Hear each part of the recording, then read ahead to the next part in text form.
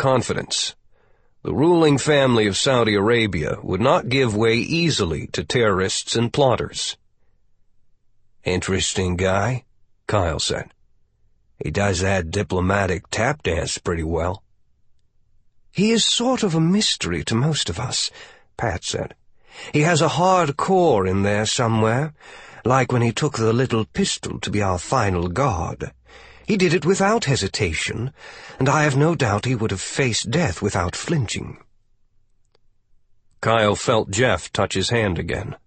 The eyes were closing because a nurse had increased the sedation flowing through the tubes. He was about to go back to sleep, but wanted to say something first. Kyle leaned close. "What is it?" "Don't trust him," Jeff managed to say, the words fading. The hand squeezed weakly, urgently. The next words could barely be heard. "They have nukes." Chapter 17. Delara Tabrizi came awake in the big soft bed, with the covers pulled to her chin, as if someone had tucked her in. "Kyle, where is he?" It was after midnight, and they'd been together since leaving the clinic some 6 hours earlier. Delara stretched, letting her fingers touch the wooden headboard, as she relished their urgent, hungry rush to sex, their clothes flying off almost by the time the door was closed. They'd not seen each other for weeks, and the extreme emotional situation that had brought them back together only heightened their needs. The first time wasn't making love. It was just a confirmation that they were both still alive and in each other's arms. The second time took a lot longer. She had fallen asleep wrapped in his arms, her dark hair spread on his chest. She pushed away the covers and wrapped herself in the dark blue terrycloth bathrobe furnished by the hotel. A nightlight in the small kitchen of the hotel suite glowed a dull orange, and she moved toward it soundlessly, her bare feet on deep plush carpet, and then onto chilly tile. Nobody there. She went into the darkened living room and found him standing before the big windows, staring out into the thick fog. His face was a grim mask, his eyes fixed out on the water, the chest rising and falling with heavy breaths, and his fists clenched at his side. The muscles of his naked body were as taut as cables. Delara stopped and pulled the robe tight around her body, realizing that her lover was dreaming, almost fighting, and still sound asleep. Kyle Swanson stood beside a broad, swift-flowing river wearing full combat gear, from boots to helmet, and cradling his custom-made Excalibur sniper rifle in his arms. The Colt .45 rested in a holster at his waist, and a large K-bar combat knife with a razor's edge and some grenades hung from his vest. His feet were apart but only as wide as his shoulders, giving him perfect balance. He watched with an intense alertness as the small boat approached, emerging from a rough cloud of dark ash that swirled over the water's surface. "You can't have 'em," Swanson announced. It was a declaration, no negotiation. The boatman giggled, and the shrill tone warbled on the night air. A filthy black robe hung loosely about him, with a tail of rotten cloth drooping over the side of the boat and into the water. With a last hard shove on the long stern oar, the bony figure nudged the boat forward. "Of course I can have him. I can take anyone I want." "Not Jeff. Not now." The boatman cackled again. "Now, look at you standing there with all of those weapons. Surely you do not believe that you can stop me with them." "I just wanted to show how serious I am. These weapons have provided you with a lot of passengers over the years. You owe me." The boat swung broadside, facing into the current, and a small wave of foam divided around the bow. The boatman steadied it. "Yes, I am here to clean up from your work yesterday. 4 more souls." He raised a thin arm and pointed. Here they come. Right on time. Swanson detected movement and turned. 4 shadowy figures with dead eyes, gory wounds in their phantom bodies, stumbled along in a single line, stepped onto the surface of the water without causing a ripple, and then into the craft, taking seats, facing forward. Kyle recognized them as the terrorists he and Cybele had killed at the clinic, but felt no pity. They had chosen their fates. "To hell with these guys," he said. "What about Jeff?" "To hell with them, indeed." The boatman lowered his voice to a menacing hiss. "And with the many others who will be coming over soon, watch how my garden grows." A scrawny arm and a flapping sleeve swung around and pointed to a far horizon. The ash falling on the water changed to black rain. An incandescent white and orange light flashed, seeming to push a moment of absolute stillness ahead of it, and a cyclone of wind swept over the water, and a volcanic explosion vibrated the world. 5 mushroom clouds blossomed in sequence, clawing and rolling in the sky, pushing the acrid smell of burning sulfur across the vastness. "Nuclear winter is coming," said the apparition. "Not if I can help it." The specter gave a dismissive, coughing laugh. "You cannot." "What about Jeff?" "He is not yet dead. Not for several more hours," said the boatman. "I will take these passengers and collect him on my next trip. I always have plenty of time. Then eternity." Swanson carefully laid down the sniper rifle and removed the Colt 45 from the holster, raising the muzzle until it touched his right temple. "Let me take his place. I'll pull this trigger right now and get in your fucking boat." The boatman leaned on his long oar again, preparing to shove off. "I already have you. We both know that. Right now, you remain my faithful assistant, a mass murderer who provides a remarkable stream of corpses for me.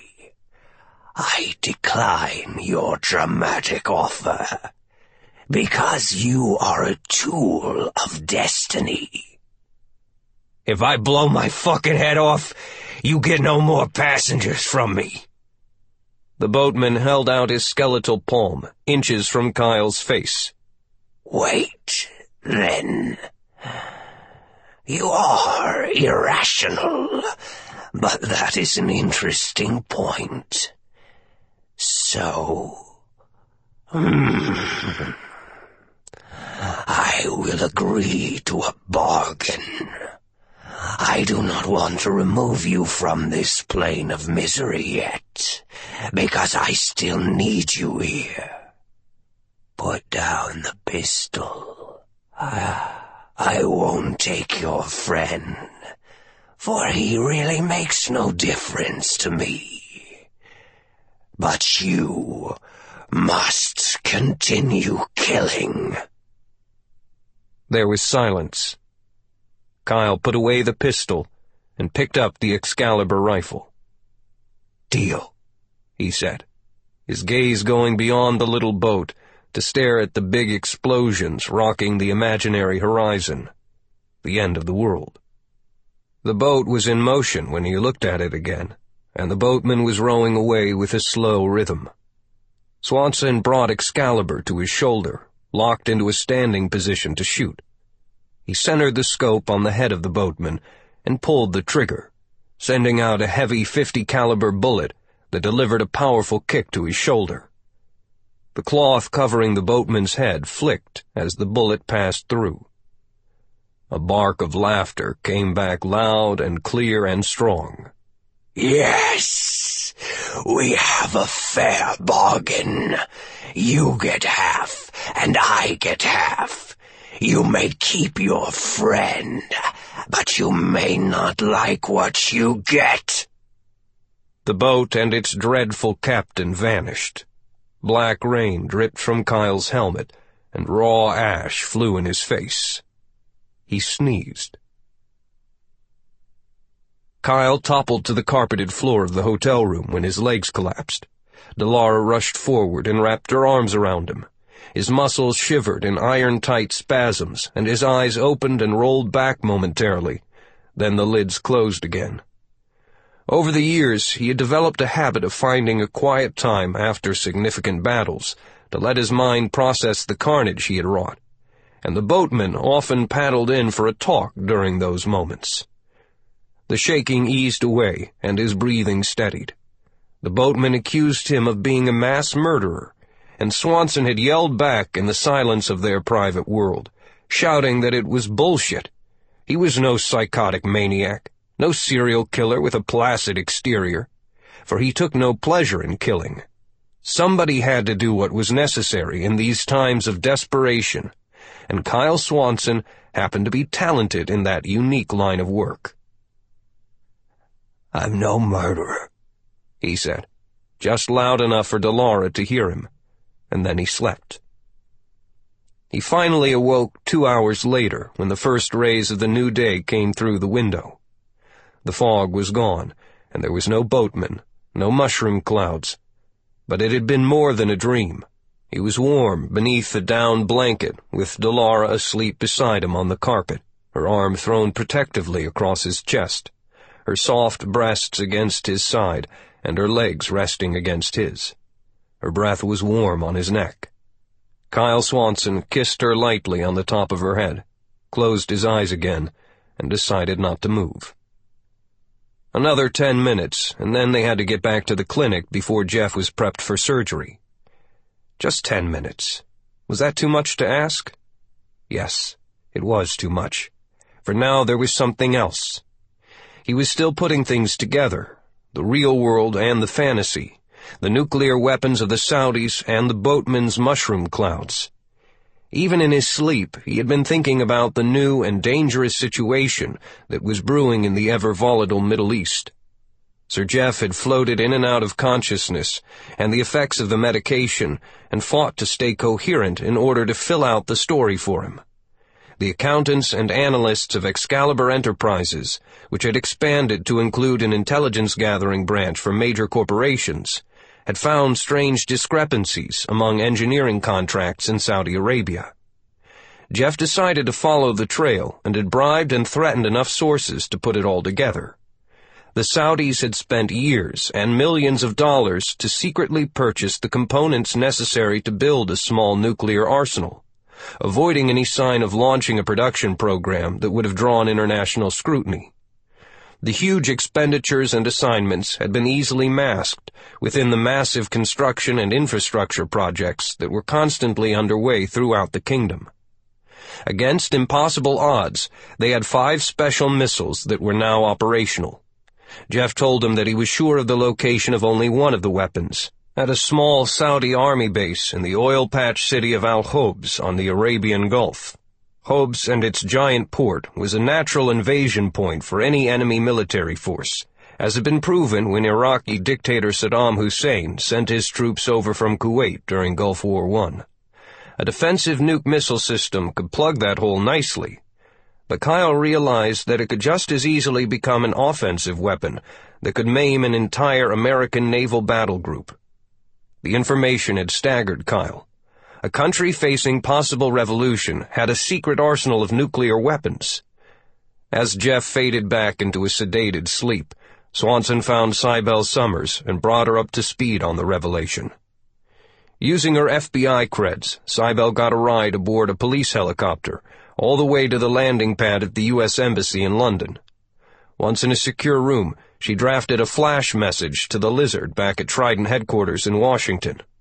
General Middleton, she thought while writing the explosive memo, was going to have a cow when he read this. He would take it immediately to General Turner and President Tracy. 9 more minutes of rest, with Delara in his arms.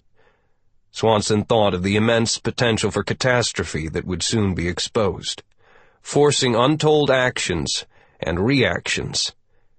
10 minutes might be all that he had left. It might be all any of them had left. Chapter 18. Al-Khobz, Saudi Arabia.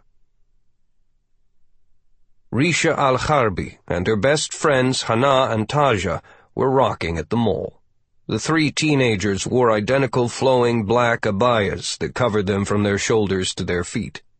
It was above the shoulders where their conservative nation's customs could be bent a bit, and the girls had colorful scarves over their heads and had spent hours applying makeup to their eyes while shaping and polishing their nails, the only parts of their bodies that were visible. They were total social rebels. Risha was the worst offender. Beneath her cumbersome and tent-like abaya, she even wore pink sneakers, pink socks, a t-shirt, and a short denim skirt. Her crimson nails flashed with flecks of gold. "He's so cute!" Hana checked out the picture of a boy on Risha's cell phone, a strong and smiling youngster with a thick mop of black hair and piercing eyes. She passed it to Taja. "I cannot believe that you really called him," said Taja. "Why do you do these things, Risha? We get numbered all the time, but I would never actually call a boy. My family would freak." "I've never actually spoken to him. We just text," Risha argued. "What's the harm? It's not like we're mingling or anything." A tune from the latest boy band pounded through the iPod earbuds beneath her pink scarf, and she nodded with the rhythm. The slang language of the West came easily to them because of their access to cell phones and satellite television. They were even more technologically advanced than the earlier Saudi girls of the Oprah generation. They were connected. "That picture is a lot more than just being texted," Taja warned. She lifted her full niqab veil, sipped some mocha frappuccino, and wiped foam from her lips. Even the Starbucks at the Khobz Mall could be a dangerous place for girls. "Erase that picture. Please, I don't want you to get into trouble." "What's his name?" asked Hana. "Shabir," replied Risha, as she theatrically hugged the portable cell phone to her body. "Please tell me that you did not give him your real name." Hana's eyes were wide. The risk that her friend was taking was incredible. "Yes, of course. He loves me." Both of her shocked friends laughed nervously. Hana said, "This boy, your dreamy Jabir, did not even know you existed until 2 days ago. He and his friends spotted you coming out of this mall, and when we got into your father's Mercedes limo, they followed us. I remember them blaring their horns and cutting around in their cars and holding out cardboard signs with their telephone numbers. You actually checked them out while I was screaming in terror." Risha looked again at the picture. "Remember how Jabir actually opened the door of the car he was in and stepped out while he was still moving at 50 kilometers an hour, sliding along the pavement on his leather slippers like he was a surfer? So brave. I just had to contact him. He's my beautiful lion." "Your lion wants to drive you out to the desert and rape you," scoffed Taja. "Then it would only be a question of who would kill you first, your father, your brothers, or the Committee on Virtue." Risha looked hard at her friends. "I won't be raped. Ever." She opened her fashionable shoulder bag wide enough for them to see the slim knife that she always carried, a little 4-inch switchblade with a smooth ivory handle that she had taken from her father's collection. She defiantly shifted the contents of her purse some more, to also show them a narrow can of pepper spray. Then she snapped the purse shut. "I will kill anyone who tries to attack me, or kill myself before it can happen. Nothing good can come of this.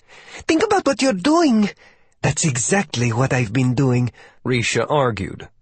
"We're all 16 years old now, and are stuck in this awful oily place. I'm a faithful girl, and follow the teachings of the Prophet, praise be unto him.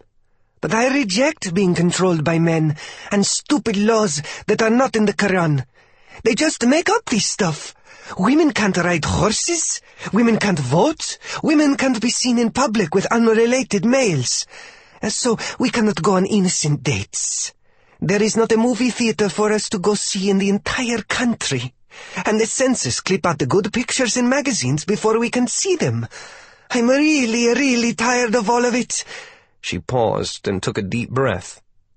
"I want out." Hana pushed back in her chair. "You have been watching too much MTV, Risha. You will be soon wearing a bikini top and booty shorts in public. Calm down and face reality. You will stay here just like us, and we will all be married off to some distant cousins or friends of our fathers. A dull but pleasant life, with a rich man who pampers us, just like our mothers and our grandmothers. You want to leave too?" Risha shot back. "I know you do. Remember that Victoria's Secret catalogue that we found? What's the point in wearing that sexy stuff if you cannot show it off?" Taja was not as brave. She loved Risha and Hana, but both of them pushed the bounds of propriety. "Be quiet, Risha. People can hear." "So let them listen. I don't care." She went back to her cell phone when it buzzed in her palm and passed it over to Hana. "Jabir wants me to send him a picture." "Don't you dare!" Taja was horrified.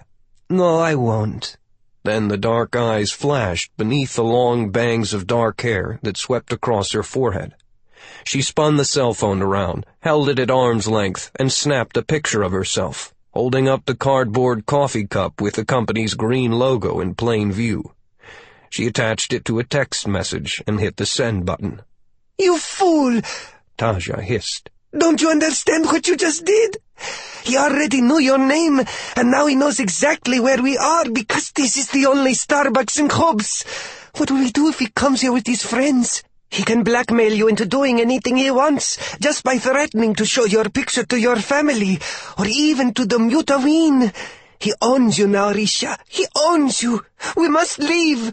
"Well, you didn't do anything at all, Taja," said Risha. "Anyway, Jabir would never betray me, so nothing is going to happen. The religious police cannot monitor cell phone traffic and Wi-Fi. So, we can go. But let's do some shopping first. I feel like buying a bright new scarf with Daddy's money. And wouldn't it be just terrible if Jabir actually decided to come down to the mall for a cafe au lait?" Risha was the first one grabbed when the girls emerged from the upscale clothing boutique on the second floor. Then rough hands snatched Hana and Taja and pinned them both against the glass display window. "You little whore!" roared a deep voice as a man with a shaggy beard and in the robes of the Mutaween, the feared religious police, hurled Risha to the floor. As she fell backward, the abaya rode up past her ankles, and then was snatched upward further along with the edge of her denim skirt to expose her knees and thighs. The first stroke of the camel-hide whip was instant and hard, and laid a bloody stripe across her right shin. Risha screamed, more from surprise than pain. She had hit the floor so hard that she bounced and slid a few feet, and clawed for balance. The second whip stroke slashed her right knee and brought another yelp, this time in pain. Two Mutaween were wielding the whips, one on each side of her, the signature loose red clothes circling their heads, and with their eyes lustfully on her naked legs. She heard Taja and Hana scream, and saw them being held against the storefront by another Mutaween. "Stop! Don't hurt me! I've done nothing wrong!" she yelled as loud as possible. Another whip stroke came down, but she rolled away from it, only to go into the path of the whip of the second man. It sliced her thigh with a deep sting, and blood flowed from the wound. A crowd was gathering, and some young men were laughing, one of them recording the beating on his video camera. In the front row, cheering on the whip handlers, was Jabir. A dark sense of betrayal and outrage seized Risha's soul. He was a police informant, and had used the web to track her down. They intended to make an example of her to instill fear in other girls. Hot tears came to her eyes. Another whip stroke fell across her legs, but this one didn't seem to hurt as much, hardly at all, as the pain was soaked up by her rage. Risha knew she had only a few moments before they took her away, and she grabbed for her shoulder bag and fumbled it open. The Mutaween were still yelling. She could not understand what they were saying, and did not care. Jabir, the bastard. Her palm found the canister of pepper spray. She yanked it out and pointed the nozzle at one of the whipmen and pressed down. The surprise was total. A mere girl was fighting back. Her attacker stumbled backward, dropping his whip and rubbing his eyes with a yowl of pain, causing the second one to pause briefly before coming at her even harder. He dodged in close until he was standing directly over her, then knocked the can from her grip. It bounced away into the crowd. His lashes were being aimed at her upper body and her face in pure vengeance. Although she felt the whip crack her cheeks, Risha was not going to give up. She reached into the bag again, and her fingers closed on the bone handle of the knife, the little button. Her thumb found it, and she pressed hard, and the blade flipped out and locked. She would kill Jabir for betraying her. Using her left hand, trying to protect her eyes from the whip, Risha jabbed directly upward with the knife, and the sharp point slid smoothly into the groin of the attacking man standing over her. She pulled back and jabbed again, and again, as hard as she could. He screamed and dropped his whip, and she slashed even more, the blade ripping into the femoral artery deep in his inner thigh. Blood spurted out in a purple rope. The crowd went silent. This petite girl had blinded one Mutawa and stabbed another one in the balls. Both had fallen. Impossible. Risha still had the stained knife in her hand, and her own blood oozed from the long whip marks. She ignored the pain and rolled to her knees. The scarf and the abaya had been torn from her head, and her long black hair hung before her face in disarray, giving her the look of a rising evil spirit. Her eyes locked on Jabir, and she moved toward him. He dropped his coffee cup and backed away. The two Mutawas who had been holding her friends had released them, and now crashed into her, knocking Risha back onto the slippery, bloody tiles, screaming and punching her. The thick butt ends of their whips became bludgeons that rose and fell against her head. Risha managed to deeply slash the hand of one before the knife was knocked away, and the two heavy policemen beat her savagely. She was already unconscious by the time one of them grabbed a handful of her raven black hair and repeatedly slammed her face onto the hard stone until she was dead. Chapter 19. The White House. Prince Abdullah normally would be wearing a well-tailored business suit when he visited the Oval Office. His driver would slip quietly through the back gate on East Exec and stop beside a green canopied walkway used by special guests to enter the White House with some protection from the media cameras. This time was different. The prince was driven up the long, curving driveway in full view of the press corps, which had been alerted to his visit and was waiting in a pack as he arrived at the front entrance of the West Wing. The immaculate ebony limousine halted beneath the colonnaded entrance, and a Marine guard in dress blues opened the car door. The prince stepped out, wearing elegant white robes that flowed like a wind-smoothed sail and an Arab keffiyeh, a square of pristine white cloth folded into a triangle and held to his head by cords of spun gold threads. He paused to smile and wave for the cameras, and then turned to his left to do the same for the startled tourists gathered across the green lawn beyond the big fence. Reporters shouted out questions, but he only continued to smile and wave, and then he stepped inside. Neither the president nor any senior member of the administration had been sent out to greet him. It was an international piece of media theater, a show carefully crafted for maximum effect. Before even setting foot inside the White House, Prince Abdullah had sent an open visual message that despite the dire news coming from Saudi Arabia, the House of Saud was still in control. This was a time to display strength and confidence, and not whimper. He had received reports that some of the weaker princes were thinking of fleeing the country during this crisis. Where was their pride? To do so was to deny their heritage and their names. Shameful. Abdullah had determined that whoever left now would be called to a severe accounting for their actions later. Chief of Staff Steve Hansen was waiting just beyond the entrance portal and formally welcomed Abdullah, then escorted him directly to the Oval Office. President Mark Tracy was waiting, ready with a diplomatic smile that masked the bitterness he felt inside. This was not going to be pleasant.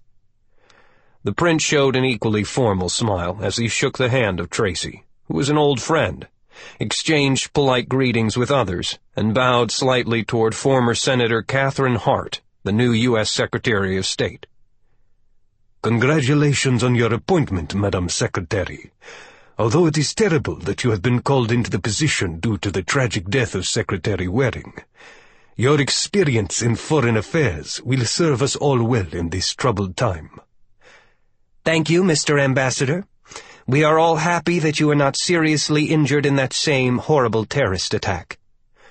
Hart had been chairwoman of the Senate Foreign Relations Committee, and when Waring was killed, President Tracy demanded an experienced hand at the reins over at Foggy Bottom. Hart would not miss a step in transferring her political power to the State Department, where career diplomats knew that her bite was worse than her bark. She was a stylish woman with short red hair and light blue eyes that expressed nothing she did not want them to show.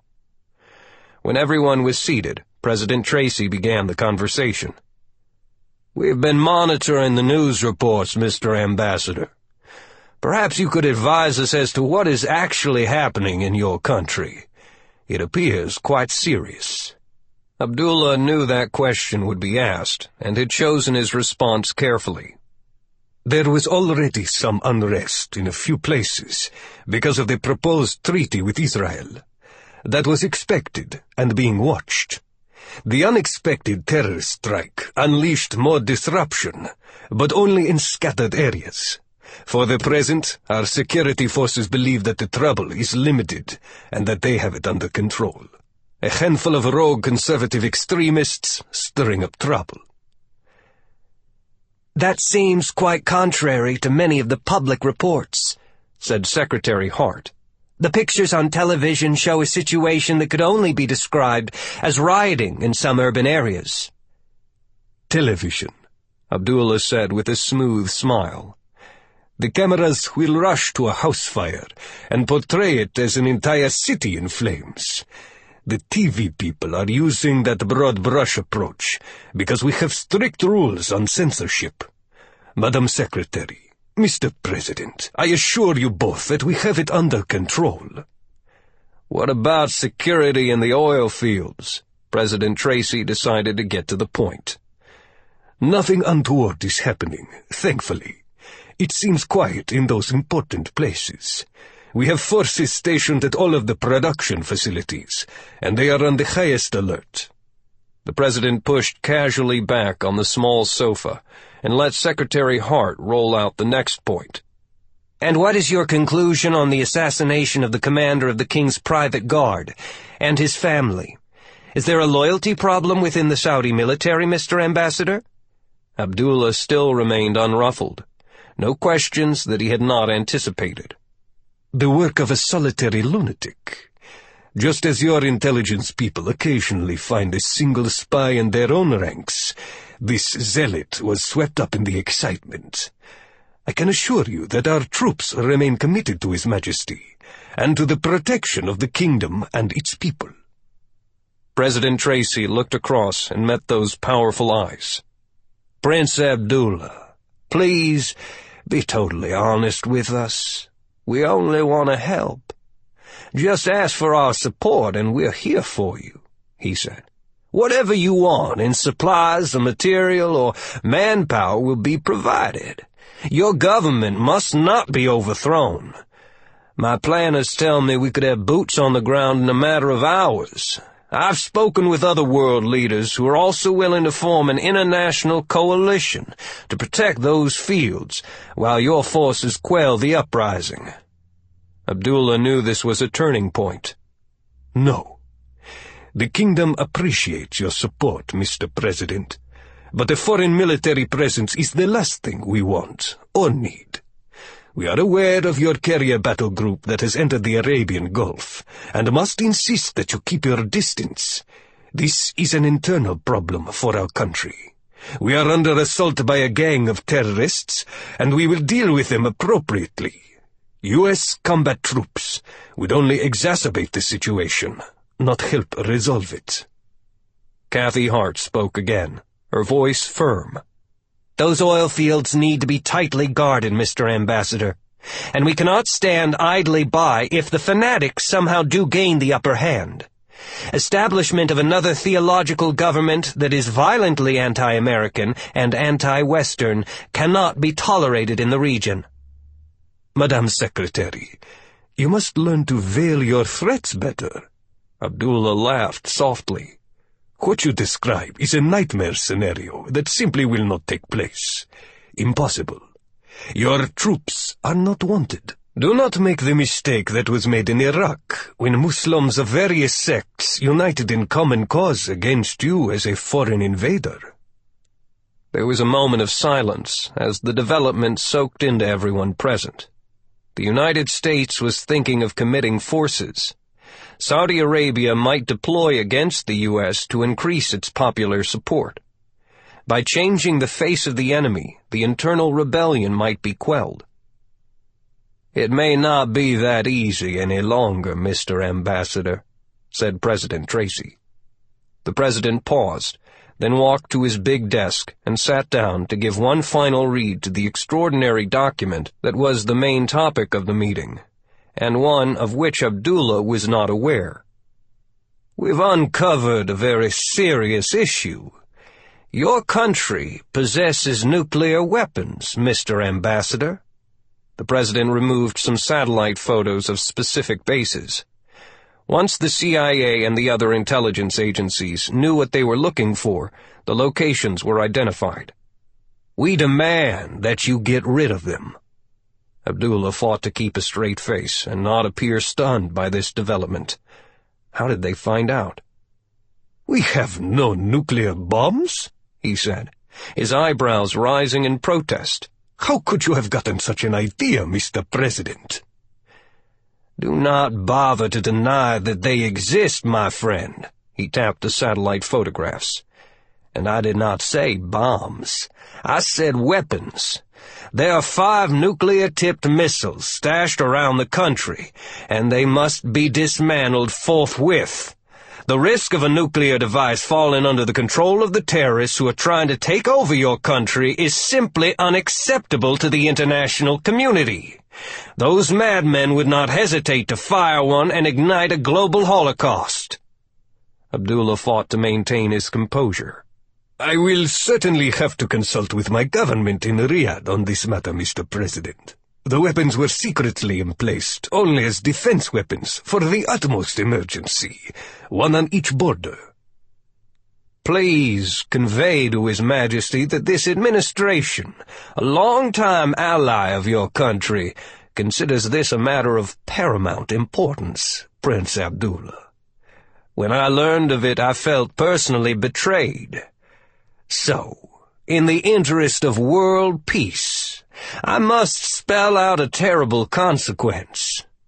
Dismantle those nuclear missiles and show us proof, or the United States will go to the United Nations to seek a resolution, to both demand their removal and to have the oil fields placed under the protection of an international security force.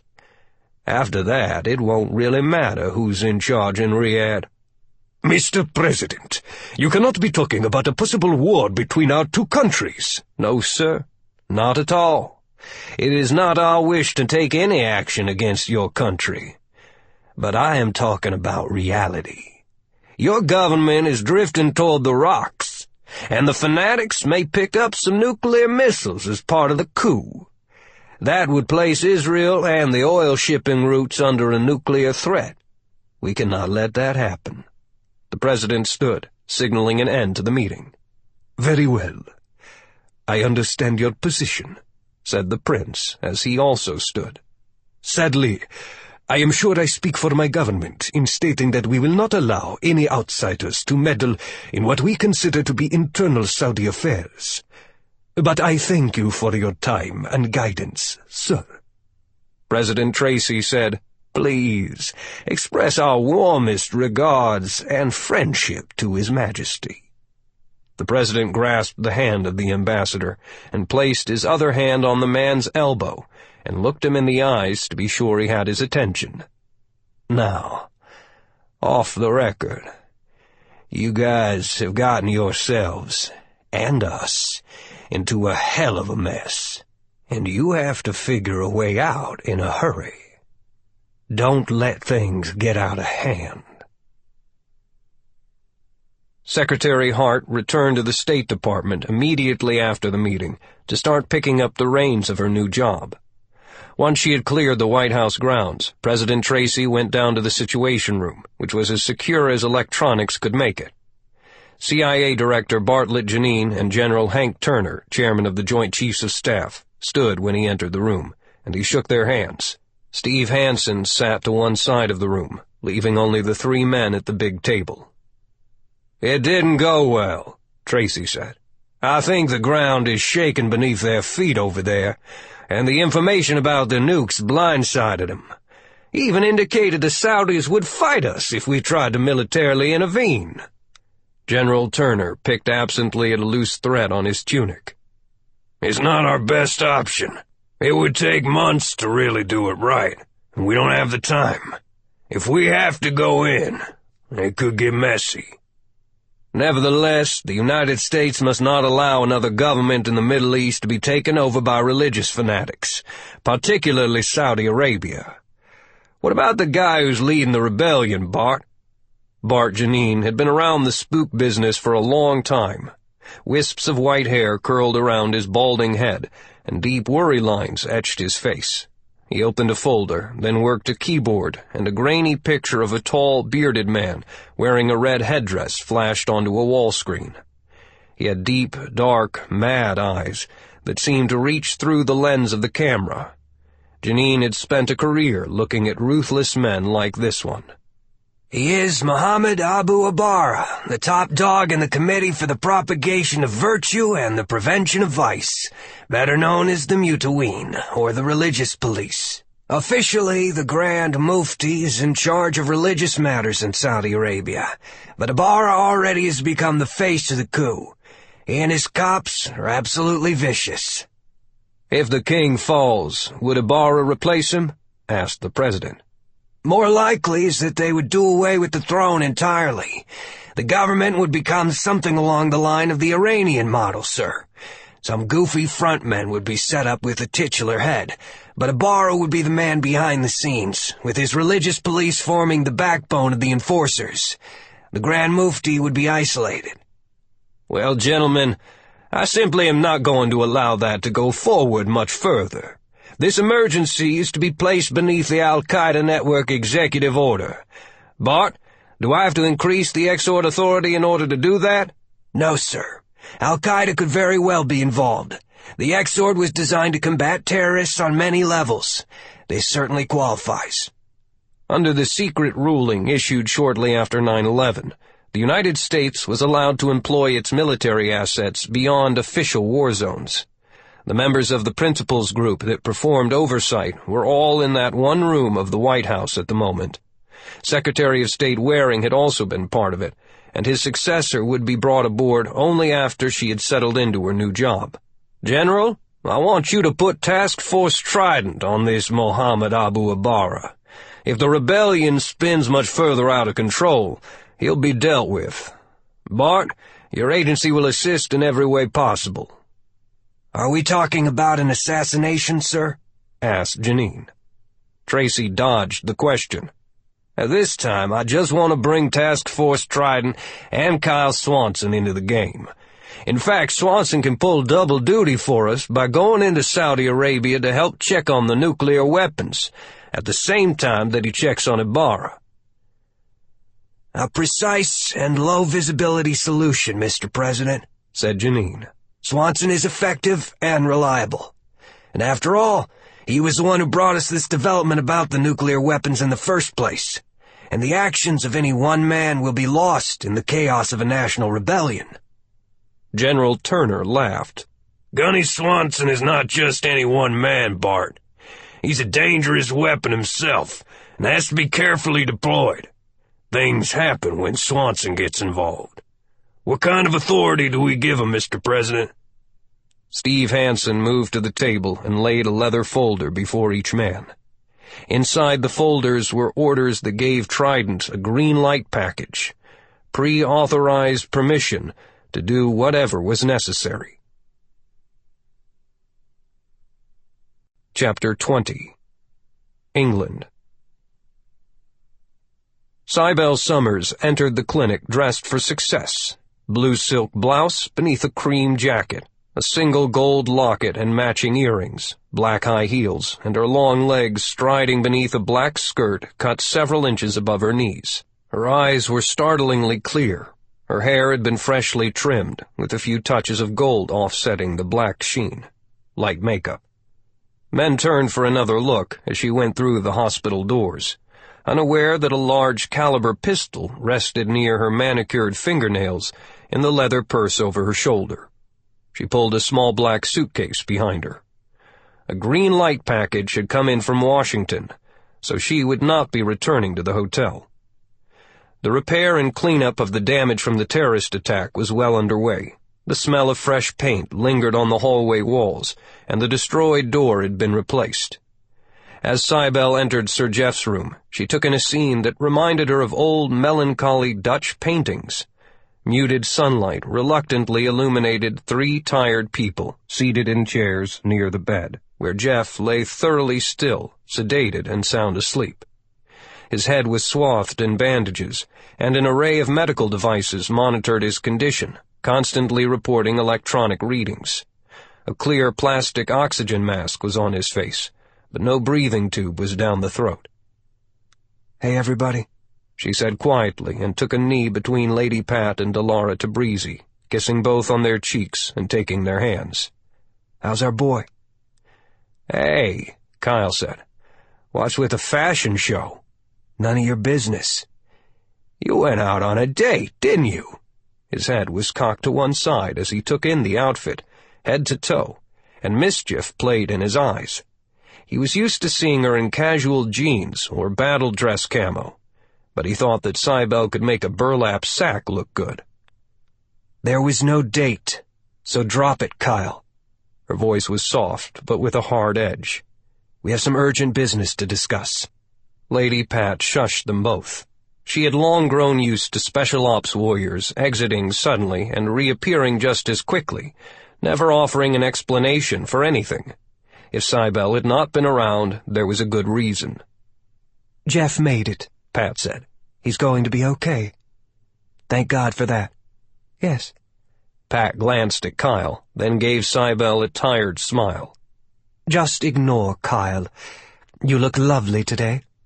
Cybele padded over to the bed, slid a hip onto the mattress, then reached out and stroked Jeff's mussed hair, leaned close and kissed him on the forehead, then closer and whispered for a time, so quietly that the others could not hear a word. She smoothed the sheet around his shoulders and went back to Lady Pat, stood behind her, and massaged her shoulders. Delara got up and walked toward the door, motioning Cybele to follow, and the 2 women went silently down the hallway, past the nurse's station, to gain some distance from the room. "What's the prognosis, Delara?" "Sir Jeff has a long recovery ahead. The spinal injury will confine him to a wheelchair during physical therapy, but should heal enough that he eventually might walk again." She exhaled, and her shoulders slumped, as if she was carrying a heavy weight. "The concern is that his brain sustained some damage, and the neurosurgeon says that only time will tell whether Sir Jeff will ever come back 100%. We've seen it already. His thoughts can be totally normal one moment, then just fade out like a bad radio signal. The doctor says some of that is the sedation at work, but that the brain is so complicated that he cannot predict the future with certainty." "Oh my God, how is Pat taking that?" "She's just happy that he's still alive." "Oh, Cybele, what a tragic thing to happen to such a nice man." The 2 of them embraced. Then Cybele held her at arm's length and looked squarely in her eyes. "I'm gonna need your help now, Delara. I have to take Kyle away, and he won't want to go. You and Pat have to help push him out the door. Believe me, Delara, it is a true emergency." Delara composed herself. "I know. That trouble in Saudi Arabia is drawing you two like a magnet pulling a paperclip," she said, crossing her arms. "There's really nothing else Kyle can do right now to help Jeff, and I will make sure that Pat does not slide into depression. She hasn't fully come to grips with what the future may hold for them." She looked at Cybele, at the warrior steel behind the pretty face. "Promise that you will send Kyle back to me safe and sound. I hate that he has to be gone so often." "You know I can't make that promise, Delara. These are dangerous times, and his focus has to be total. He's going to be in a quiet rage when we make him leave here. Then when he gets on the scene, he'll become scarily unemotional and normal on the surface. Once into the fight, he'll be burning. My job is to point that fury in the right direction." Delara nodded in understanding, and they walked back to the room. "So why are you so dressed up? It's a terrific outfit. Are you in a relationship of some sort?" "I just like to get out of my work clothes from time to time. Remind myself that I'm still an attractive woman who likes bubble baths and candlelight." "He must be a special guy." "It's nothing serious. I just have to keep him separate from my professional life. He thinks I work for a real estate trust." Delara gave a small laugh. "Real estate trust, huh? Married?" Cybele changed the subject. "How are things with you and Kyle?" "We're getting there. Sometimes I feel like a lion tamer in a circus. He's so strong and determined, but with a very tender side that he keeps under wraps most of the time. Terrible memories haunt his subconscious."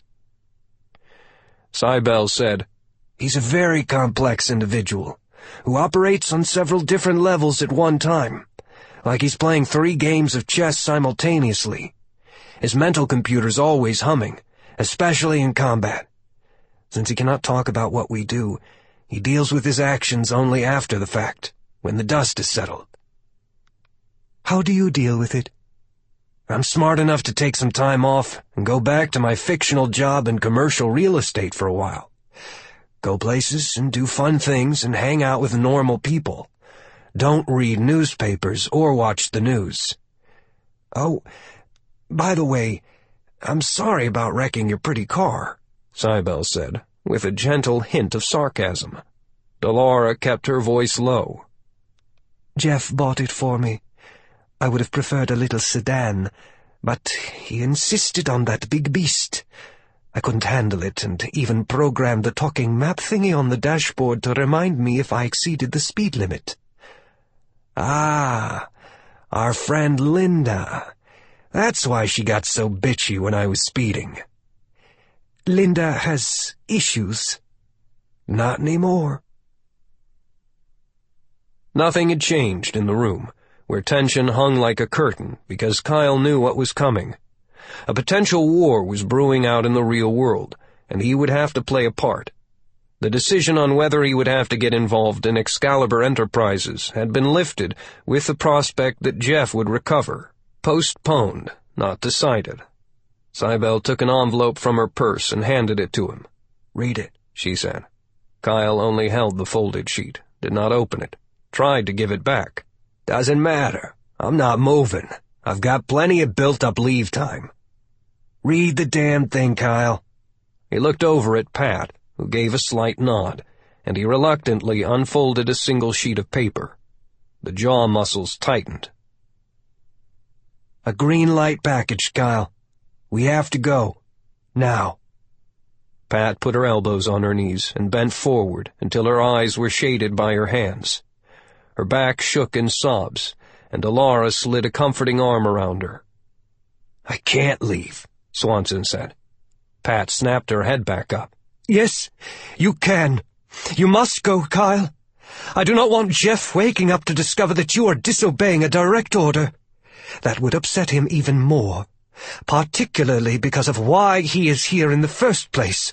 "But Pat," she shook her head sharply. "No, don't say anything else." He twisted the paper into smaller folds, creasing it with his fingernails. "Things have changed. The Excalibur business, this situation with Jeff now." Pat shook away Delara's arm and stood, defiant. All of that can be resolved when you return. Forget whatever is on the paper. Here is an order to you, straight from me, Lady Patricia Cornwell to Kyle Swanson. Go out there and find the terrible people who did this to my husband.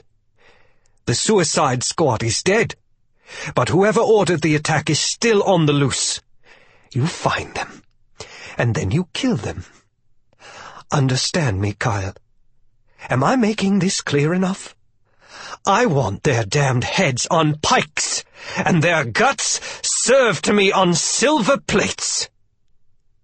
Swanson slowly rose and wrapped Pat in a big embrace that picked her off her feet for a moment. Then he put her gently down and said, "Yes, ma'am. I can do that." "When do we leave?" he asked Cybele. "As soon as I change clothes," she replied. "Say your goodbyes, and we're out of here." Chapter 21. Saudi Arabia. Flying in the open skies over the desert countryside had been life's greatest pleasure for Captain Nawaf bin Awad of the Saudi Royal Air Force. In the cockpit of his F-15C Eagle, he never ceased being awed by the amazing power at his fingertips. All of the flight data was on a heads-up display, and each of the two Pratt & Whitney turbofan engines produced more than 23,000 pounds of thrust. Thousands of gallons of fuel in the internal and external tanks, an M61A1 6-barrel 20mm cannon in the nose, and wing rack slung with Sidewinder and Sparrow missiles. He keyed his microphone as he blazed over the trackless brown countryside with the pure sky above. "Palm leader to Palm 2. How are you on fuel?"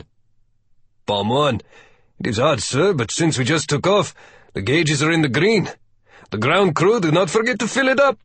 First Lieutenant Fayez Al-Kaloui smiled beneath his oxygen mask. His flight leader was a man of few words, but was in a good mood today, as determined as always to put in a flawless mission. His words had been almost pleasant. They were flying combat air patrol over a long stretch of airspace that was off-limits to all other aircraft, and was centered on a remote royal palace in which the king was spending a few days. Fayez could easily see the place, a bright spot of green trees and water in the middle of an otherwise empty landscape. A new voice came up on the circuit, the flight controller in an E-3A AWACS 50 miles away, the radar-studded bird that directed all traffic in and around the area. The controller quickly guided them into the protective circle and allowed the two fighters that had been on station for several hours to return to base. They were all part of the most sophisticated Air Force in the region, but the C-4I, the command, control, computer, and intelligence system, had never been foolproof. It was a vital weak spot, because without capable communication in a combat crisis, things could get dangerous very quickly. They had the tools, but not the experience born of years of practice. 10 minutes later, the captain went to the private internal radio circuit and spoke a single word to his wingman. "Execute." Fayez wheeled his F-15 in a sharp turn, kicked in his afterburners to increase speed, and was dashing toward the AWACS almost before the controller recognized the course change. The lieutenant turned off his radio and activated his weapons display to paint the lumbering, defenseless control plane with a radar beam. In a matter of seconds, he was within range and fired a pair of AIM 9H Sparrow air-to-air missiles. The weapon slid off the rails with a jolt, and Fayez felt as if the fighter jet had hit a speed bump as 1,000 pounds of dead weight flew from the wings. The 12-foot-long missiles spewed white vapor trails from their solid propellant motors as they burned straight for the AWACS and smashed the 88-pound high-explosive warheads into the target. Fayez nosed straight through the fireball and heard bits of flying debris from the destroyed plane click against his fuselage. He curved up and around to join the captain, who was already attacking the palace. When their ordnance was expended, both of the fuel-loaded planes crashed into the smoking wreckage of the building. Chapter 22. Beijing, China. "Look out there. Tell me what you see." said Chang Julong, with a sweep of his arm toward a broad window. General Zhu Qi obeyed. Not much, Mr. Chairman. The pollution is very bad today. I had to wear a mask coming over here. The chairman of the Central Military Commission of the Chinese Communist Party smiled blandly and resumed his theme. I will tell you what we both see, Comrade General. Progress. We see large avenues filled with automobiles, where once there were only bicycles. The Beijing area alone now has 1,000 new cars on its roads every day. China leads the world in buying new Rolls-Royces. We see women who used to wear peasants' clothing, now adorned with boutique makeup and buying designer-label dresses. We see factories turning out products that are snapped up in foreign lands. 80% of all toys and 72% of all shoes bought in America are made in China. Millions of Chinese workers are making money to spend at our own stores, which are stocked with consumer goods. We see a 9% growth rate per year. Despite economic bounces, we see a new and strong and proud China. He paused. Enough statistics. He reached to a nearby shelf and carefully picked up a round-bellied 1,000-milliliter Pyrex laboratory flask that was about half full of viscous liquid, oil. A printed label identified it, Saudi Sweet.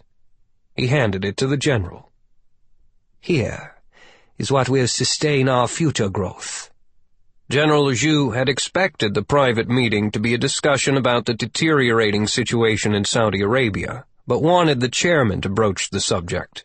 It was unwise for a soldier to say too much to a politician.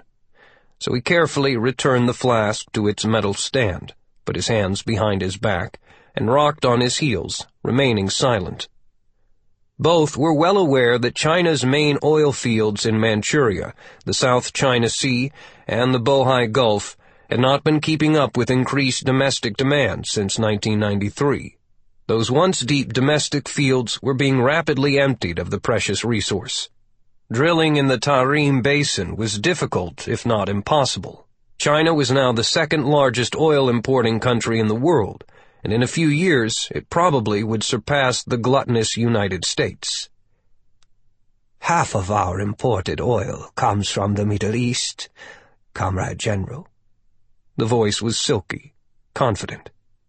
I have been asked to assess how the events in Saudi Arabia might impact our economy. At first I believed it not to be our concern, because we do not need to meddle in the internal politics of other countries from which we purchase oil, as long as the oil flows. The chairman began to pace in measured steps as he read from a piece of paper. He stopped and dropped it on his desk. Things have changed. The deaths of the king and his heir apparent have created a political power vacuum, and now we have these intelligence reports that the Saudis possess some nuclear weapons. Suddenly it is an unstable and very serious situation for China. The delicate balance has been upset. I agree, Comrade Chairman. This information on the nuclear missiles is reliable? Absolutely. It is not just street gossip, but was confirmed by well-paid sources inside the Saudi military itself, and is also being discussed in Washington. Nuclear weapons. If one of those weapons falls into the hands of those religious extremists, it might be detonated in the Gulf, ruining production for decades. The general wasted no time commenting on foreign and economic policies. That wasn't his job. Should we plan a military intervention? Something might be needed, Chairman Chang said, returning to his window to gaze at the gray sky. Of course, it is too far away, and not enough time. What is your opinion of making such a movement? The general joined him at the window. Direct eye contact was to be avoided when speaking in such general terms, so they stared at the big, blank buildings. The ornate and distinctive Chinese architecture of ancient times had given way to monstrous, bland, concrete boxes. Looking at it from a normal military perspective, it is virtually impossible. Xinjiang province in our northwest shares borders with Afghanistan and Pakistan, but we cannot consider marching through either place. The Americans would stop us in Afghanistan, and the Pakistanis would never agree. It would result in costly fighting, and not get us much closer to the Saudi oil. The chairman noted that the window that had been cleaned last night was already sandpapered again by specks of soot and dirt. No, that would not be the answer. Perhaps there is something smaller that could protect our interests? The logical move would be to go through the United Nations and perhaps join or even lead an international coalition to protect one of the world's major oil supply networks. We could also move units of the People's Liberation Army to Africa, closer to Saudi Arabia, while the diplomats are debating. The chairman agreed. We may, however, have to move without UN approval, by claiming that the imminent danger forced us to act.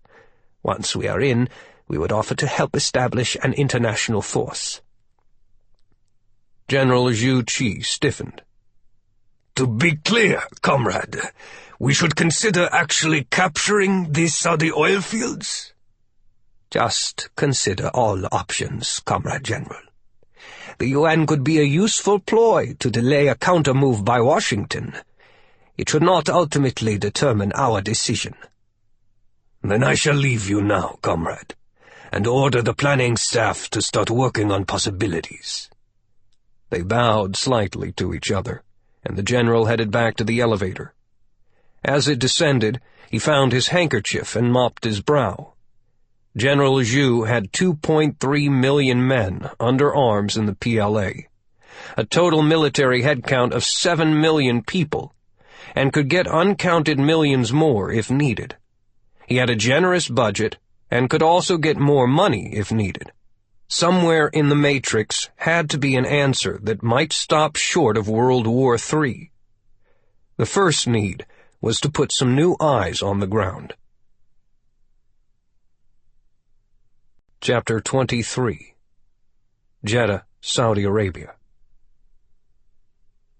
Allahu Akbar. God is great. Muhammad Abu Abara allowed the small metal chain to trickle through his fingers like a child's toy, and then lifted it to eye level and examined its only ornament, a long-bladed key. It was part of the contents of an envelope that was hand-delivered to him by an excited imam, who had personally sped down from Riyadh to explain the magnificent gift from God. The material was entrusted to me by Vice Sergeant Masood Mohammed Al-Kazaz, our martyr, who eliminated the heretic who commanded the Saudi Royal Guard Regiment. The imam was nervous and afraid in the presence of the powerful leader of the religious police. He fished in an envelope and handed over a scarlet-red card of thick plastic, stamped with a string of black letters and numbers. The imam bowed his head in reverence. The Vice Sergeant confided that the items now in your hands are the codes and key needed to launch a missile carrying a nuclear warhead. The missile is at the base. Abara wanted to shout in glee, but reined his emotions in tightly to show no weakness to the lesser religious figure. Inside his chest, his heart was beginning to soar. A nuclear weapon. Anything more? Yes, this book. It was a slim volume with a red stripe across the cover and the seal of the House of Saud. It contains top-secret military documents, and I took the liberty of reading it on the trip down here in order to spare you valuable time. What does it say? Abara let the book rest on a small table and did not touch it. To even extend a hand might display his eagerness, and the imam might think him weak. Although I am not a military expert, my reading of the material indicates that it contains the locations of 5 nuclear missiles within the kingdom, and instructions for computers, such as preset latitude and longitude positions of possible targets. Abara grunted, then sucked in a deep breath. You have done well, my brother. Leave this with me, and return immediately to Riyadh. Tell no one of what we have been given. Your loyalty and alertness will be amply rewarded when the rebellion is concluded." The Imam stood and bowed. "Allahu Akbar!" "The peace of the Prophet, praise be unto him, remain with you," Ibarra replied. When the other man left, Ibarra remained alone in the dimness of a large room in his mosque, and let his thoughts weigh what was before him. Nuclear weaponry. This changes everything. He was a tall and gaunt man, whose robes hung loose around his bony frame. Thick black eyebrows met atop a long nose. The mouth seldom smiled behind the long beard. He had risen swiftly through the ranks of the religious police, with his unforgiving view of the world as an evil place, and his patchwork philosophy of violence that he could trace to specific parts of the Quran. Through years of behind-the-scenes maneuvering, he had taken control of the Committee for the Propagation of Virtue and the Prevention of Vice, and wore the trademark red headpiece with great pride. Ambition, hard work, and a single-minded dedication to power had paid off. Now he was at a peak of power, a place in which he could do no wrong, simply because he was the one doing it. When the mysterious outsiders had come quietly shopping for an accomplice who might be installed to head a new government for Saudi Arabia, Ibarra had been a natural choice. He was, by careful stages, outraged at the idea at first, then reluctant, and eventually a full participant. In exchange, he had become extremely rich. The goals of the plotters had been mutual: a coup to displace the House of Saud with a stringent, theology-based government, and a shift in the control of the petroleum production facilities. Ibarra would become even more feared and ever more powerful. His only direct contact with the outside was with a German banker, Dieter Nesch. Through him, a message could be relayed to the president of Russia, who was funding the overthrow of the king. Ibarra played with the key and the card and the book, thinking about the situation. The balance of power had tilted as suddenly as shifting sand in a storm, and Ibarra, after all, was still a Saudi. Bargaining was part of his blood. The new weapons meant new negotiations. He could remain the visible head of the rebellion and ratchet up the pressure and the rhetoric, as outlined in the original plan. But more money could now be demanded, and more control must come to him in the eventual takeover of the oil business. The Russian should pay dearly for a workable cache of nuclear weapons already in place in Saudi Arabia. Still, Ibarra knew nothing about nuclear bombs and such.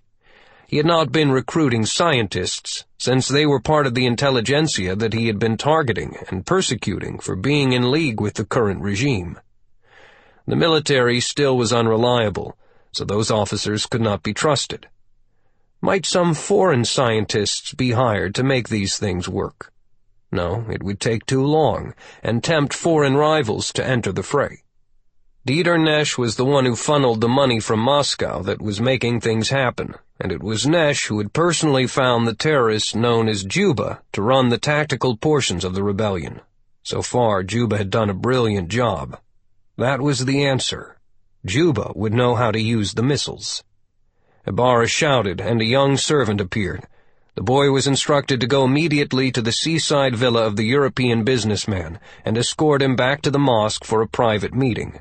No topic was given, just tell him to hurry. To impose a savage control on this new situation, Ibarra would order Dieter Nesch to immediately get the terrorist genius to emerge from hiding, fly into Saudi Arabia, and take direct control of the nuclear arsenal. He would work directly for Ibarra, no one else. Chapter 24.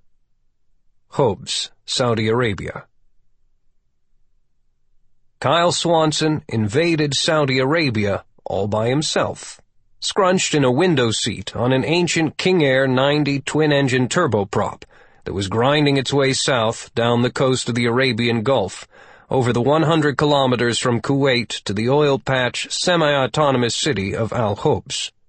His documents identified him as a specialist in fiber-optic sensor security systems, and stated that he was on contract with a company within the massive Al Hope's Joint Operations Petroleum Complex.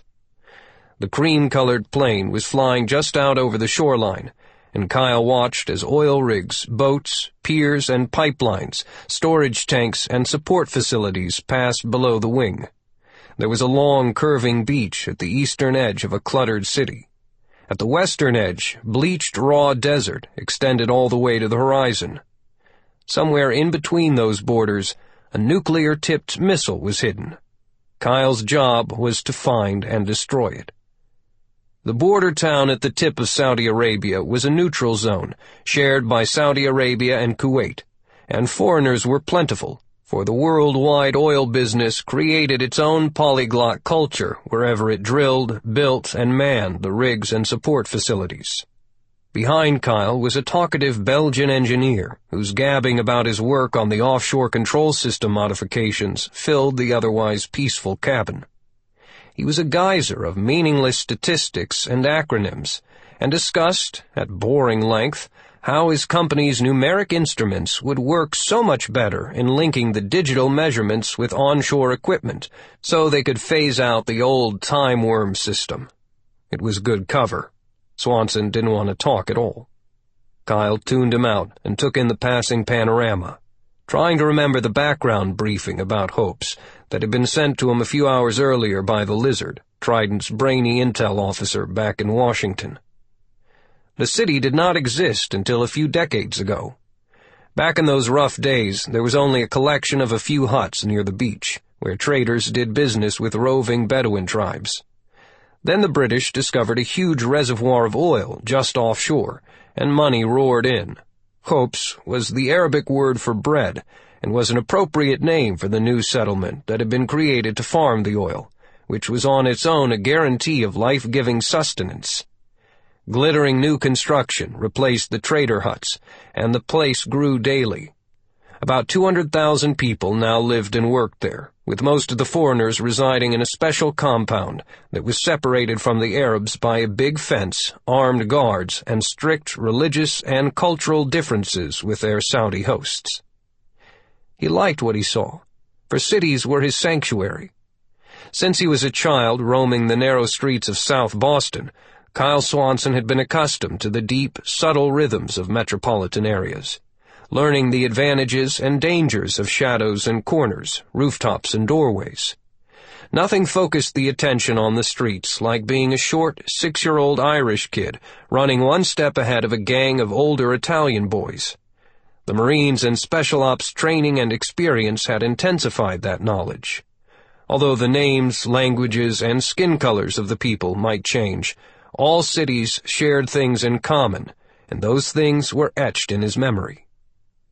Out in the open desert, a solitary man stands out in a landscape of nothing. Here, he could blend into the population as just another person. Swanson knew how to work cities, and considered Al Hope's to be just another stop on the Sniper bus, a new place in which he could be an urban predator. Something was going to happen here. He could smell it. The plane was operated by the Boykin Group, one of the many small foreign contract companies that supported the oil operations, and it routinely made the hops between Hope's and Kuwait City, Qatar, Dubai, Bahrain, and the other nearby countries. It carried 6 passengers today: Kyle, the talkative Belgian, a Kenyan engineer working on the submarine fuel pipeline from a gas lift platform, 2 Malaysian rig rats, and a pleasant Chinese accountant from Hong Kong who was heading down for an audit. Kyle had mentally examined them all and decided it would be worthwhile to exchange greetings with the Chinese guy seated directly across the narrow aisle.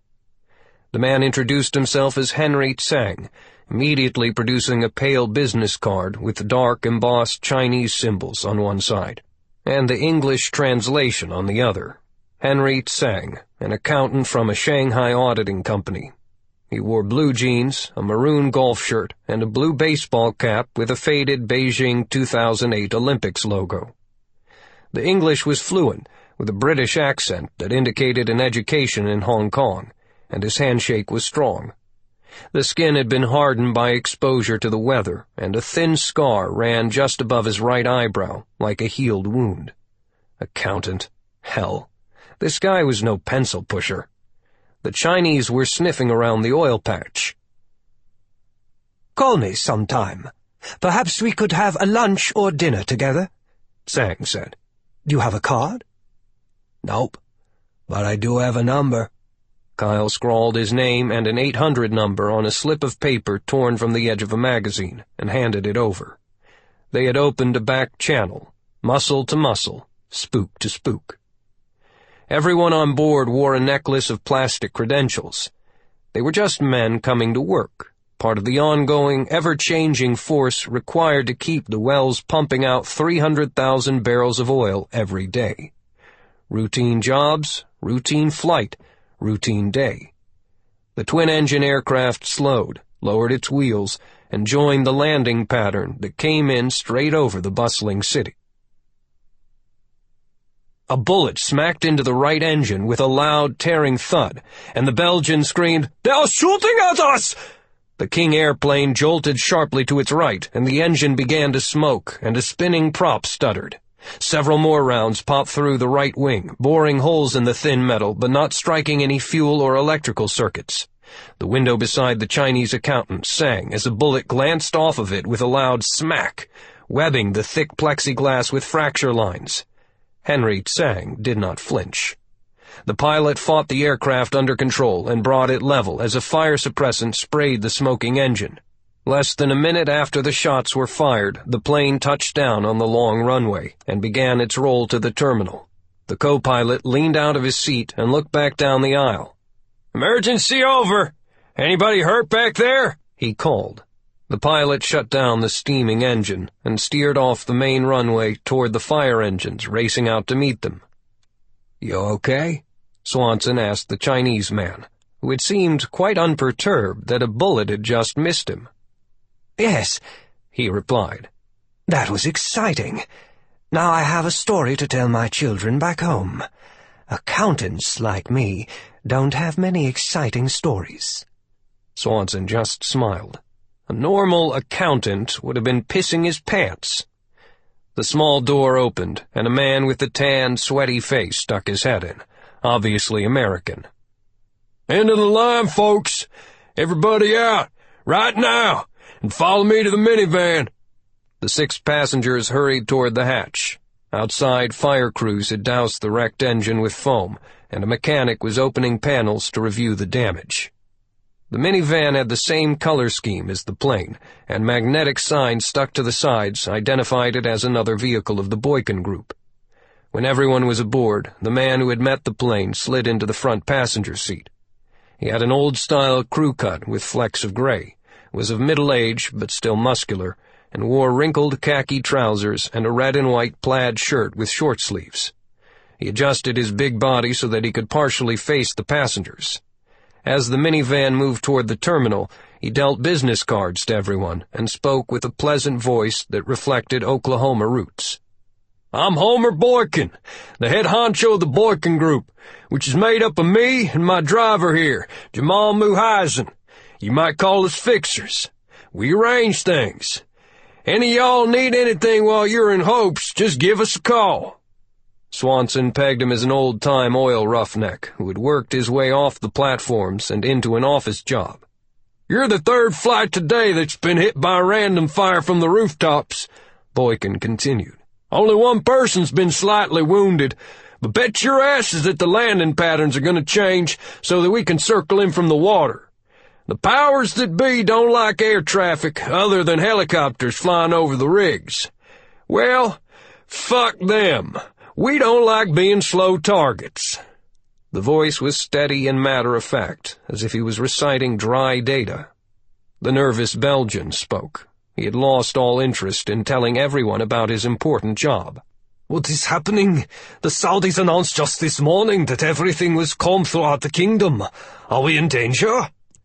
The beefy American laughed and punched the shoulder of the driver, Jamal, who glanced at him with a touch of humor in his own eyes. "The big lie, boys. Things are still pretty quiet because of all the security protecting the oil fields. But little old Hobbs is no bed of roses. I will personally escort y'all through customs, which is tougher than usual, but still not a problem if you have the right papers, and some baksheesh, bribes. You do have your IDs, right? I'm supposed to tell all of you that everyone is confined to the protected zone, absolutely no going beyond downtown, and that a 9 o'clock curfew starts tonight. Kyle asked, So since the king is dead, who's really in charge? The government is still in control, very truly so, but no successor's been chosen. Without the king to keep 'em in line, the religious police are getting pretty harsh, and that's building resentment among the locals. Some gangs are running around claiming to be enforcing their Sharia law through the quasi-governmental outfit called the Committee on Virtue. So the extreme clerics are grabbing power, Swanson observed. That's a pretty familiar song. Looks that way. They ain't the Taliban yet, but some of the fanatics want to see how far they can push. That squeezes the government, which has been allied with the guys in the mosques from the very start of modern Saudi Arabia. Are we talking about civil war? Asked Henry Tsang. Not quite to that point, buddy.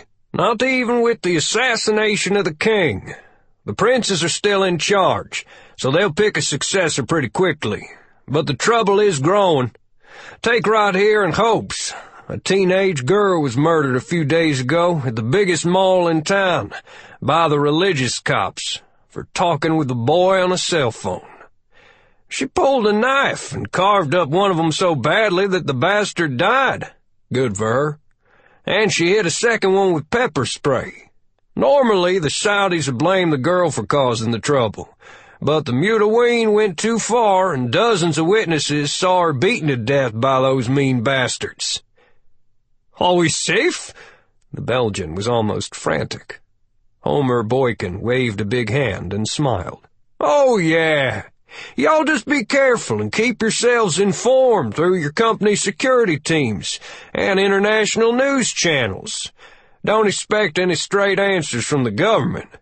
Information has never been available on almost anything in Saudi Arabia. They block internet sites, and they don't like reporters. The truth is getting hard to come by. But you boys are oil dudes. They aren't about to start killing off the guys who bring in the gold. They shot at us, the Belgian protested. Boykin just chuckled, and the minivan coasted to an easy stop. He led them into the customs area. The large room was patrolled by uniformed soldiers with machine guns, and all new arrivals stood in line to be thoroughly searched and have their papers carefully examined. Kyle went through the process with disinterest, having anticipated the heightened arrival security procedures. His first task had just been to get into Saudi Arabia, which he was doing. Somehow, between Cybele and the Lizard in Washington and some Spec Ops magic, weapons and assistance were to be provided. He used the time in line to watch what was happening in the terminal beyond the customs area, where a crowd of civilians milled about. Worried men were talking with airline representatives, and women tended crying children. Couples were embracing as if they would never see each other again, and the tension was almost electric. Civilians getting their families out, he thought. Little private planes drawing fire. Not good. There's been no warning by either the American or the Saudi governments for non-combatants to leave the area, but the foreigners who live here obviously feel trouble's on the way and are heading for safety. Their group finally cleared customs, and the Belgian engineer and the Chinese accountant drifted away to find their companies. Kyle went to the airport's small restaurant, bought a sandwich and a soda, then moved to a table near a big window to continue his surveillance. Women, kids, and a few men were loading onto small charter planes that were lined up in a row, awaiting their turns at the 2 departure gates. Baggage carts were stacked to overflowing. Lots of folks getting out of Dodge, not many coming in, and nobody seemed to be enjoying their day. He bit into a soggy egg salad croissant with lettuce and tomatoes sliding out of the middle, and sipped the warm Coke. Boykin, the big American with the crew-cut hair, approached his table with a Pepsi in his hand and sat down uninvited. "Welcome to a brewing shitstorm, brother." Boykin fished an ice cube from his glass and used it to write XUSMC by tracing water on the smooth blue plastic tabletop. Then he wiped it away with his palm, found a fresh cube, and drew a crude symbol that looked like a pitchfork.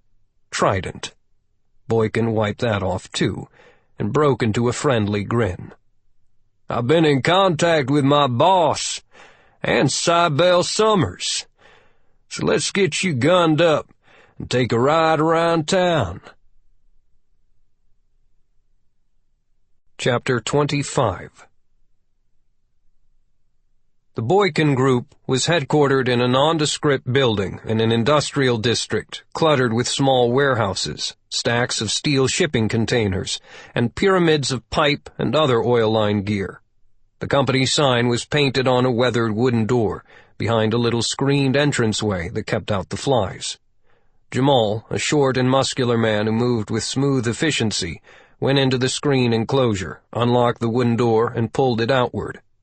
Behind it stood a strong steel door with two heavy locks that threw bolts into the surrounding steel frame. The office was nothing much. A floor of bland greenish linoleum with some of the tiles torn, and plaster walls covered with many coats of cheap white paint. Two second-hand desks faced each other. Thick shades covered the windows on each wall to keep out the sun, but if he chose to look outside, Boykin had an almost 360-degree view of the surrounding area. Bulletin boards were peppered with pinpoint holes, some hanging notes and a few old clipboards hanging on nails, their jaws chomping wads of paper. Overhead fluorescent lights hummed and flickered. The place looked as common as the dirt. "This joint was built years back, when construction was booming around the new port. Nobody raised an eyebrow," Homer explained. "Lots of weird construction was going on back then, and our contractors and laborers were flown in along with the necessary specialized equipment, did their jobs, then left. No locals were involved. Did it all in less than 30 days. Kyle Swanson recognized it for what it was, as he stood in front of an air-conditioning vent and let it blast the sweat on his back. "CIA safe house," he said. The intelligence-gathering outpost was created because the agency wanted trained eyes and ears in one of the world's most important oil installations. "Come on downstairs," Boykin said, pushing a panel button. A section of the wall folded back, revealing a staircase. "The builders had a hell of a time drilling and pouring support columns for the basement. They kept striking oil. Damn stuff just oozed out of the sand and would fill the holes overnight if they didn't pump it out." The basement was larger than the house above it, and was cooler by being below ground level. Fans kept filtered air moving around the communications suite along one wall, where secure computers, printers, speakers, and security camera feeds were in place. Cupboards containing emergency rations and boxes of bottled water were built along another wall, and a chemical toilet and a small shower were curtained off in a corner. Folding cots leaned against one cabinet. At the far end, a steel ladder ascended one corner up to a hatch that exited into a rusting shipping container anchored on a concrete pad that was separated by a small driveway from the headquarters. It was maintained to appear to be a storage shed for tools. Emergency exit. Another section of the basement was sectioned off with a locked cage of steel wire and contained the armory. Boykin twirled the combination lock and swung open the gate. "I understand you've done some work for us before," he said. "We probably have anything in here that you'll need, but let's keep it to a sidearm until we finish the recon drive." Kyle found another Colt 45 and took a quick and approving look around the armory. It was spotless, and the weapons were perfectly maintained. Crates of ammo were neatly stacked, and explosives were sealed in plastic.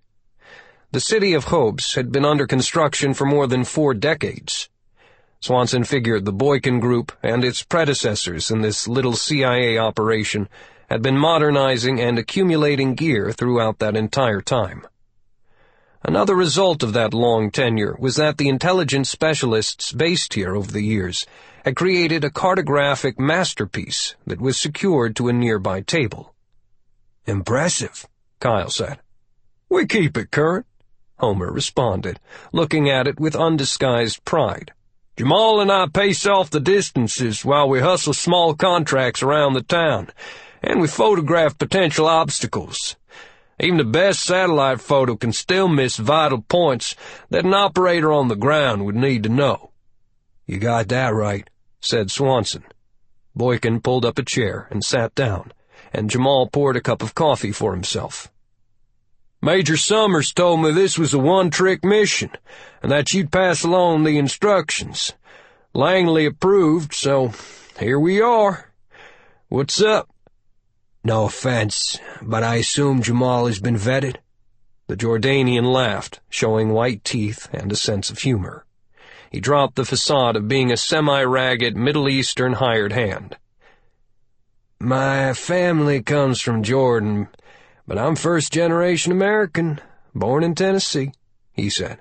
"The agency recruited me 11 years ago, straight out of law school at Mr. Jefferson's University in Virginia because of my languages. Obviously, my cover works.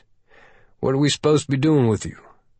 "There's a missile with a nuclear warhead hidden around here somewhere. My job is to destroy it," Kyle said.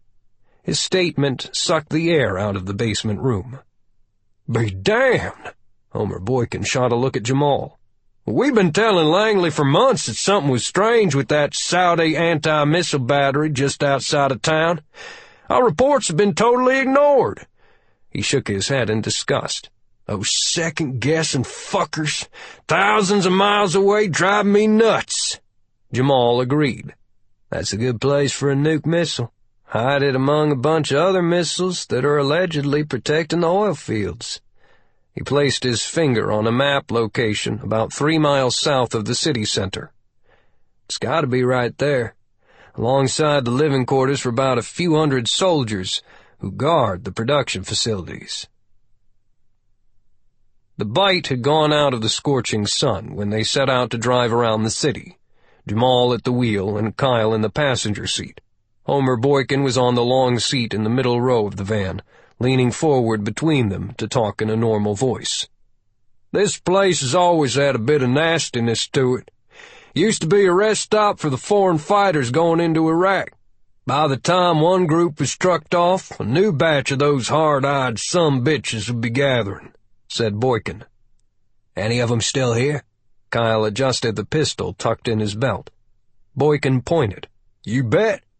And Jamal hears that some of those outlaw militia types from over in Basra have come in from Iraq for a change. Let's go over near the mosque, Jamal." The minivan went around a corner and edged through the narrow street of an outdoor covered bazaar. The food stalls were doing the most business, swirls of anxious shoppers and women carrying plastic sacks that bulged with goods. "More people out this evening than normal," Jamal commented. "Like last-minute shopping before a hurricane," said Kyle. "Everybody's stocking up." Boykin's trained eyes saw more. "Despite the increase in business, the shopkeepers are shutting down early. Not as many tents in the streets, and the doors and shutters on a couple of stores are already closed." Jamal reached the broad road that was the main axis through the urban area.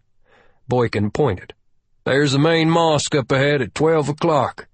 It's the headquarters of the Committee on Virtue, and that's where the fighters stay." Oil money and political favoritism had been lavished on the mosque, which had a classical Arab architecture of graceful arches and long straight lines. Men streamed in and out of the 3 entrances that were open behind the stone columns, and tall towers rose from the sides, where the muezzin would call the faithful to prayer. The towers also provided sentries with high perches from which they could see everything around the mosque. The building marked the separation point between the commercial district and the residential area. "Nobody up in the towers. Only one guard at the entrance," Kyle thought. "They're overconfident." "Go around," said Boykin, and Jamal swung through traffic. An irregular ring road circled the big mosque, and as they approached the back, they found a line of pickups and flatbed trucks, some minivans and small cars. "Convoy," he said. "Trouble, boss," said Jamal. "Police roadblock." "Turn through the alley," said Boykin. "We've seen enough here. Those are cops, not soldiers. Obviously there to stop people from being too curious about those trucks." Jamal waved to the few uniformed men at the roadblock as he made the turn and accelerated away. "You guys stay low. We don't want to be showing white faces around here," Jamal said. "I'll take a shortcut back to the foreign compound. Then we can head south to the missile base." The first rock sailed up from behind them and clattered on the metal roof of the van, followed by a flurry of stones and bricks from the sides. "Gangs of kids are coming from all around. Get us out of here," Boykin called. Rocks and soda cans and debris of every sort rained from the rooftops, doorways, and the mouths of alleys as the minivan passed. No adults were out, just kids, their eyes wide in excitement, bombing Satan. "What the fuck? Are we in Somalia?" yelled Kyle, covering his head with one hand and grabbing the pistol with the other. A rock the size of a softball smashed through the back window. People whistled and yelled. "We ride out here all the time and never have trouble. These people know us," Jamal responded, spinning the steering wheel. They flew around another corner and the crowd disappeared, evaporating as if nothing had happened. "The kids of the early warning system to keep outsiders away from the mosque," he said. "Something's coming down." A few minutes later, Jamal drove through the gate to the foreign compound, nodded to the single soldier on guard, and entered a different world. It was a neat layout, with straight roads and cookie-cutter Western-style homes, cars in the driveways, and TV satellite dishes bolted on the rooftops, a complete opposite of the nearby communities of square mud huts interspersed with a few grand homes of the local residents. The people of the desert lived out beyond the wire. "Mostly only guys are still living here," Boykin explained. "Hobes is not pleasant for Western women, and absolutely no place to try to raise a kid, because the mutaween religious cops rule outside the fence, and really influence what can go on inside this perimeter, too. This is not a diplomatic quarter with any sort of immunity, so Saudi law rules. Families are better off in nearby countries where Daddy can go see 'em on a long weekend and spend the big oil paychecks." Many of the houses seemed empty and forlorn, with no lights on, although darkness was beginning to fall. Kyle mentioned the exodus at the airport, and Boykin said that unofficial withdrawal had been going on for several days. "Anybody with a brain and a choice is leaving," Homer said. The supermarket in the mall was still open, but the bowling alley was closed, as were the public swimming pools and the clubhouses, as if the little community was holding its breath. "We need to pick up anything from our house, Homer?" Jamal asked, pausing at the driveway of a two-bedroom home that was identical to its neighbors in every way. "No, we're good. Let's get on out to the military pad before the light gives out." Kyle shook his head. "Let's not. Judging by what we just saw, they won't let us anywhere near the place. We don't want to seem to be overly curious. I can go out tonight for a look." Homer said, "Okay, if that's what you want. You up for some pizza?" he asked. "Got a place down by the beach run by a Chinese family. They operate 24/7 because the oil business never shuts down. Make more money selling thick crust slices than they would sweating out on the rigs. We'll pick some up and go back to the shop." He took out his cell phone and hit a speed dial number for Dragon Pizza. "Hope you ain't a vegetarian." They returned to the safe house with 2 large pizzas, stacked with meat and redolent with onions and peppers, went through the steel door and down to the basement. Boykin grabbed a slice as he booted up his computer, typed in his password, and checked the emails. Nothing. Jamal was telling a joke about camels when his cell phone rang with a Stones tune. He looked at the caller ID, raised his eyebrows, and answered, "The Boykin Group?" He listened, closed the connection without responding, and tossed the phone on a counter. "The convoy's leaving the mosque," he said. stuffing one more bite of pizza into his mouth and opening the armory cage. The first salvo of explosions could be heard dully stomping around the foreign compound. Jamal and Homer actually watched Kyle Swanson change before their eyes, as if some motion picture special effects stunt was turning an ordinary man into an icy machine.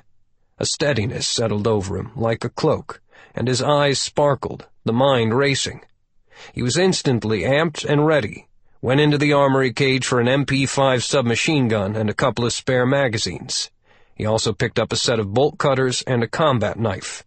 Jamal handed him a headset radio. "I'm going to use the noise and distraction as cover to check out the missiles." Swanson was up the stairs and gone. Homer finished the pizza while helping Jamal load up the van. Chapter 26. Riyadh. A few hours after dark, on the day the king was murdered, small processions of expensive automobiles began to arrive at a restaurant on the outskirts of Riyadh. As usual, the chairs around small tables on the sidewalk out front were occupied by men drinking sludgy qahwa, Arabian coffee, from tiny cups, and sharing the pipes of hookahs filled with rose water. The men were the outer cordon of guards for the meeting that was about to take place on the second floor of the plain-looking building. Personal representatives for 6 of the most powerful men in the Kingdom of Saudi Arabia arrived separately, with their own bodyguards, and moved through the tables, beneath an archway, and through a double door that opened into a bland dining area lit only by strings of naked 100-watt bulbs that dangled from loose cords.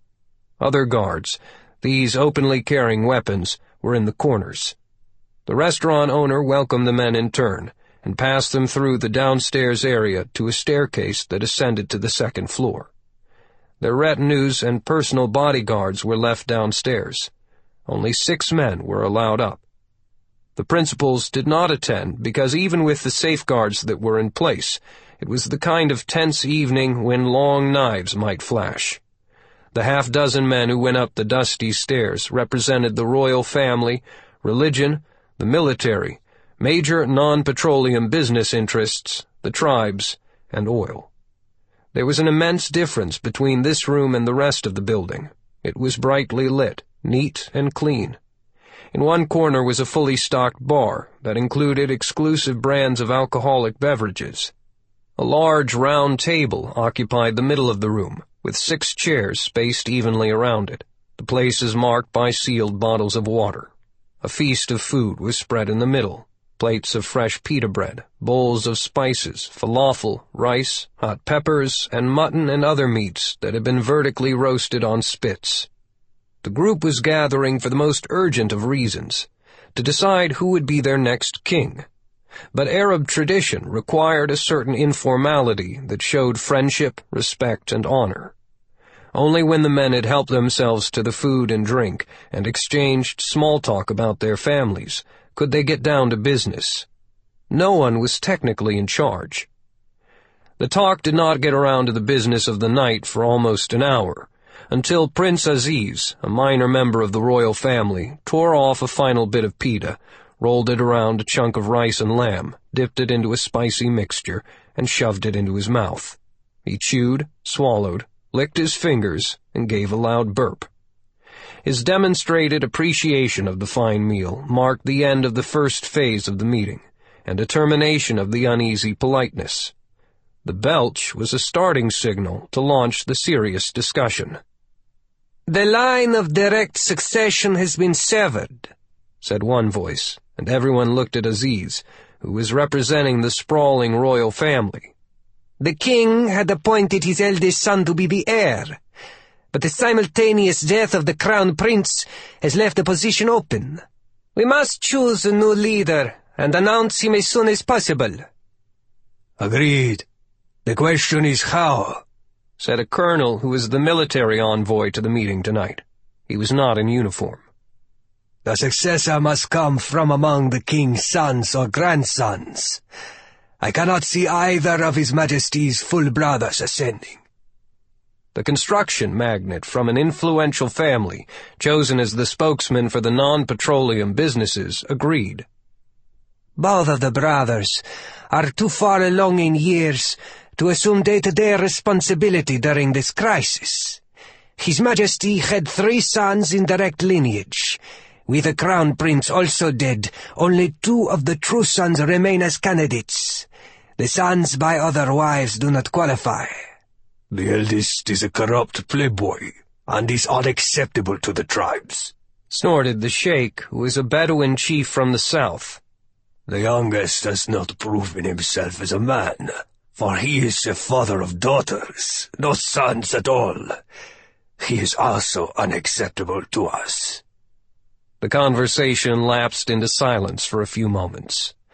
Not only royal succession, but competing commercial pressures were in play at the table. Fortunes were on the line. The executive from the rich oil industry coughed to get attention. Let us not forget that there is a rebellion going on outside these doors, my friends. He cast a stony glance across at the imam, who was the religious faction's man at the table. Our king was murdered by zealots who are out of control. The imam retorted, The rebellion was caused by a corrupt government that strayed from the will of Allah, and the words of the Prophet, praise be unto him. The Grand Mufti is not involved in any way in this matter. The eyes of the oil man swept around the table. You are wrong. The overall population is not in rebellion. They are still sitting it out, huddled in their homes, just like our exalted Grand Mufti. His silence has allowed that vile dog Ibarra and his mutawin to seize leadership of the rebels. Ibarra is a disgrace to our faith. Prince Aziz steepled his fingers before speaking. Our religion and our politics are threads in the same fabric. The House of Saud ruled with the support of the Wahhabis, and the monarchy in turn allowed them to spread and enforce the tenets of our belief. He turned to face the imam. It appears that the religious leaders are no longer satisfied with that long-standing arrangement. There was a rumble of private discussions around the table for a minute, before the oil representative again spoke. All of us are worried about the future, he said. Saudi Arabia is not Iran. The citizens will not accept a totalitarian theocracy, nor rule by the mutawin. We must show our people that our new king has unanimous support, so he can assume the throne immediately. The imam was sweating beneath his robes. There are proper groups already in place to make this decision. Why should just the 6 of us tell the rest of the nation what to do? The colonel slapped the table. Yes, we have the Consultative Council, and the Ulama, and the Majlis, and the Shura, and the Mukhtars, and 20 million other bargaining Saudis. They would never even agree that a circle is round, much less come together on a decision of this magnitude. Prince Aziz sighed. I have thousands of cousins in the royal family, and all of them would like to ascend. Even me. But we can haggle later. Right now our people need a king, and our military needs a leader in order to quell this rebellion. If you are all satisfied with the House of Saud, please, just pick somebody. The powerful executive from the oil industry concurred. This tawdry rebellion threatens to swallow us all. We need to stabilize this situation fast, or risk having some outside force come in to seize our production facilities. If that happens, our very lifeblood will be under the thumb of international supervision for many years to come. Our most precious resource will be beyond our control. The imam had his own instructions from the leaders waiting in the mosques. There is much more to consider than the oil and money, he stated with a cold glare. If it is the will of Allah, praise be unto him, that a new kind of government is rising to save our nation, then we are all bound to obey. The tribal sheikh stared at him. You would let a foolish thug like Ibarra take over. I will tell you here and now that the Bedu will never stand for it." "Then let us choose," someone said. "Who among the grandsons? I put forth the name of Prince Abdullah, who is easily the most qualified among those in the true bloodline." The Imam became stiff in outrage. "The ambassador to the United States? That disgraceful man was about to sign a peace treaty with the Jews." "He was following the decision of our government," the colonel reminded him. "Our country has never fought Israel, and let's hope we never do. Many in our generation are tired of hearing sermons about how the Jews are to blame for everything that goes wrong. The military has no objection to Abdullah. Does anyone else have a nomination?" "Prince Abdullah has the diplomatic and military experience to take over. We can live with him." The man from the oil sector settled back into his chair. The tribal sheikh agreed. "That is our decision, then," said Prince Aziz. "It is unanimous, is it not?" "I shall inform the Grand Mufti of your suggestion," the Imam said. "His decision will be rendered after appropriate thought." That was too much for the sheikh, a man known for his fiery temper. He rose from his chair, his eyes darkening and the muscles of his jaw quivering with barely suppressed fury. He was a man of the desert, a Wahhabi Bedouin, a tribe that never hesitated to purify the wishes of the Prophet with the blood of enemies. Violence was part of his heritage, and he brooked no respect for preachers. He pulled back his robe, and a jeweled dagger glittered in his belt. "That is not good enough. You are stalling. You will take this to the Grand Mufti as the choice that he must endorse immediately. Or perhaps you may not go back at all. Perhaps I should cut off your ears and give you a better reason for not hearing what we have all decided. We can always send another messenger." The colonel rose. "I believe the sheikh and the imam have a few private matters to discuss. I would be honored if the rest of you would join me downstairs for some coffee." They all walked out, closing the door behind them. 5 minutes later, the imam came stumbling down the stairs and went through the group without a word, his face pale and his fingertips shaking. The sheikh followed, a sneering smile on his dark face. "It is now unanimous. Tomorrow we announce a new king." Chapter 27. Indonesia. Juba watched the television news on the 42-inch flat plasma screen, mentally keeping track of the score. The bodies were piling up, and he was winning easily. The House of Saud had been decapitated, the country was temporarily leaderless, and that sanctimonious, weird preacher, Mohammed Ibarra, was busily stirring the religious pot. Everything going as planned. Using the remote control, he replaced the chattering news people with the website of a private Swiss financial institution that served only very wealthy customers. The money was piling up in his private account, and more than enough was available to pay the people he had hired to continue the pressure. Slowly, he would stoke the fire with unexpected strikes throughout Saudi Arabia. The fighters were already in place, just waiting for him to release them. It was a tight schedule that eventually would build to a crescendo of violence. The complicated scheme did not provide him with the same instant thrill as in the old days, when he pulled the trigger on his sniper rifle and could watch a bullet strike home and a target die in his scope. But he had moved beyond such things as routine assassinations. The stakes today were so much higher, and the overall effects of his work were so much more important. The achievement so far called for a bit of private celebration, and he opened the seals of red wax on a new square bottle of Jewel of Russia vodka, a new brand distilled from wheat and rye. He poured and raised the glass in an imaginary toast to the old philosopher-scientist Isaac Newton, who had figured it all out many years ago with his first law of motion. Every object in a state of uniform motion tends to remain in that state of motion unless an external force is applied to it. The royal family of Saudi Arabia had been paddling comfortably on their underground sea of oil. Juba pictured himself as the external force needed to change that. He had done a lot of homework before putting the final plan together. In the tumultuous inner circles of the Saudi royal family, there had always been plots and counterplots about which prince of the House of Saud should be the actual ruler.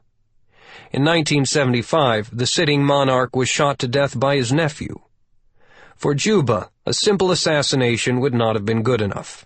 He wanted something spectacular, a showy attack that would paralyze the confidence of the people and open the door for a government takeover by Muslim extremists. By the time he was through, the whole country would be moving backward in time. The vodka was tracing a pleasant burn down to his stomach when a maidservant softly announced, "Your guest has arrived, sir."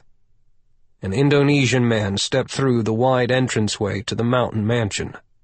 He was of middle age, with black hair retreating on a high forehead, and a belly that pushed hard against the buttons of his shirt. With narrow shoulders, Muhammad Bambang Sukarnoputri was shaped like a pear. "Governor, it is good to see you again." Juba shook hands with the smaller man and led him to a comfortable area with overstuffed chairs. They made small talk until the maid returned with a tray of fruit and juice for the pious provincial governor, who did not drink alcohol. Juba had only a glass of chilled water.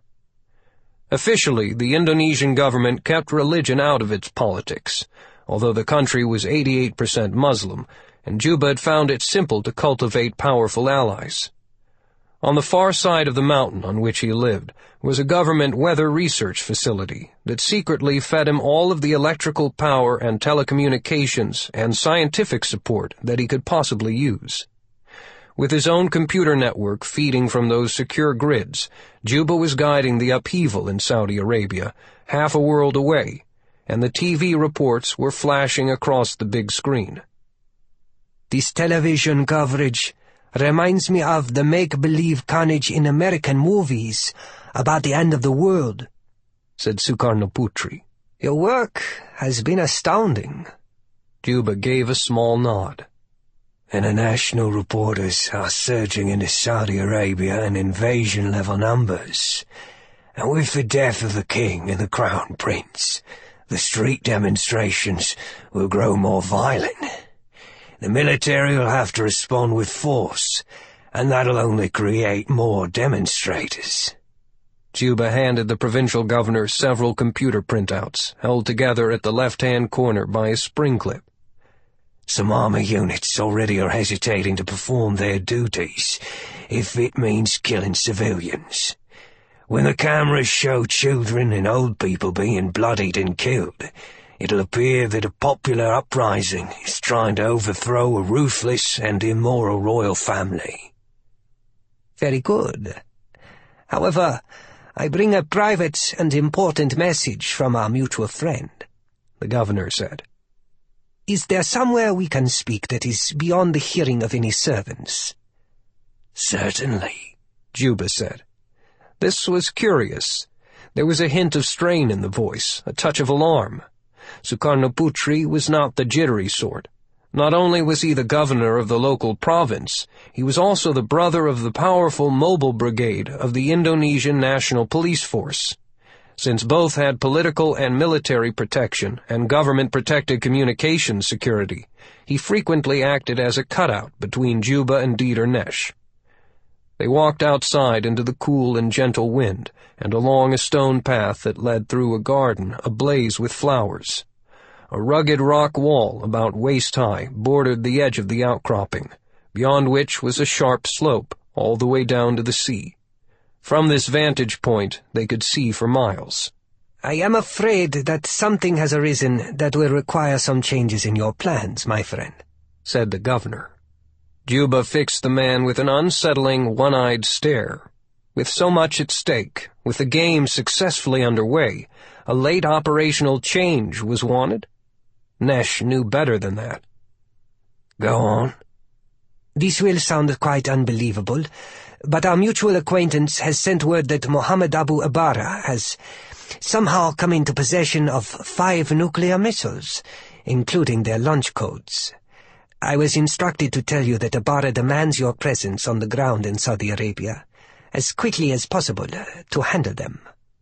Juba leaned on the stone wall and listened to the sea, while he thought, Leave here? He demands that I spend many hours in an airplane and run all the way to the Middle East at his command. He took a deep breath. That was not part of our original arrangement, he said. It does not matter whether he's found some nuclear weapons or slingshots in the sand. We cannot stop the current operation in its tracks. I know that, and so does Dieter. But Abara is adamant. He apparently is having visions from paradise, voices that are guiding him. Damn. What does the Russian want? Apparently our friend in Moscow is letting Abara have his way. So I'm supposed to just close down shop, abandon months of careful planning, and the spending of millions of dollars to get things ready, just to go hold the hand of Abara? Juba walked slowly around the area, tasting the breeze. Without me here to control things, the overthrow of the government may not work. Everything depends on the timing of the coming attacks. This is a huge risk. Governor Sukarnoputri spread his palms in a helpless gesture. What can we do? Juba's thoughts were reeling, trying to find some way to make it all work. The coup had been his primary goal. What could be gained with nuclear weapons? They could not be used within Saudi Arabia during this uprising. Perhaps afterward. A potential new reward began to surface in his mind. Consider them as a separate matter and not part of the current strife. With nuclear weapons in his possession, he could be recorded in history as one of the most dangerous men who'd ever lived. He could destroy Israel. Europe might be within reach. England? His thoughts began to race. Would it be possible to smuggle one to the U.S.? A smile twisted on his deformed lips. A few hours of discomfort in an airplane, in exchange for an eternity of notorious fame. It'll cost more. The governor said that he had already taken care of the renegotiation, and Dieter Nesh was promising another €1 million for Juba just to make the trip, assess the possibilities, and soothe the growing mania of Abara. The governor and his brother would both rake off a commission. Go back and contact Dieter again. Tell him to make it €5 million. If they agree, I can be on my way tomorrow. Juba considered his fledgling plan. He could force Abara to turn the weapons over to him so that he could blackmail other governments. That would work to the benefit of Abara, the Russian, and everyone on the money train. The governor smiled. A bigger commission. My brother will arrange your transport. A helicopter can ferry you from here to the airport in Jakarta. From there, a private jet will fly you to Jeddah in Saudi Arabia. They bowed to each other, and the governor left. Juba remained in the garden, and a slight shudder ran through his body. The trip would be extremely difficult, but for 5 nuclear weapons, he would do it. Juba thought that he might change the face of the world with those things. Yes, that would make it worthwhile. Chapter 28. Al-Khubz. Golden red flashes of explosions flickered in the night sky, painting the buildings in sharp silhouette. The rattle of small arms fire echoed through the streets, while shadows hurried past him, civilians running for their lives. The rebel attack was centered at the main gate to the foreign compound, and Swanson veered away to the south. For a change, he was not looking for a fight. He jogged steadily for about 5 minutes, listening to the sporadic crack of gunshots. Personal weapons were forbidden in Al-Hobs, but almost every house had at least one. Even so, resistance would be isolated and ineffective unless some organization was brought to bear. And that was where the experience and better weaponry of Homer and Jamal would help. Swanson could not provide that tonight. For him, the shooting was a distraction to help him slip away. He loped along for another 6 minutes, following the main road south and keeping to the dark areas as the congested urban center gave way to more open space on the right side of the broad avenue, while the waterfront and the rigs glowed like groups of holiday lanterns to his left. He jumped the drainage ditch and darted into a small alleyway, partially blocked by plastic bags filled with trash. Settling low, he could see a bright necklace of floodlights that threw white circles along the fence of the army base about 2 kilometers away. An alert siren was groaning. Kyle slipped his radio headset into place and keyed it. "You guys there?"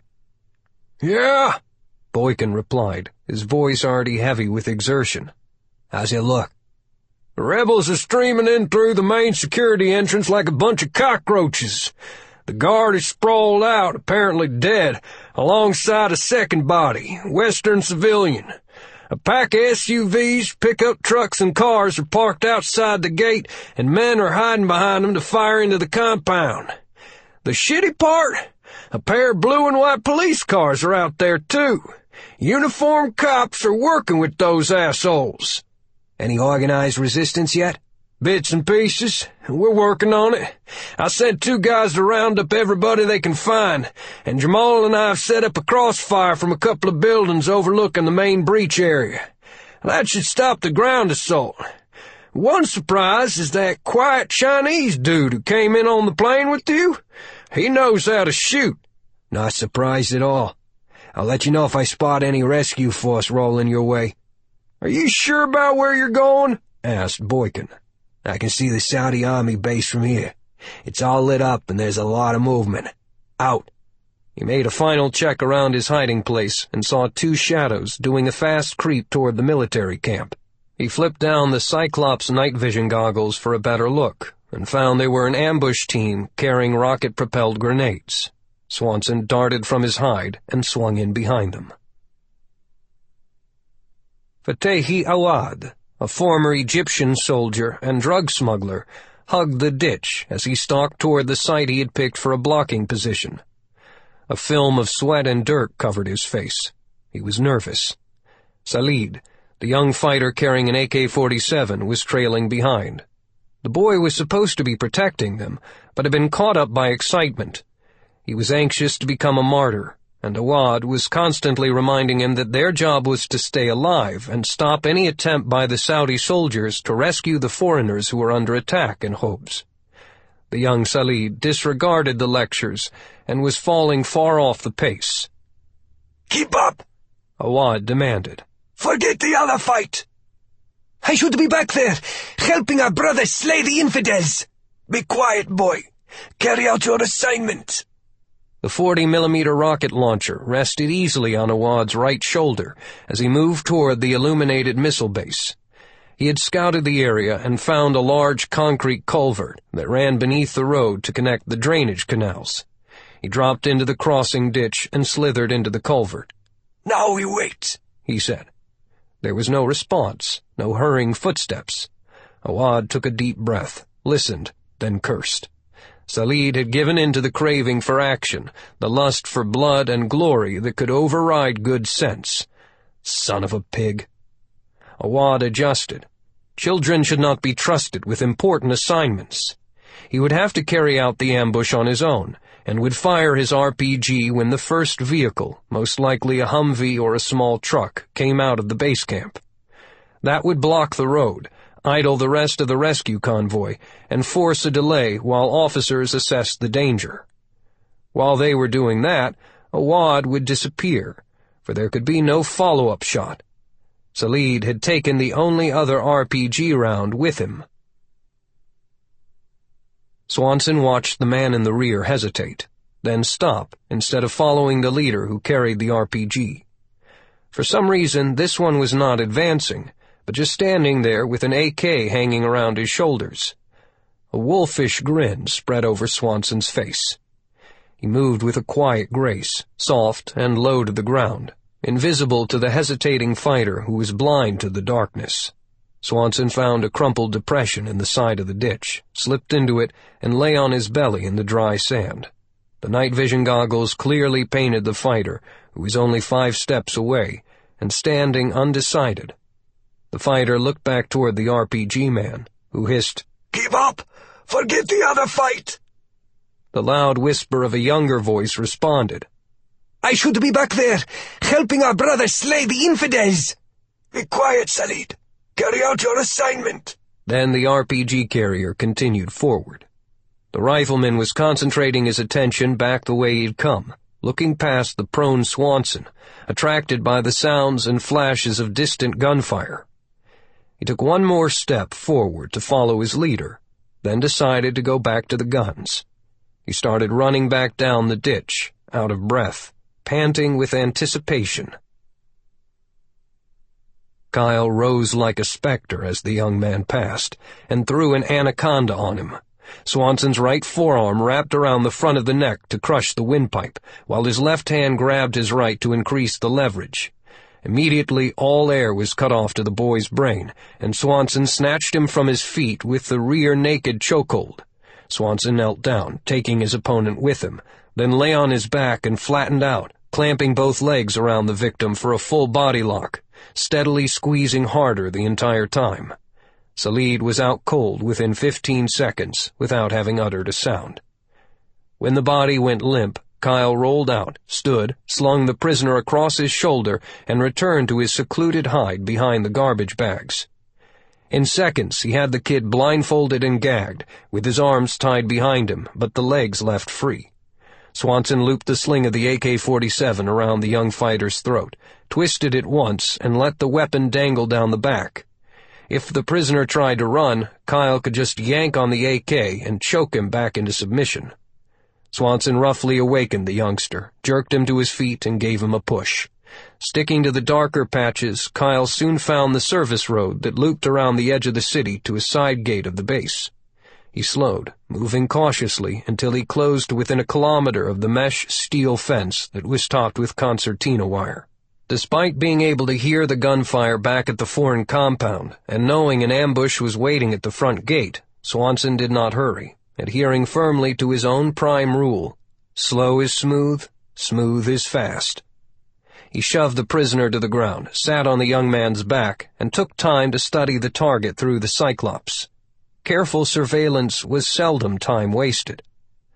On its surface, the base had the primary purpose of supplying a guard force of several hundred men to protect the oil production, storage, and shipment apparatus in the area. As part of that assignment, it supposedly maintained a contingent of anti-aircraft missiles that could spread the protective umbrella out beyond the rigs. It was reasonable to assume that it was all part of the same package, but Swanson tried never to assume anything. Remembering the map in the Boykin Group basement, he knew the base was sliced into 4 equal parts. A perimeter road followed all the way around inside the fence line. A north-south road ran from the main gate to the far side of the camp, dead-ending at the fence. It was bisected in the middle by an east-west route, which emptied onto the supply road where Swanson waited. The headquarters building was in the middle, a standard military layout. There was genius in its simplicity. Everyone could get anywhere smoothly. Soldiers and vehicles were surging toward the front of the compound, with troops running from the living quarters located in the uppermost left-hand corner. Several Humvees tore out of the motor pool and equipment area in the lower left quadrant, and gunners were already standing in the vehicles behind machine guns. Officers coming from smaller buildings in the upper right-hand quarter were marrying up the troops and vehicles, putting together a rescue mission for the besieged foreigners. Swanson heard the orders being shouted and the motors revving. So if this was an AA base, where were the anti-aircraft missile sites? It would have been logical to have them in protected, hard stands with open fields of fire all around, probably near the corners to eliminate obstructions. Instead, he found the missiles nestled near a long, narrow building in the area closest to him. A group of 3 Humvees sat in a line, the lead one decked out with aerials, which denoted the command and operations vehicle. The next 2 Humvees had bulky pedestals on the rear deck, where gunners would sit between reloadable pods of heat-seeking Stinger missiles. The group presented a genuine threat against any marauding helicopters or low-flying planes. They remained idle tonight because they were not needed in the coming urban fight. Swanson thought for a moment, then spoke in Arabic to his prisoner. "Junior, here's a free scout sniper lesson for your future military career. More important than just seeing something is to know what you're looking at. The only reason for having those missiles on wheels is to move them somewhere. Let's go look inside that building." Chapter 29. No bullets were coming his way, so Fatehi Awad knew he had not been seen crouching beside the culvert. He sighted his RPG launcher on the main road coming out of the base, and patiently waited for his enemies to play their part. The crossbar arm at the guard shack was being raised, and 4 Humvees were ready to move out in column, their big engines rumbling and the huge tires crunching on the road. As the first one came out, Awad sighted on it and pressed the trigger. An igniter exploded a ball of gas inside the RPG launcher and flung the pointed anti-personnel grenade from the front end of the tube, while the enormous backblast from the rear disappeared in the ditch behind him. The rocket covered the first 11 meters of flight in 1/10 of a second, then automatically armed itself. Stabilizer fins popped out, a fuse kicked in the propulsion system, and the Russian-made grenade increased to 294 meters per second, with a clockwise spin. Designed to penetrate armor, it easily bored into the Humvee and exploded with full fury inside. The explosion tore the lead vehicle apart and killed 4 soldiers. The wrecked and burning Humvee plugged the gateway, stopping the convoy before it started. Soldiers opened fire, shooting blindly beyond the edge of the lights, but hitting nothing. The Egyptian terrorist threw down the empty launcher tube and ran. The army base had not been designed to repel any real attack, so the surprise was total. Years of routine patrol duty had dulled a low sense of military readiness, and the soldiers, with no combat discipline, were stressing out, fixated on whatever was in front of them and running toward the burning Humvee. The anti-aircraft missiles were left unguarded. Swanson knew that if he did not stop the RPG attack, Saudi soldiers would be killed, and the relief column would be delayed in reaching the besieged foreign compound to battle the rebels in the city. Still, it was a sound tactical decision, for this was not about who got hurt, but the sacrifice of a few to be measured against the greater good. The presence of a tactical nuclear missile easily trumped the lives of a few individuals. He would take that opportunity first and worry about the decision process some other time. To overthink the situation would only muddle what needed to be done. He went forward, dragging his prisoner along. To make operations on the military base simple, a pattern had matured over the years. Everything from supplies to people alike was funneled through the primary entrance and exit. The secondary gate had fallen into disuse and was secured by nothing more than a big padlock on a chain. Swanson found no fresh tire tracks to indicate recent use. He shoved Salid to the ground about 6 feet from the unused gate, beside some scrub brush next to the fence.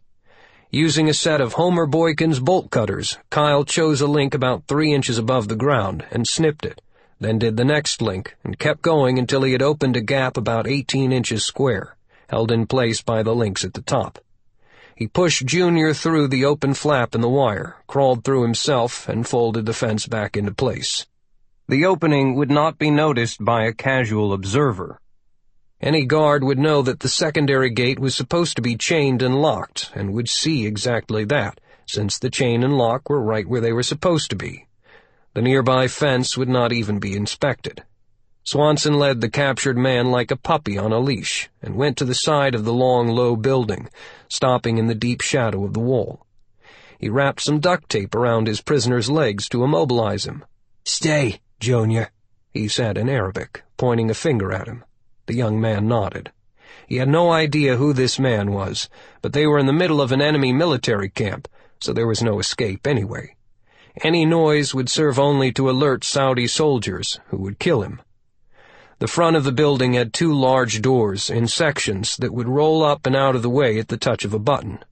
A regular door stood between them.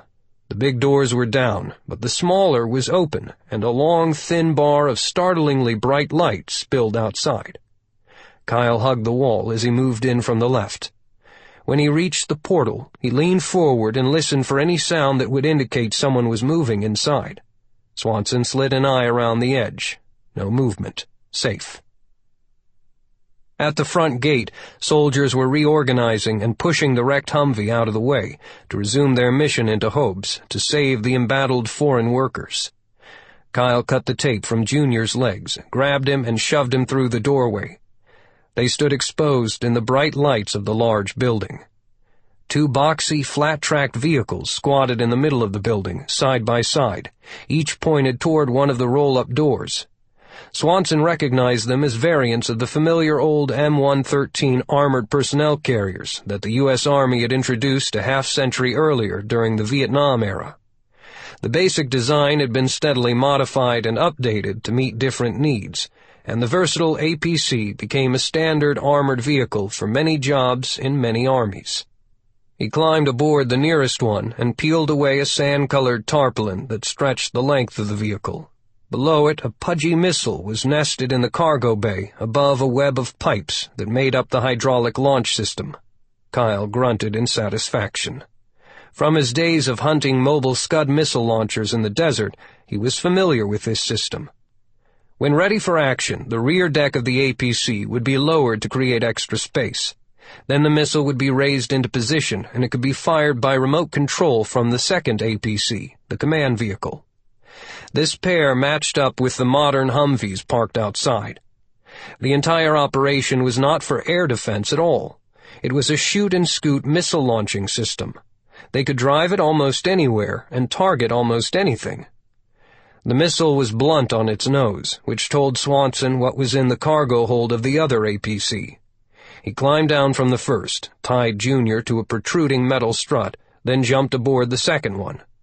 A large, weatherproof container was secured in the cargo hold, and it was stamped with yellow and black circular radiation warnings. A tactical nuclear warhead. In his mind's eye, he could envision the little convoy rushing to a mapped firing position, the removal of the warhead from its box, and how it could be married to the missile body and launched in a matter of minutes. Whether the target was an invading Iraqi army, or an Israeli city, or an American naval battle group, this was a dangerous puppy. Kyle estimated it was relatively low yield, since it was for battlefield use, but still more powerful by itself than the bombs that were dropped on Japan. Time was sliding away. Once the military relief column from the base reached the foreign compound, the fighting would end quickly, and guards would resume their standard duties, including checking the base. The warehouse building would not stay empty forever. He called Homer on his sat phone and told the CIA agent what he needed. The round armored hatch cover above the driver's position was folded back, and Kyle dropped easily into the compartment on the front left of the M113 that contained the nuke. Again, he was on familiar ground because he'd driven these boxes before. To break the monotony of long hours of downtime in Afghanistan, he had occasionally joined some other guys in taking a few old APCs into the empty desert for some totally unauthorized off-road racing. He adjusted the seat on its post so that he could see through the viewport and also use the infrared periscope. Swanson was not planning to shoot anybody, but he did not want to have his head sticking out of the hatch as an easy target. His right foot rested on the large accelerator pedal. He checked the handbrake and the hydraulic service brake pedal. The only major change he could see was that a sort of steering wheel on a yoke had replaced the twin tiller handles to make driving easier. It had an automatic transmission.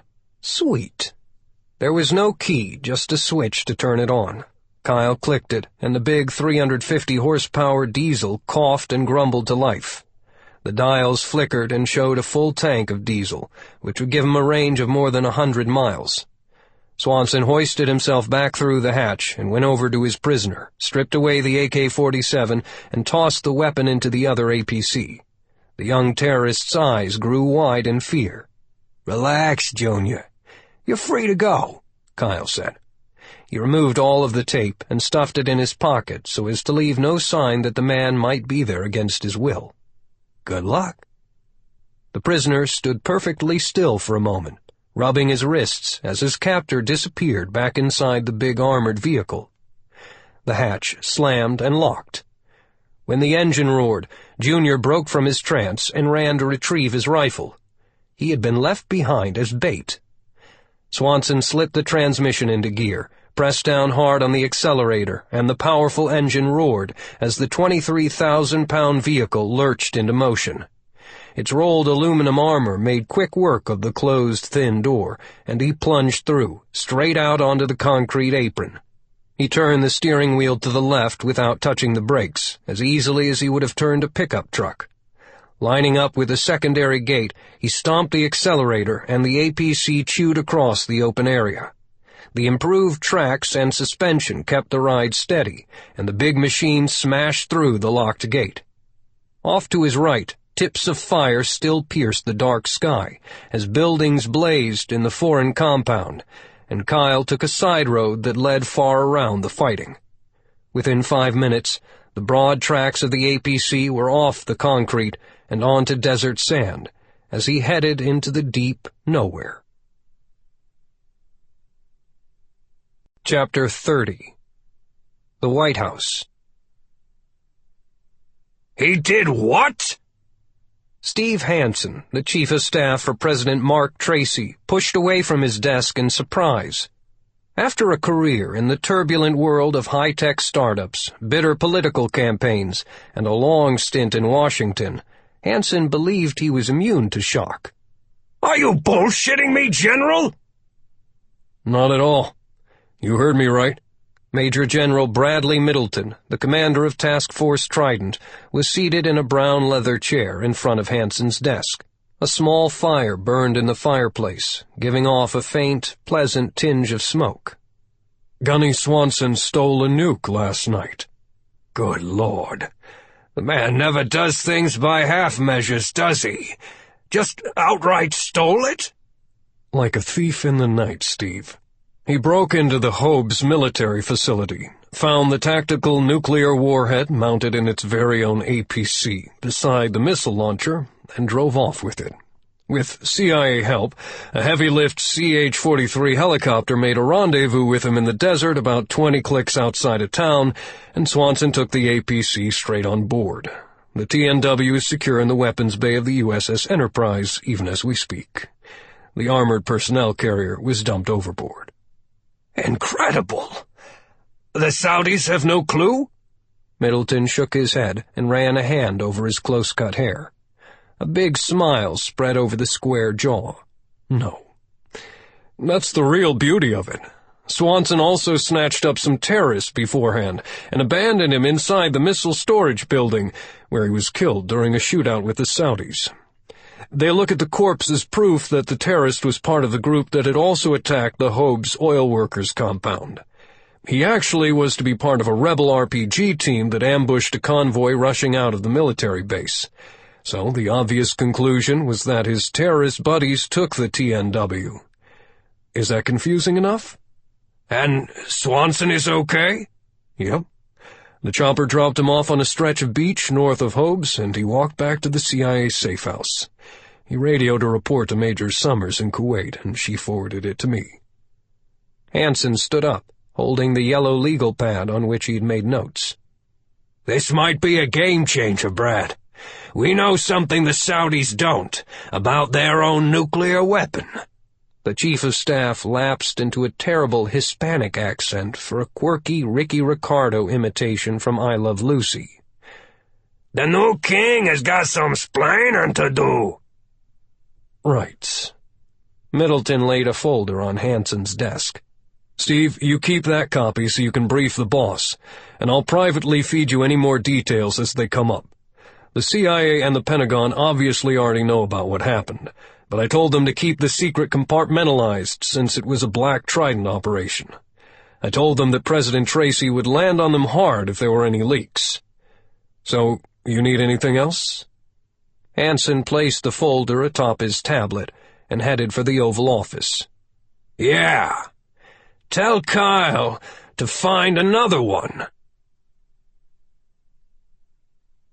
Chapter 31. Hobbs, Saudi Arabia. No loose ends. Kyle Swanson remained absolutely still, concentrating totally on the final stages of the fighting that had unrolled at the mosque, only 400 meters from his hide. The window on the far side of the shadowed room was open, and his emotions were replaced by purpose. Since the Saudi authorities did not know what had happened to the nuclear warhead, other than that it had disappeared, he intended to keep the mystery tight and intact. To do so meant he was going to have to kill some people. That did not bother him, because in his judgment they were enemy combatants. Swanson's personal habit was that when presenting a gift to an enemy, one should wrap it very carefully, so as to keep their attention on the unimportant things, like the shape of the box or the crinkly yellow paper wrapping, and not the bomb inside. The trick was as old as the wooden horse at Troy, and usually worked. Today he would add a final flourish of distraction on his theft at the base by tying a big bloody red bow. Kyle had returned to the safe house just before daylight and found both Homer and Jamal busy closing up shop, arranging deck cord and explosives in a prearranged pattern that would not only destroy the structure but make it cave in upon itself. "The Boykin Group is out of business," Homer declared. "Won't be long before the Saudis start wondering about how a handful of foreign workers just happen to have enough automatic weapons, ammo, and grenades to whip a pretty big onslaught of rebel bad guys. Come dark, we'll be gone." He rubbed his eyes and then looked fondly around the well-stocked basement that had been maintained over the years. "Shame to lose all this, but we've got no choice. Our cover's blown." "Probably," Kyle agreed. He got a cup of coffee and sat on a fold-out cot. "How'd it go out there?" Jamal was planting C4 bricks beneath the communications console, and his voice had a dim echo.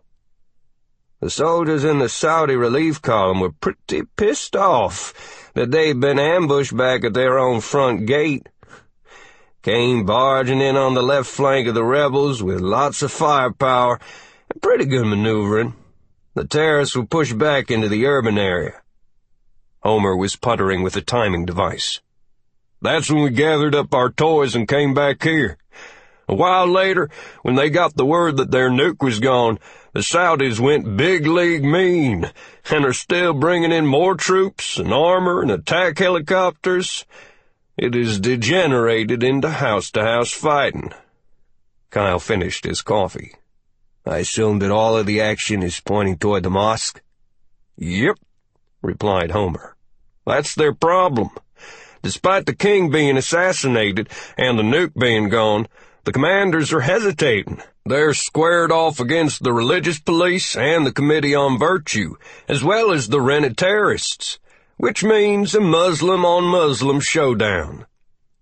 Swanson walked over to the sand table model of the city and studied the area. "Will they attack the mosque?" Jamal came out from beneath the counter and got busy with a screwdriver and pliers to pull out hard drives and memory boards on phones and computers. "No doubt," he said. "They have to capture the mosque in order to get some prisoners to question about the nuke." Homer agreed. "I wouldn't want to be in the same room when the prisoners are being asked to assist with the investigation. Gonna be messy." "Torture," Jamal agreed. "Big time. They know that anybody'll crack under torture, sooner or later." Homer's eyes suddenly came up and met the steady gazes of Kyle and Jamal. "You think the prisoners might actually convince the Saudis that they really don't know anything about the missing weapon?" Swanson walked into the armory cage. "We won't take that chance." Snavperskaya Vintoyka Dragunova, not his first choice of a sniper rifle, which would have been his custom-made Excalibur, or even his second choice, the familiar U.S. Marine M40A3, or even a Barrett, or an Armalite. But this wasn't a gun show. He needed a good sniper rifle with no American fingerprints on it, and Homer Boykin had both the SVD Dragunov and a Chinese-made NDM-86. Swanson took the Dragunov. In his opinion, the rough NDM was only a small step up from an AK-47, and had the look of being stamped out in an old commie tractor factory. Not what he wanted for primetime combat. Jamal helped Swanson find a deserted third-floor apartment in a building that provided an unobstructed view of the mosque. The sun was almost directly overhead, so the room was darkened by shadows while he crawled around to set up his hide. He wiped grime from the floor and rubbed it onto his face and neck to camouflage the white skin. Jamal helped push the sparse furniture around to further break up his silhouette, and also to create a firm rest for the long rifle. Kyle braced the Dragunov in a comfortable position and took his time adjusting the PSO scope with its red reticle in the illuminated rangefinder. It read exactly 347 meters to the front plaza of the mosque. Smoke from the sporadic shooting outside the building hung thick in the air before drifting away on a light breeze from the north, and he fine-tuned the scope for a minimal wind.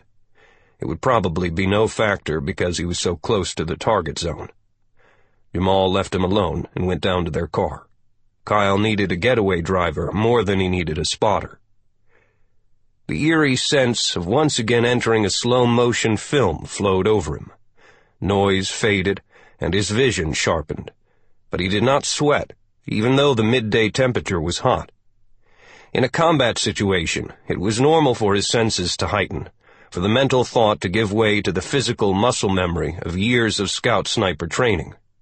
His body already knew how this movie would end.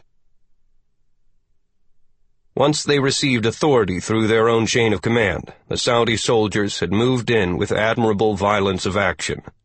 They assaulted the mosque by savaging the building with helicopter gunships and raking it with .50 caliber machine guns and mortars, pounding the exterior into rubble. As soon as the heavy fire lifted, infantry assaulters went in to finish the job. After about 20 minutes of searching, and with sporadic fire, they had yanked out 3 survivors and brought them into the plaza of smooth stone. A badly wounded man lay sprawled and moaning, bleeding from the gut and in obvious pain. To the right stood a sullen fighter wearing the red headgear of the religious police, wiping dirt from his eyes. In the middle was a stout, middle-aged man in a turban, the imam of the mosque. He was moon-faced and arrogant. Swanson watched dispassionately through the scope of the Dragunov. He had nothing personal against the 3 men, even though 2 were obviously terrorists, while the imam was the instigator of the attacks. Kyle didn't care, for his own secret was much bigger than any of theirs. He rested his finger lightly on the trigger, looking over the heads of the Saudi force that had relaxed after capturing their objective. No one looked his way, up and behind them. It had been assumed to be empty and secure. He wanted to shout, "Where is your fucking rear security?" His hand was comfortable on the grip, and he held steady on his first target, the religious cop. Although the man's wrists were tied, he would be the most likely to make a quick move upon realizing the threat. His tunic was torn, and the beard was caked with mud. Kyle had him center mass and squeezed straight back on the trigger until the Dragunov roared and bucked against his shoulder. The shot ripped across the small distance and into the man's throat. The bullet tore out the neck and spinal cord before exiting lower through the back. Firing a little high, Kyle thought. The semi-automatic rifle cycled another round into the chamber as the target flipped over, the bolt moving with such smoothness that he silently thanked Homer and Jamal for keeping the weapon so clean. The Saudi guard stood frozen for a decisive moment, never having considered an outside attack on their prisoners. Beads of sweat were starting to worm through Kyle's scalp as he firmed up the sight picture on the imam, who had been allowed to remain standing, untethered. The man had his arms crossed, his hands hidden within sleeves, and was haughty even in captivity, certain that no harm would befall him. From his height of piety, he had sent many men to kill many infidels with his heated, distorted versions of hate from the Quran. The imam was part of the religious food chain in Saudi Arabia, and answered to the leaders of the entire religious establishment in his country. They would protect him, Reality was dawning on him as he stared at the blood and gore that had splattered his robes.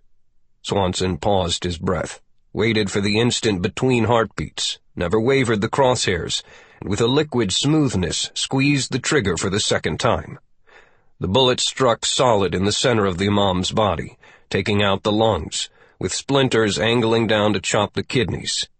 The moon-face was seized in shock as the target jolted back, somehow remaining on his feet for a moment before slumping to his knees and keeling over forward. Kyle was out of time. 3 shots and move. The Saudis were stirring, horrified that their prize quarry had been murdered before their eyes, and so fast that they could not react immediately. After all, nobody was shooting at them. Swanson brought his scope on the wounded man on the plaza. He was dying anyway, but why take the chance that some medical miracle might save the bastard's life? The final bullet gouged into his heart, the force making the body bounce on the stone. Swanson left the rifle, dodged out of the door, and pounded downstairs to the waiting car. Nobody would be questioning those 3 prisoners, with or without torture. No loose ends. Chapter 32. Indonesia. Juba popped a Valium and slugged back a stiff Cragganmore single malt scotch, hating himself for being weak. It was not really a weakness of the ravaged body, but an invisible curse. He was claustrophobic. In his home on the mountain, the windows were always open to usher in steady breezes, even on the hottest days. Overhead fans and plenty of shade trees kept the place cool. Long, overhanging eaves blocked the rain out, except during typhoon blows. Air conditioning was allowed only in the servants' quarters and in the hot kitchen, because maintaining a chilled temperature meant closing doors and windows. Wide doorways led into spacious rooms and onto the open veranda. The light and airiness kept him calm. In the house, he could work and exercise and eat proper food and feel good. So there was an unusual tightness in his throat and chest as he climbed into the small executive helicopter for the journey to Jakarta. When the hatch closed, Juba felt chained, and as the bird lifted away from the ground, the feeling grew into one of total imprisonment. He broke into a sweat and released his knuckles from the grips of the seat only long enough to take another Valium. It did little good. He was glad to be alone in the passenger compartment, so no one would hear him groan as the panic pecked at him. In the British Army, he had learned to control his nerves, and by the time he became a terrorist, his heart had grown too hard to accept emotion. That singular ability had abandoned him in his new life. He looked out the window of the helicopter, through the rolls of clouds, and down to the verdant green of the islands and the sun-stroked waters, wishing there was some way out of the buzzing bubble that confined him in the sky. He no longer held any belief at all in any higher power of any name, so there would be no spiritual comfort. He felt truly alone. On the mountain, Juba did not even own an automobile. To squeeze into one made him feel like he was climbing into his own coffin. Now he was faced with a monstrous endurance test, flying 4,500 miles from Indonesia to Saudi Arabia, trapped inside a tight little cocoon of an airplane for hours on end. Juba bit his lip. His manner was already curt when the helicopter reached the private terminal in Jakarta, and he was immediately shuffled aboard a luxurious Bombardier Challenger 604 twinjet. It was larger than he thought, and he was surrounded by comfort and treated with respect by the 3 crew members. Still, Juba could think of nothing but the ordeal that lay ahead, and he seized up, feeling old and crippled. When the slim hostess pulled the door closed and the tube shut around him, it was as if he was being held in a fist. There was no space, no room to move, no ocean vista, no air, no way out, and no real air to breathe. "Give me a drink," he snarled. "Not any of that piss in a bottle in your bar. Some good gin out of my valise. Ice and a slice." The uniformed young woman found the bottle, made a double martini with a slice of fresh lemon, and gave it to him. The passenger had a mane of totally white hair, was horribly scarred, and wore a white patch over his left eye. He shot her a defiant glare. "Why are you staring, you ugly cow? Go away!" Juba took a deep swallow and fished around in his shirt pocket for the green plastic bottle of medicines. He hurt, damn it. The mental fear was changing into sharp physical manifestations. The tunnel. Oh, it hurts. Somebody help me. He gobbled 2 Percocet and drank some more of the strong martini as the engines whined. His stomach churned as the plane lifted into the air. The nervous hostess called the flight cabin, and a tall, neat man in dark trousers and a starched white shirt, bearing golden wings above his left chest pocket, came down the aisle and sat across from the lone passenger. The flyer had a look of concern on his face. The one-eyed man looked like hell, and for a moment the co-pilot thought they might have to return to the terminal and get him to a hospital. "Are you all right, sir?" No, I'm not all right. The single eye rolled wildly. Get me another damn drink, bitch. "Sir, please, calm yourself." The co-pilot reached out his left hand to touch the man's shoulder in sympathy. Juba grabbed the wrist in a lightning-quick move and twisted over hard, pulling the flyer out of the seat and throwing him into the aisle. Try to touch me again, and I'll kill you. I'm stuck up here with you fools, and you'll do only what I tell you. You get your ass back into that flight cabin, and I want to hear the door lock behind you. Then fly the fucking plane, and if I want you, I'll call. He twisted harder on the wrist and jammed his thumbnail into a pressure point. The co-pilot screamed in agony. Juba laughed and stomped the ribs before releasing the arm. Get out of here! And you, get my drink! It was not a straight-line trip, for the aircraft had been forced to take a more circuitous route to stay out of harm's way and avoid discovery. Hour after hour droned past in the sky, and there were 3 refueling stops at strategic points along the way.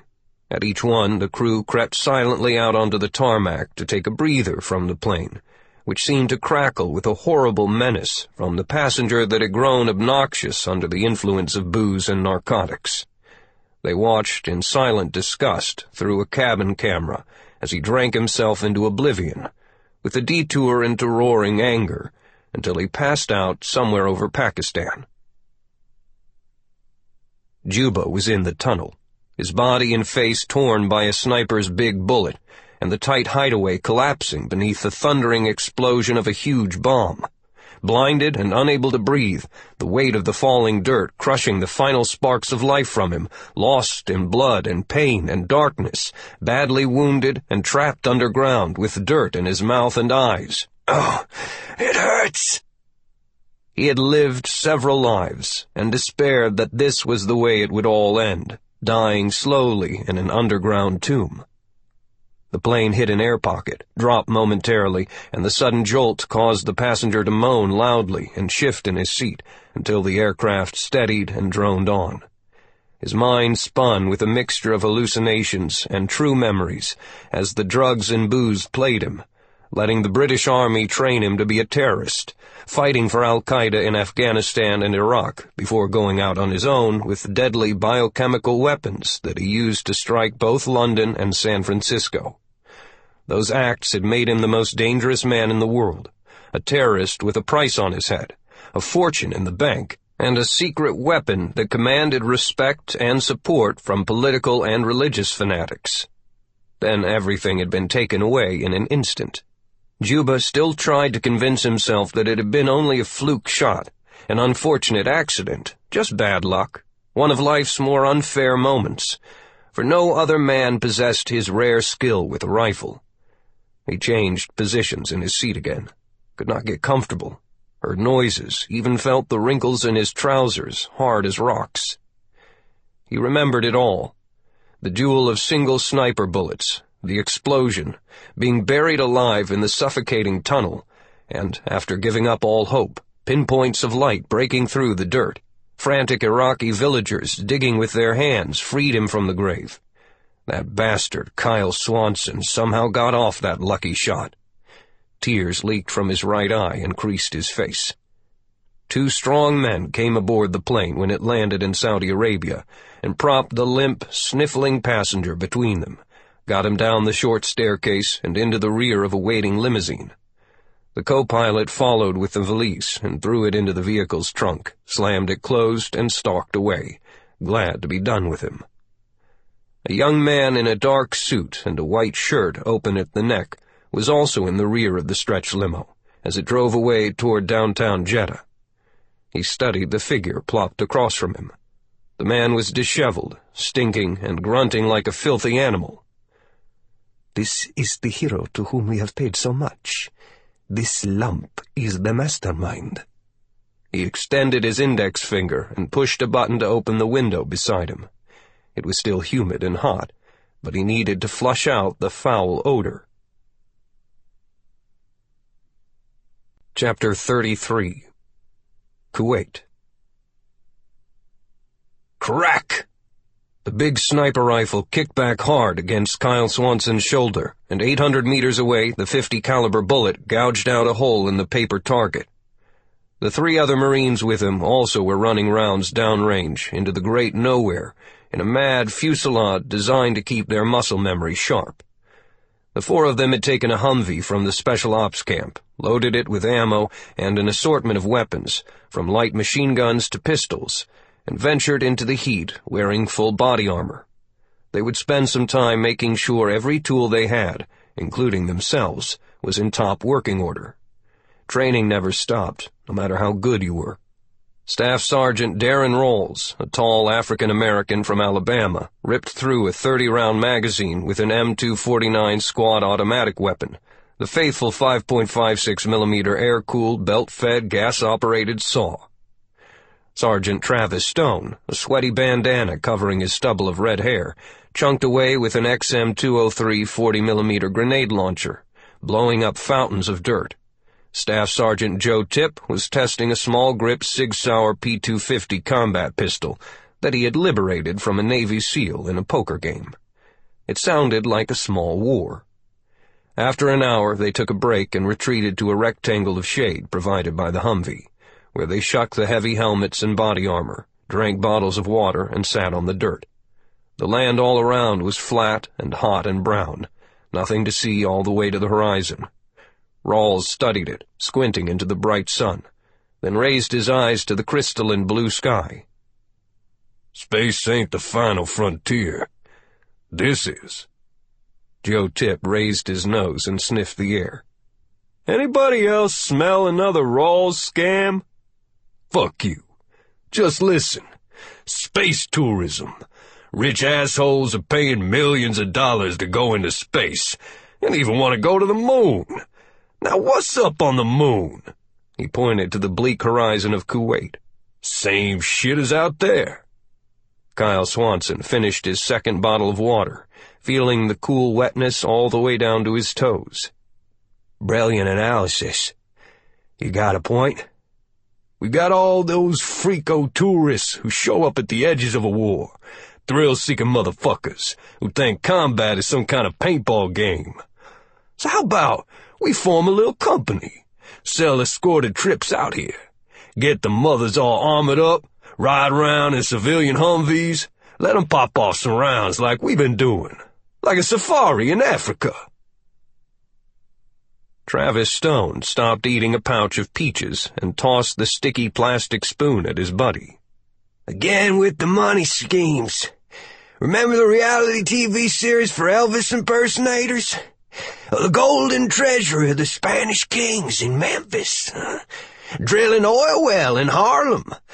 At least the soft porn movie idea had naked women involved." "Those movie people lied to me. I wrote a damn good script." Rawls shrugged away the criticism. "And lost your investment. Again." "You never want to expand your mind. Try nothing new. When I put in my 20 years with the Corps and get that retirement paycheck, I'm gonna invest, man. We gotta think ahead if we want to be rich in our old age." "If they only knew," thought Kyle. "These guys will never have to worry about a job if I go into Excalibur."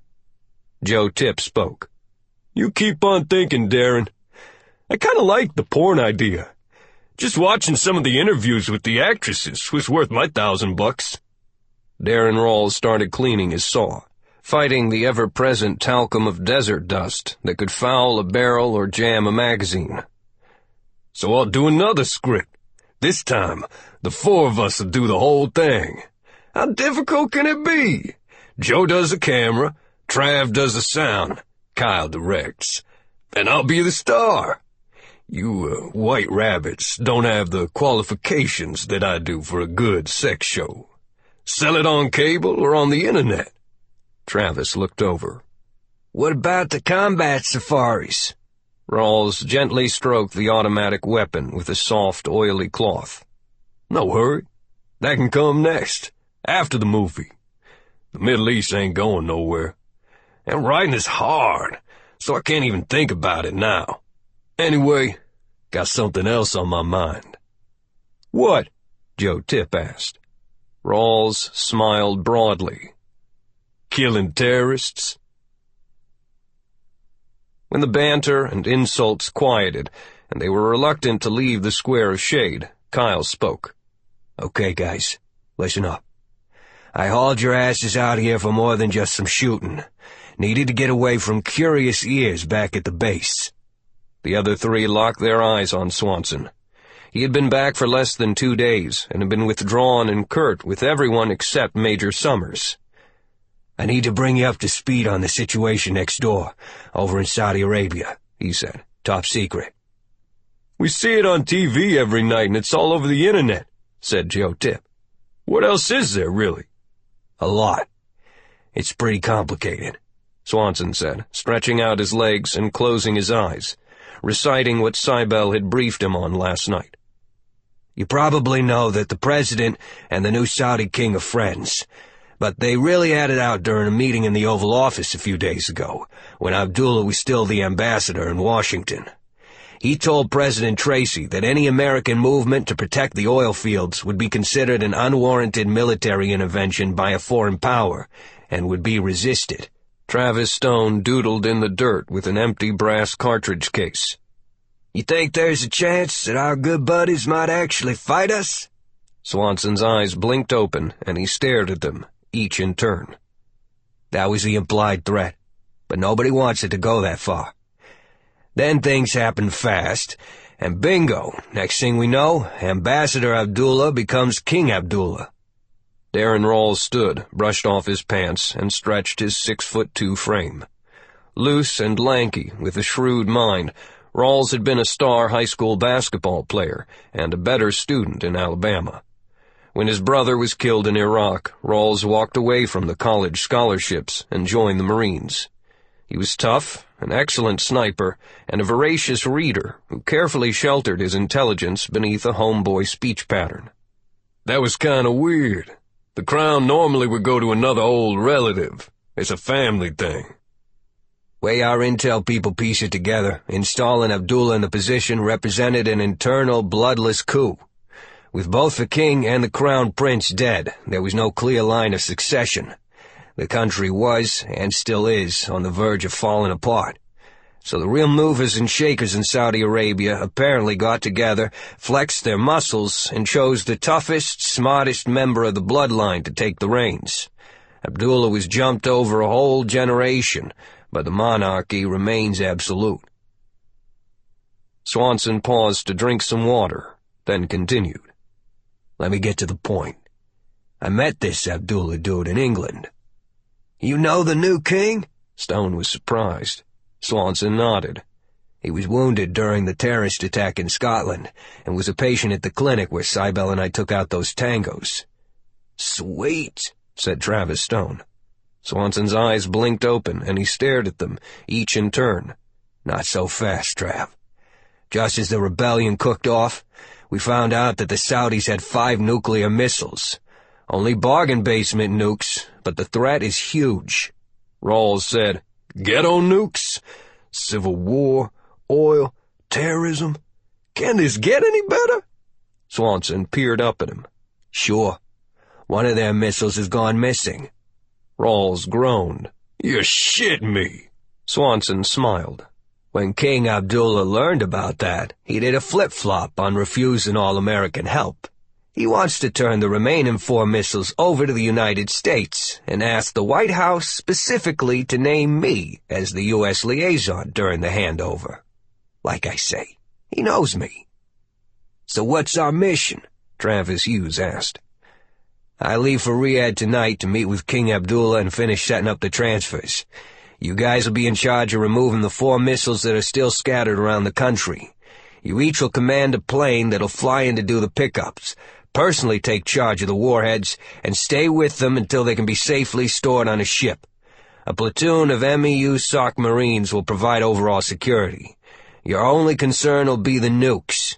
Cybelle will oversee things from here. You report only to her. This is a Trident show all the way." Tip asked, what about that 5th one?" Kyle Swanson gave them his special, meaningless smile. "Not to worry about that one. I snatched it while I was visiting over in Hobbs, and it's already aboard a Navy carrier."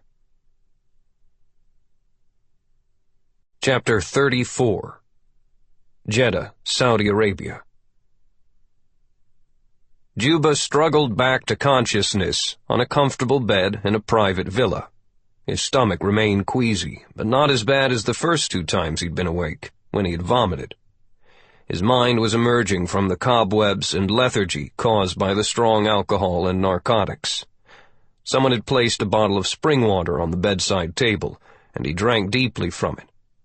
He did not know exactly where he was, but trusted that the damned airplane had delivered him to the right place, Jeddah, the 2nd largest city in Saudi Arabia. The room was spacious, and when he forced himself from the bed and over to the window, he was pleased to see bright sunlight glinting harshly on a vast body of water, the Red Sea. He pushed the windows open wide and inhaled the hot air. A clean bathroom with intricate tiles and polished fixtures lured him through the open door.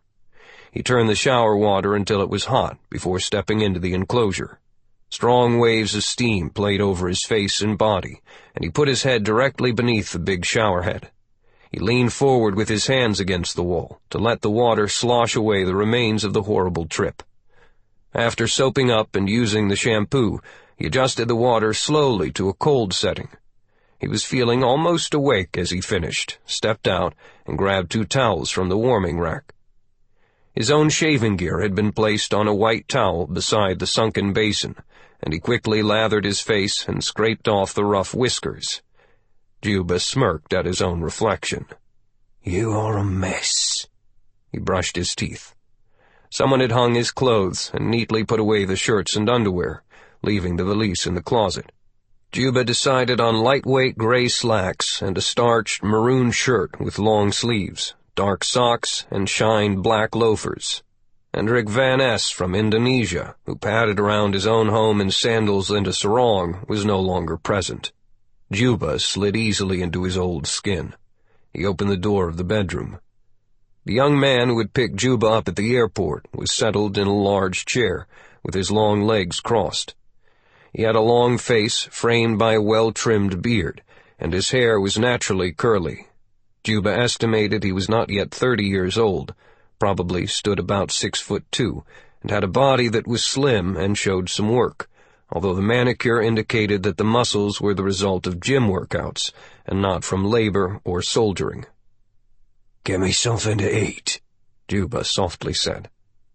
"My name is Amir," the man said. He had a strong edge in his tone as he stood, wanting to establish immediate authority. "I am not your servant." "I don't care who you are, and that was not a request." Juba adjusted the eye patch to a more comfortable position. "I had to stop my work and fly halfway around the world to return to this shitty country. If some food is not out here in 10 minutes, I'm leaving, and your revolution is fucked. I want fresh fruit, croissants, and scrambled eggs, strong tea. Then go get Dieter." Amir was stunned by the extraordinary change. This did not seem like the same person.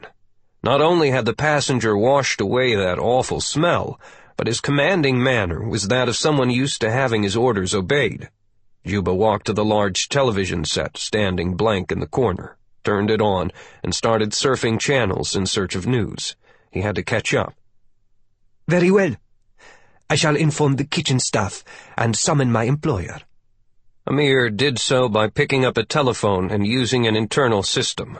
With that done, he hung up and intentionally moved to stand behind Juba, a tactic that he employed routinely so that his size would intimidate visitors. Maybe this stranger was no fool, but the white hair, the single eye, and other deformities left an overall unimpressive image. Your food is on the way. Juba ignored him and was frustrated by the television broadcasts. Almost everything was being blocked and or heavily censored. Unbelievable, he muttered.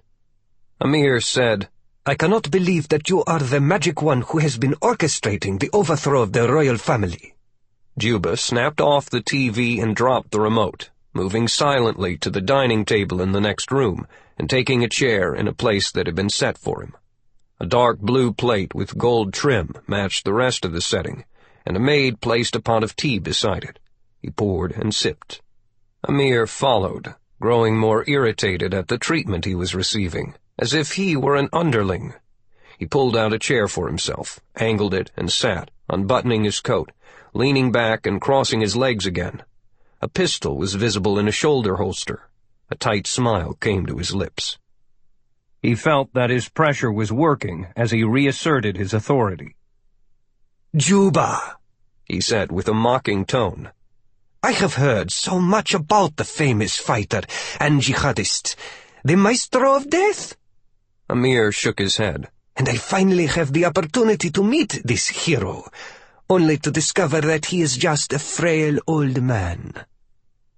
Juba put down the tea, unrolled the folded blue cloth napkin, and arranged the dull knife, a spoon, and fork, still without saying anything.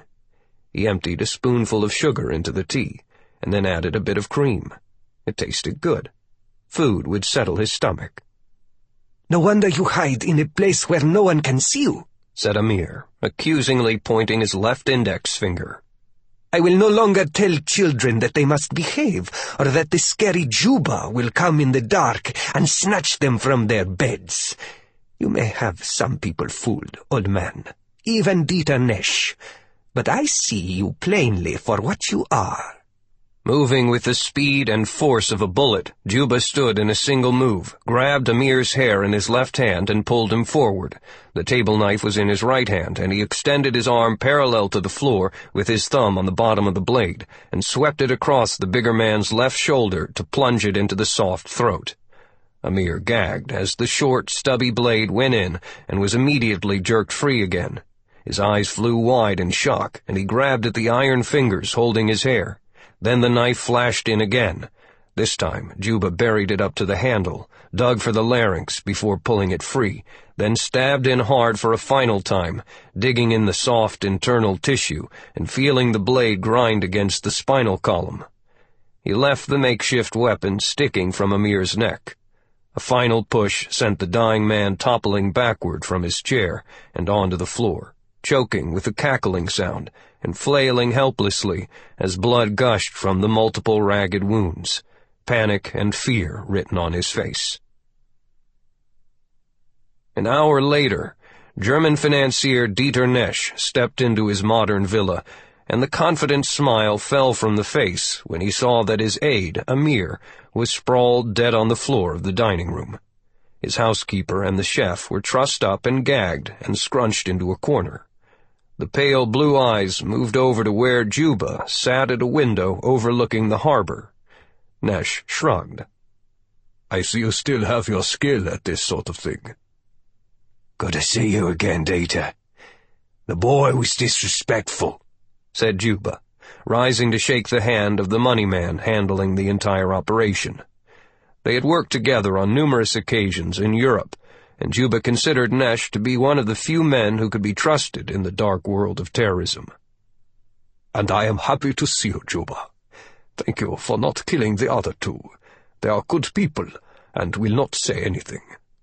Nesch moved over to the maid and untied her, then freed the chef and had a quiet moment with them. They vigorously pledged that they understood that any loose talk about what happened to Amir would result in their own deaths too, for the special visitor was obviously unpredictable and violent. The financier threw a rug over the corpse. Too bad about Amir. He was a promising young fellow, with a real knack for numbers. I warned him many times about that arrogance. Now I have to find a new assistant. Nash opened a rosewood cabinet, found a bottle of dark cognac, and poured 2 glasses, giving one to Juba. Cheers, old friend. Thank you for coming. I am delighted that you have recovered so well from your terrible wounds. Juba accepted the stiff drink and raised a silent toast. Thank you. I did not expect to see you again until this was all over. Tell me about the nuclear missiles. Nash took Juba gently by the elbow and guided him to the window. Tall and skinny palm trees and broad manicured grounds spread toward the nearby beach. Small pleasure boats dashed about on the water. I really do not know very much, and frankly advise that it was unwise to start changing plans at this late date. Your arrangements were doing very well, but this fellow Ibarra got excited when he learned that nuclear missiles were in the country. I tried to convince him that it was just a pleasant coincidence. The assassination of the general and the murder of his family had been the point of that particular mission, and it was successful. But Ibarra sees it as the hand of a law at work, and ordered me to call you to supervise the targeting and the launch. And the Russian agreed? Ah, another young man in a hurry, with more money than brains. This started out just as an oil grab, but now he also sees a nuclear destiny in the Middle East. Ivanov decided to let Ibarra reach for a new, higher star. Juba nibbled on his lower lip. Dieter, just what is it that Ibarra has? Well, I can only tell you what I have. A package in a safe deposit box at my local banking facility. Within the envelope are the launch codes for one missile, the key to work it, and a booklet about the overall program, which discusses the locations of the other missiles. The key and codes are for a missile that is parked within that huge military base at Al-Hajj, outside of Riyadh. Juba slowly put his empty glass on a table. That's all. Ibarra's people do not actually control the weapons. God damn it! Those codes for that nuke will have already been changed. Useless, like a trinket sold in the souk. Perhaps I can find something useful in the book. Maybe the key is a master key for them all. Maybe not. His anger was climbing, and his mouth twitched in exasperation. We have momentum building in this uprising. Pulling me away from the control point risks wrecking everything. I thought I was coming here to oversee the firing of a missile, only to find that the rebel priest does not even really have one, much less 5.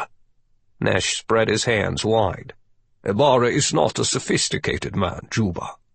A bright student from the slums, the first boy in his class to memorize the Quran some 25 years ago. That got him on the fast track with the imams, and his ambition carried him to the leadership of the religious police. You know how everything around Saudi Arabia is wrapped in religion. He's a charismatic and harsh leader, which makes him the perfect frontman for the coup. He enjoys being on television. With an uneducated zealot in control of the government, the Russian could loot the place, Juba responded. We anticipated that. By then we'll have been paid in full and gone from this dreadful place. Let them do with it as they will. I don't care. Dieter smiled at that last thought. Yes, we are professionals. Ibarra is an amateur. When you provided initial successes and brought down the king, Ibarra began believing that it was almost over, and that the people were going to rise up and follow him. You will see for yourself. Maybe you can talk some sense into him. I have to tread lightly, because these people have incredible amounts of money to spend. When do we meet him? Nash laughed quietly, his shoulders shaking with his own humor. Since you just killed my chauffeur, I'll have to personally drive you over to the mosque. Amir's body will be gone by the time we return. Can we have Abara come here instead? I don't like walking into his nest of snakes." Juba was thinking tactically. Handling a kid like Amir was not the same as taking on the bunch of jihad bodyguards who would be protecting the leader of the religious police. "I am afraid that would be impossible. Don't you understand it yet, Juba? Muhammad Abu Abara no longer considers himself just the leader of the Committee for the Propagation of Virtue and the Prevention of Vice. He craves recognition, and has, in his opinion, graciously granted us an audience to instruct you about how to conduct your business to best expand his horizons. Somewhat of an imperialistic drama for a man who detests a monarchy, in my opinion.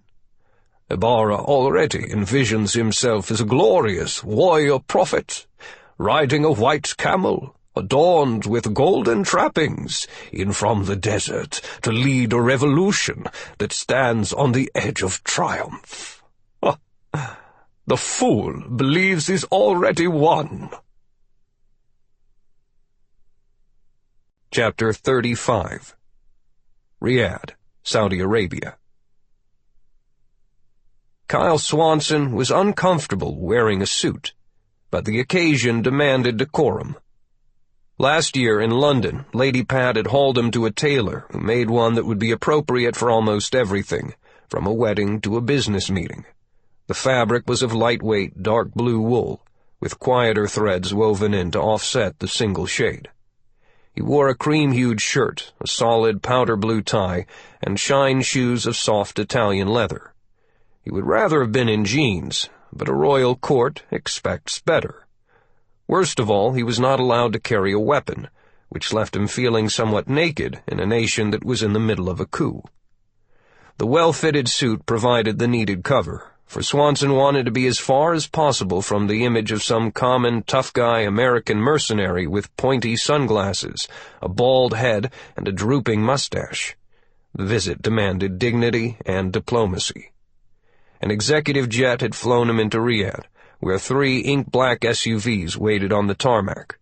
A few soldiers with semi-automatic weapons stood guard, and a polite diplomat who spoke fluent English met him at planeside. He was hustled into the middle SUV. No customs inspection, no delay, and no American embassy types. A person could get used to this VIP stuff, Swanson thought as he settled into the spacious seat. With the gunboat up front wailing its siren and flashing its light to expedite the trip, the 3 vehicles arrowed out of the airport and hit the highway. Armored troop carriers were parked near most intersections, and military patrols walked the sidewalks as the curfew time of 9 o'clock neared.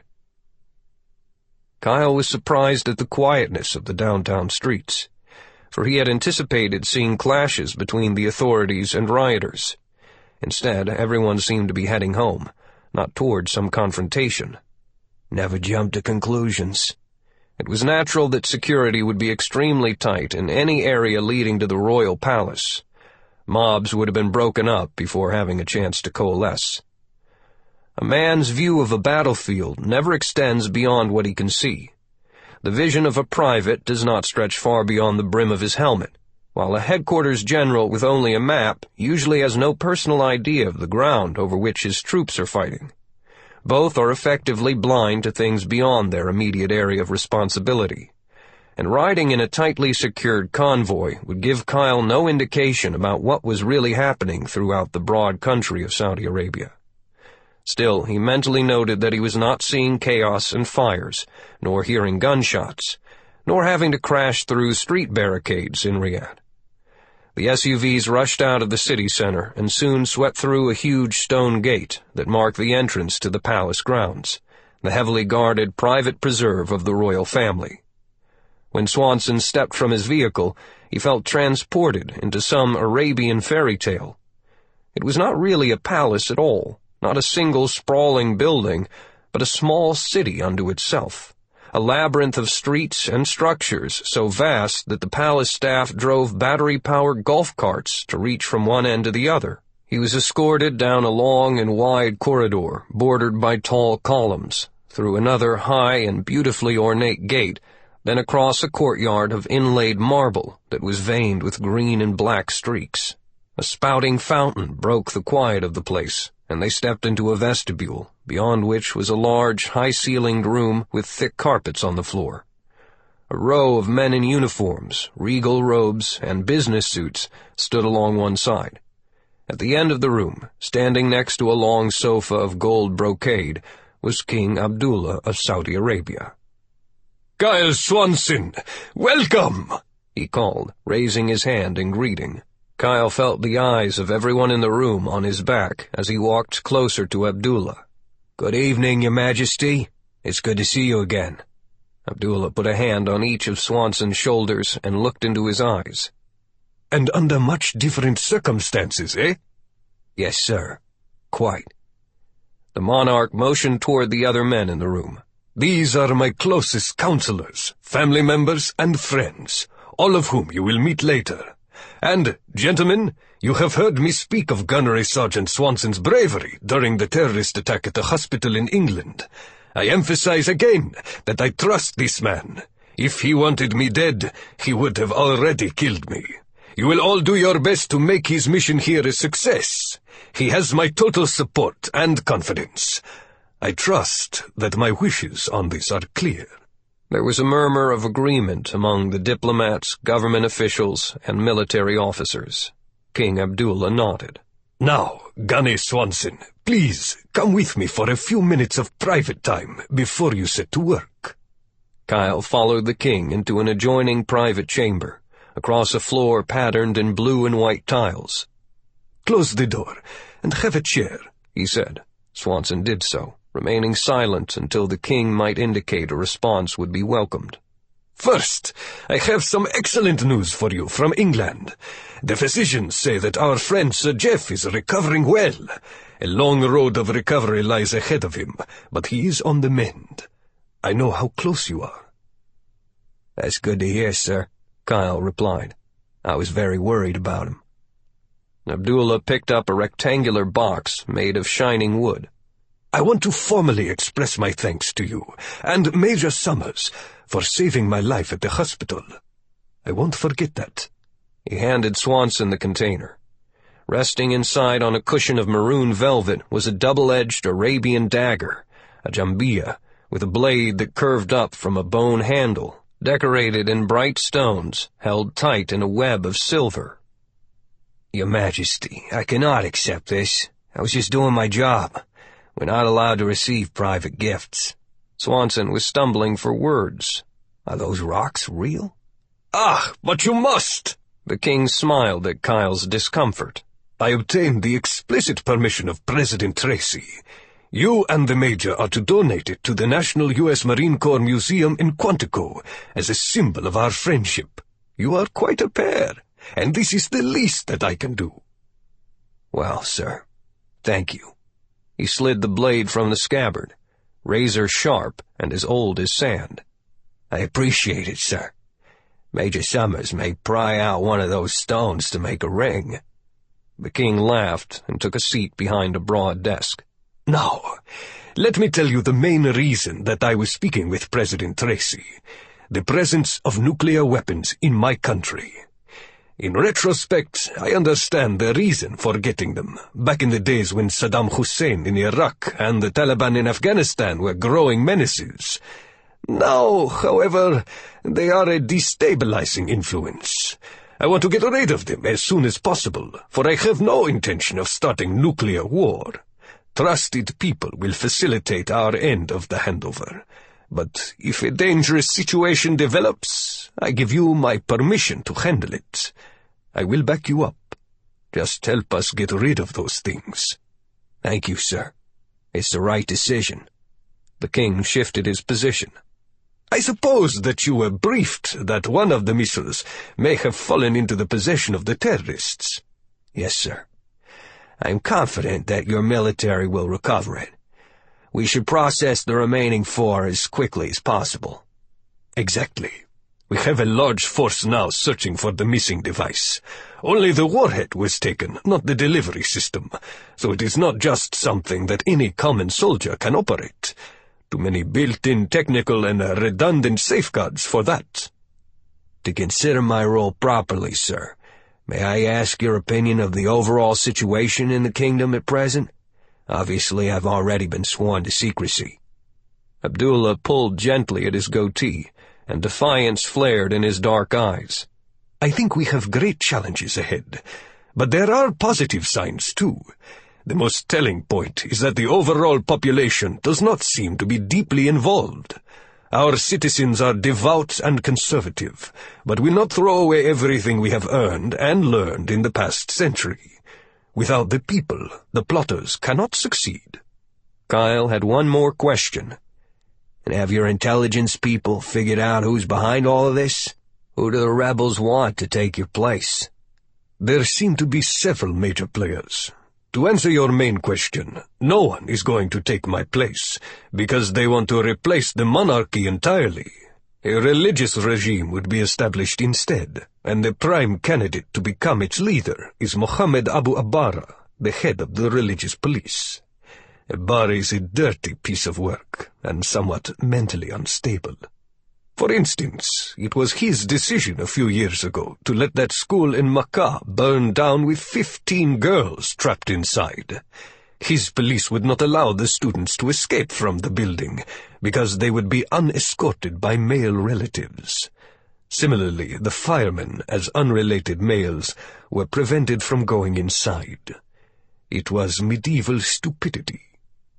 "Does this Abara have the support of the entire religious community?" "That remains to be seen.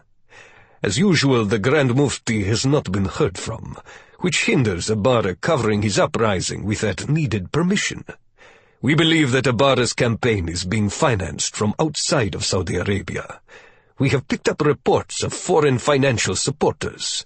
Russia and China are likely suspects." Kyle leaned forward, elbows on his knees, lost in thought for a moment.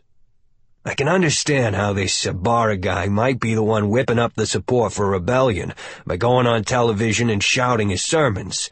But I assume most of the Saudi military is still loyal to the House of Saud, despite the horrendous attack by a couple of rebel pilots, am I right?" "Yes," replied Abdullah. "It appears that this spirit of rebellion is a momentary thing within most of the units. Overall, the soldiers are still obeying their orders." "So that leaves a good question, sir. If the officer corps is still loyal to the throne, who's running the tactical side of the coup?" The king paused. "We don't know." "Whoever it is a professional. He knows what he's doing," said Kyle. "Let's get all our intel people here and in Washington working to identify him. Chop off the head, the rest of the snake dies." The king rose. The private audience was over. "I will give such instructions," he said. "Meanwhile, collect those nuclear weapons as fast as you can."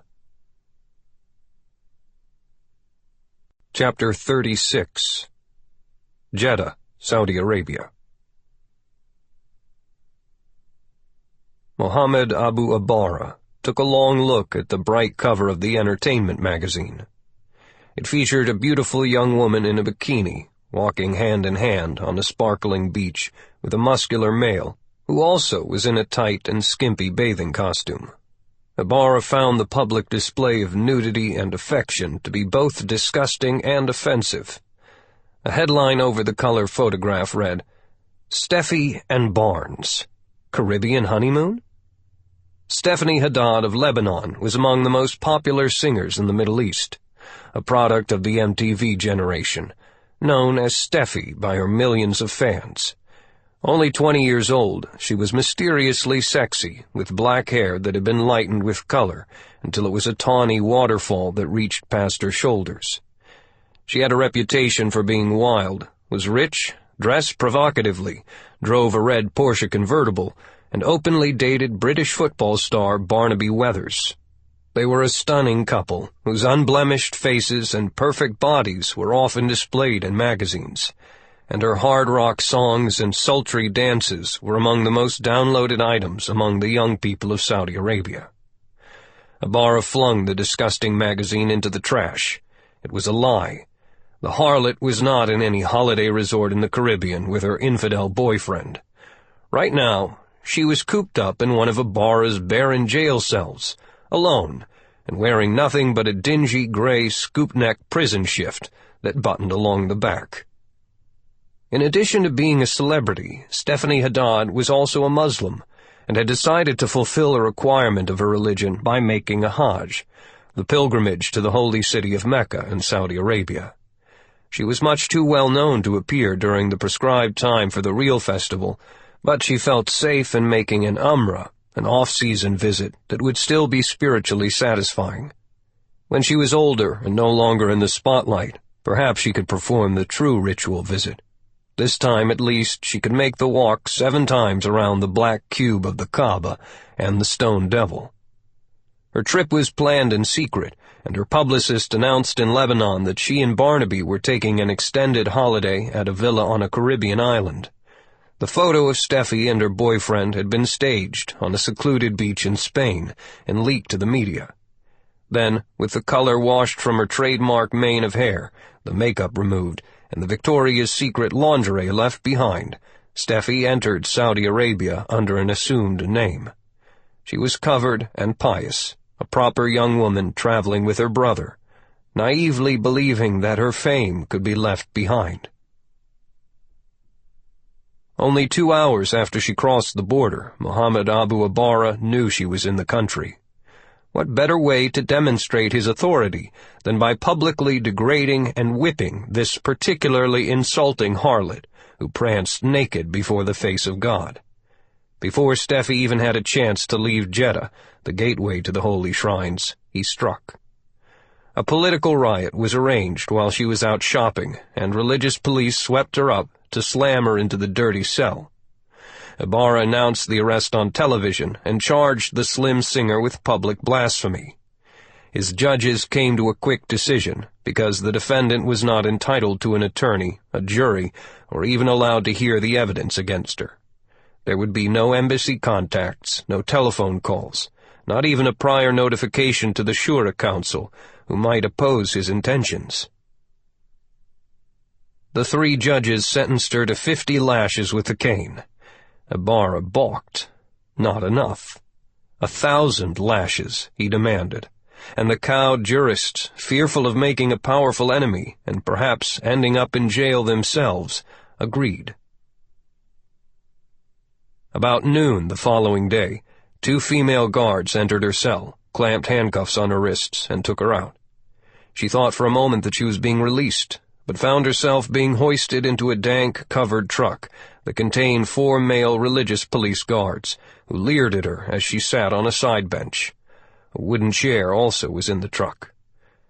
At the downtown marketplace in which she'd been arrested, she was still handcuffed in the truck, while Ibarra's men spread the word that a special event was about to occur in the square.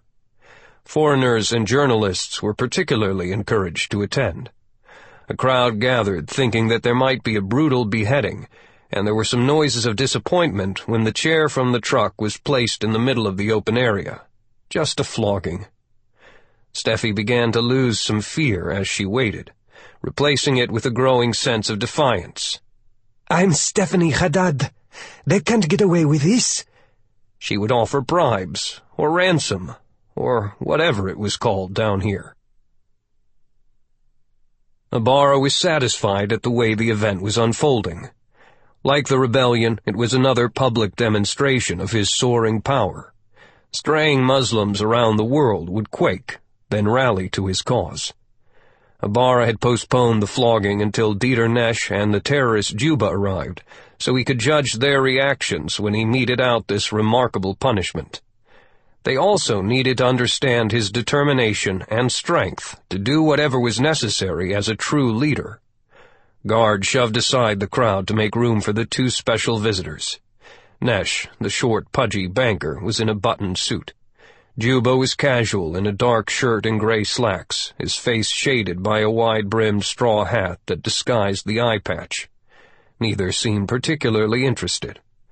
Ibarra intended to change that attitude of indifference by showing them Sharia law at work. "Bring her," he told the guards. He gave the long and flexible bamboo cane a good shake. The tip swished back and forth through the air, like the pendulum of an evil clock. Despite her increased resolve, a tear rolled down Steffi's cheek when the guards came. They laughed and said they were not interested in a bribe from a whore.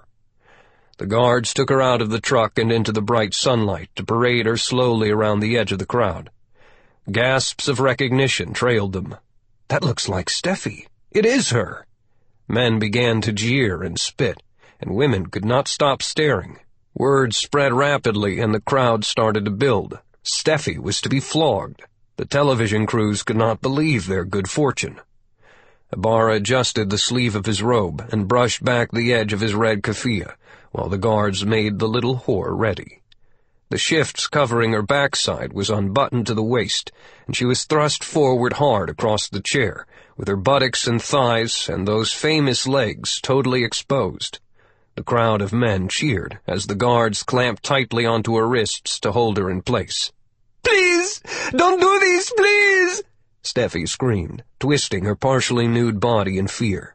The cameras would prove to the world that Mohammed Abu Ibarra was unafraid to carry out his divine duty. By beating this guilty woman, he would give pause to anyone who opposed him during these troubled times. They, too, might face his stern vengeance. Ibarra walked around his victim, loudly reciting surahs from the Quran to endorse the punishment, while swishing the long bamboo cane aloft. Cheers from the gawkers increased. Only the initial 50 lashes would come today, and he would personally administer the first 5. Then the girl would be sent back to her cell to recover. When she was healthy again, 50 more lashes would be administered. It would take a very long time to reach 1,000, and this devil child would never perform her debauchery again. The sacred female parts that he would now desecrate in the name of Allah were exposed. Ibarra brought the cane high overhead and crashed it down with all his might across her thighs, bringing a loud, piercing scream from the young woman as the pain ripped through her. The scream and the new scar on her naked flesh infused Ibarra with a strange, personal, sexual excitement, and he laid the next stroke on even harder, but with great care, crossing it over the first. Then he furiously flailed away to finish his few lashes. Long red welts and trails of blood oozed from ruptured flesh as his reward. The scars would last a lifetime. He handed the cane to the big guard who would conclude the day's punishment. As he turned away, his gaze moved to the 2 Europeans. The crowd was berserk in excitement, but the banker was looking down, working his BlackBerry, a strange handheld electronic device with rapt attention. Juba, with his arms crossed, yawned. Ibarra met them in a cool room in a nearby mosque, beads of sweat still dappling his shaggy hair and beard, but the hard, dark eyes reflecting a sense of triumph. They remained silent while a servant brought a tray of tea, figs, and goat cheese, then withdrew to leave the 3 alone. Juba had removed his hat. He took a sip of tea and then checked the large watch on his wrist before staring with his single eye at the renegade Saudi cleric. Exactly 4 minutes ago, a series of explosive devices began blowing up in Dammam, an important city and the center of commerce in the entire eastern province. As you know, Dammam is right on the Persian Gulf and is an important oil, gas, and transportation center. Only an hour's drive on the causeway out of Dammam, and you can be in Bahrain. So the detonations will indicate to everyone that this rebellion in Saudi Arabia is threatening to spill over to other countries. Ibarra tried to interrupt, but Juba held up his palm, flat, to stop any response. He coolly continued. That attack was part of my overall plan, a very careful scheme that has been 2 years in the making. Now that plan might not work, because I'm not directly controlling it from my headquarters. You, Mohammed Abu Ibarra, are not the only important person involved in this, but you are the only one who's screwing it up. Ibarra was watching Juba as a predator wolf stares down a lamb. Who was this infidel to speak to him in such an insulting manner?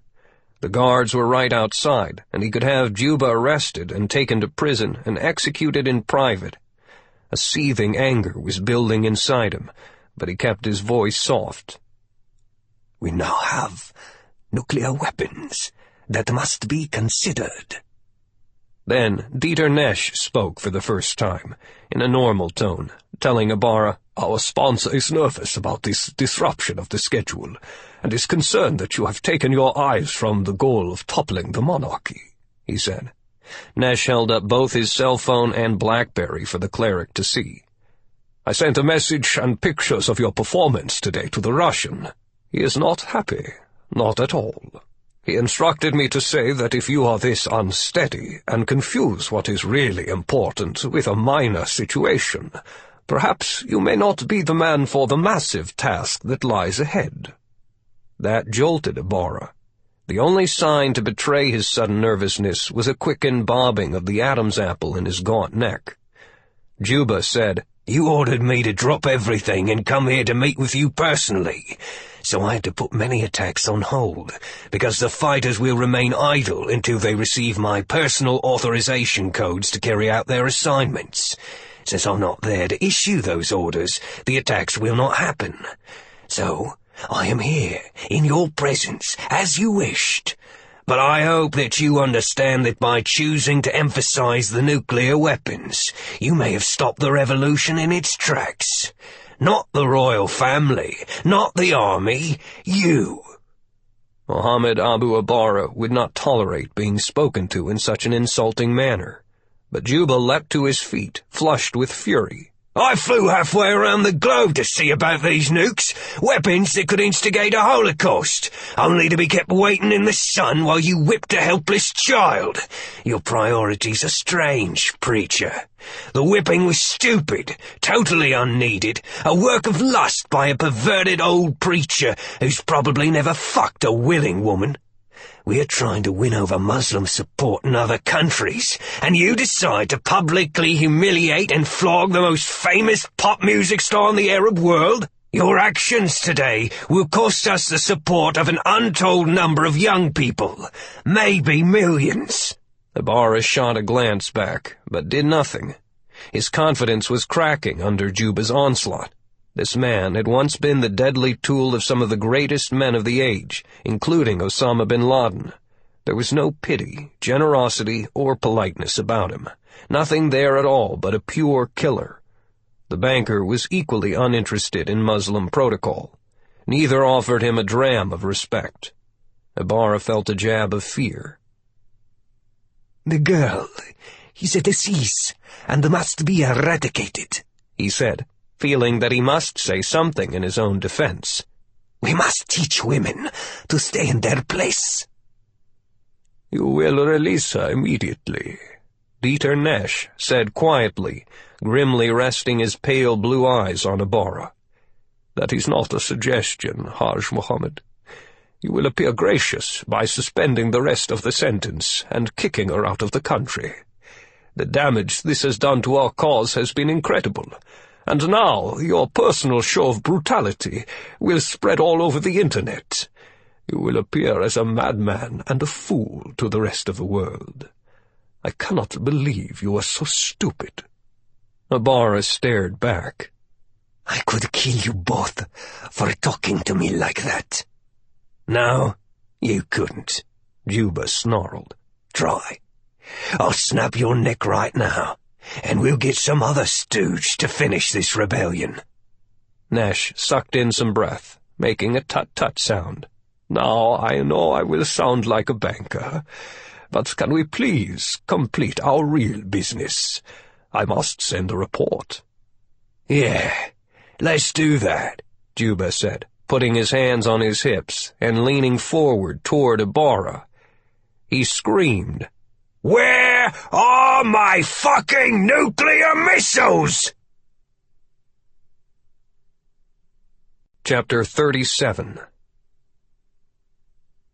Al's Garage, Saudi Arabia. Even with his dark sunglasses and the tinted windows of the Land Rover, Kyle could barely look into the morning sun, which was still a dull orange balloon rising over the amazingly flat airfield. A dot coming out of the glare grew larger, a plane that was headed straight into the base. "Here we go!" said Prince Colonel Michal bin Khalid, son of the Minister of Defense and a nephew of the king. He opened the door and hot air poured into the SUV to immediately overwhelm the air conditioner. His hustling, no-nonsense aide, Captain Omar al-Mualami, followed his boss. Swanson winced as he stepped into the early morning heat. It was going to be one of those searing days, with a steady wind blowing sand that streaked like gritty little bullets across the open miles of the Prince Sultan Air Base, about 60 miles south of Riyadh. Mirages were already shimmering off the tarmac. Everyone wanted to get this over with as soon as possible, before the place began to bake. The temperature was already knocking near 100 degrees. The huge military installation had risen from nothing during the Iraqi wars, with millions and millions of American and Saudi dollars creating something from nothing not far from the town of Al-Hajj. The thousands of American troops who'd been stationed there or transited through called it Al's Garage. The U.S. troops were satisfied in 2003 to turn it back over to the Saudis, the camel spiders, and the carpet snakes. Most American military personnel left, but a training cadre of several hundred private U.S. civilian contractors remained behind to help the Saudis keep things running. Kyle, wearing his old jeans, a loose blue shirt, and a tan web vest with lots of pockets, looked like one of those ubiquitous, faceless American civilians. The floppy shirt easily covered the Marine Special Ops 45 ACP pistol that rested in a holster on his belt. The dot in the sky was bigger now, riding down on 4 huge engines in a smooth landing approach. "Prepare the loading area," Michal bin Khalid told his aide, and Captain al-Mualami snapped the order with authority. A company of 40 armed troops fanned out in a wide cordon around a parking area at the end of a 15,000-foot-long runway. Humvees mounted with machine guns roamed beyond the soldiers. No one was around who was not supposed to be there. Swanson stood beside the APC that contained the tactical nuclear warhead. He reached out and patted the steel armor, making sure that the heavy vehicle had not somehow disappeared. This was the first warhead to be officially transferred from Saudi to American custody. He was the point man for the U.S. transfer team. Prince Michal, who might one day become a senior prince in the royal family, was his counterpart. The king had personally paired them up to maximize authority and expedite the process. Michal roamed the protective cordon like a stalking panther. He was 6 feet tall, a weightlifter whose sculpted body was a strong 200 pounds. Whether in uniform or in white robes, he possessed the natural command presence of someone born to lead. At 35 years of age, the prince was a handsome man, with sharply planed cheeks and a strong chin that was covered with a perfect goatee. Right behind him was his stern aide, whose busy eyes and agile brain tried to anticipate everything. Michal personally examined each soldier in turn, not necessarily trusting any of them. The assassinations had thrown a net of suspicion over everyone in the military services, and Captain al-Mualami had combed the dossiers to select the guards prior to the prince authorizing their presence at the site. Nevertheless, Kyle would not be content until the security platoon of U.S. Marines aboard the incoming plane was on the ground to assist in the final stage of the handover. Trained and trusted guns would extract the worry from the process. A C-130J Hercules, the most reliable transport warhorse in the U.S. airlift stable, touched down, and its big tires and the blast from the 6-bladed props on the 4 Rolls-Royce engines churned a hurricane of dust in its wake. It slowed and turned onto a taxiway, then followed a Humvee into the circle of waiting Saudi troops. The big ramp lowered and back, and the Marines poured out to form a tight inner position within the Saudi cordon. A tall black officer strolled confidently down the ramp and walked to Prince Michal. He saluted, and the Saudi colonel returned it. "Colonel, I'm Major David Lassiter from the Marine Expeditionary Unit, Special Operations Force, and I'm ready to receive the item as stated on this manifest." He presented a clipboard containing several sheets of authorization papers. "Very well, Major. Ordinarily, I would offer our traditional hospitality to you and your men. Due to the urgency of the situation, I feel it would be best to forego that." "Yes, sir. I agree." "Perhaps next time," Lassiter said. "Gunnery Swanson, it's good to see you again. Perhaps you'd like to check the hold of the Hercules while the Colonel and I finish the paperwork." "Aye, aye, sir. Good idea. I want a word with the loadmaster." Kyle walked away from the two officers, through the Marine cordon, and up the ramp. Darren Rawls was playing a major today, for the show was all Trident. The cavernous cargo hold was big enough to carry an armored vehicle, or even a helicopter with blades folded. The Herc could shuttle thousands of pounds over hundreds of miles, and it had been fitted out specifically for this mission, to receive the APC waiting on the tarmac. Kyle waved to the loadmaster, who had brought along two assistants, and moved toward the darkened front of the plane. The lights had been turned off. Someone waited in the shadows. "Hey," he said. "Hey," replied Cybele Summers. With her black hair and wearing black jeans and a black sweater, she was almost invisible. "You know what pisses me off?" "Far as I know, just about everything." "What?" "This friggin' country. Here I am helping to save them from catastrophe, and I can't set foot outside of this damned plane for fear of upsetting their frail little sensibilities. Rawls has to pretend to be a major, while I, the real deal, have to stand around doing nothing. Whole nation of men traumatized by tits and ass." "I'm very sorry you feel that way, Major Summers. But I don't really care at the moment. Did you bring my stuff?" Cybele laughed. "I have to express my outrage at their sexist behavior. Yeah, I got it." She nudged a booted foot against a titanium alloy gun case and a smaller, secure briefcase. "You sure you want to do this?" "Absolutely. I've got a get-out-of-jail-free card from the king, and I'm partnered up with his nephew. No worries." She peered out beyond the distant rear of the aircraft. Men were pulling the tarps off of the APC, and the loadmasters were laying markings to guide the machine aboard. A Marine sergeant climbed into the APC to replace the Saudi driver, while Major Lassiter and Prince Michal bin Khalid worked through the papers. "That Prince is a good-looking guy. But how good is he in a fight?" Cybele asked. "I don't like not being here to cover your back." "Nice enough dude, and seems capable. Bright guy. Educated in Great Britain, went through our Army Ranger School, and has become the troubleshooter for the royal family. The princes only trust each other these days, and I don't trust anybody. Just in case, I want you to run a thorough background check on my new best buddy, Prince Colonel Michal bin Khalid, and his kick-ass aide, Captain Omar al-Mualami." "Understandable," said Cybele. "Meanwhile, General Middleton wants to know if the Saudis have figured out what happened to the missing nuke over at Hobbs." "No," said Kyle. "They're still blaming it on the terrorists. Tell the General that since King Abdullah is now on the same page with us, I recommend telling him that we have it in our possession. Take some worry off his shoulders. Now, do I still have the green light for this, other job?" "Middleton approved it. He's not passing it on to the White House. Pull it off without getting caught, and we're all home free. If you screw up, Middleton will cover it under a bunch of top-secret excuses." "Don't worry.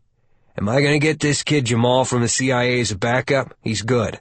"Done. His contact number's in here." She handed him a sealed manila envelope. "And the lizard is tracking my target?" "You kidding? Friedman's having a ball with it, and the NSA big ears are all over this dude.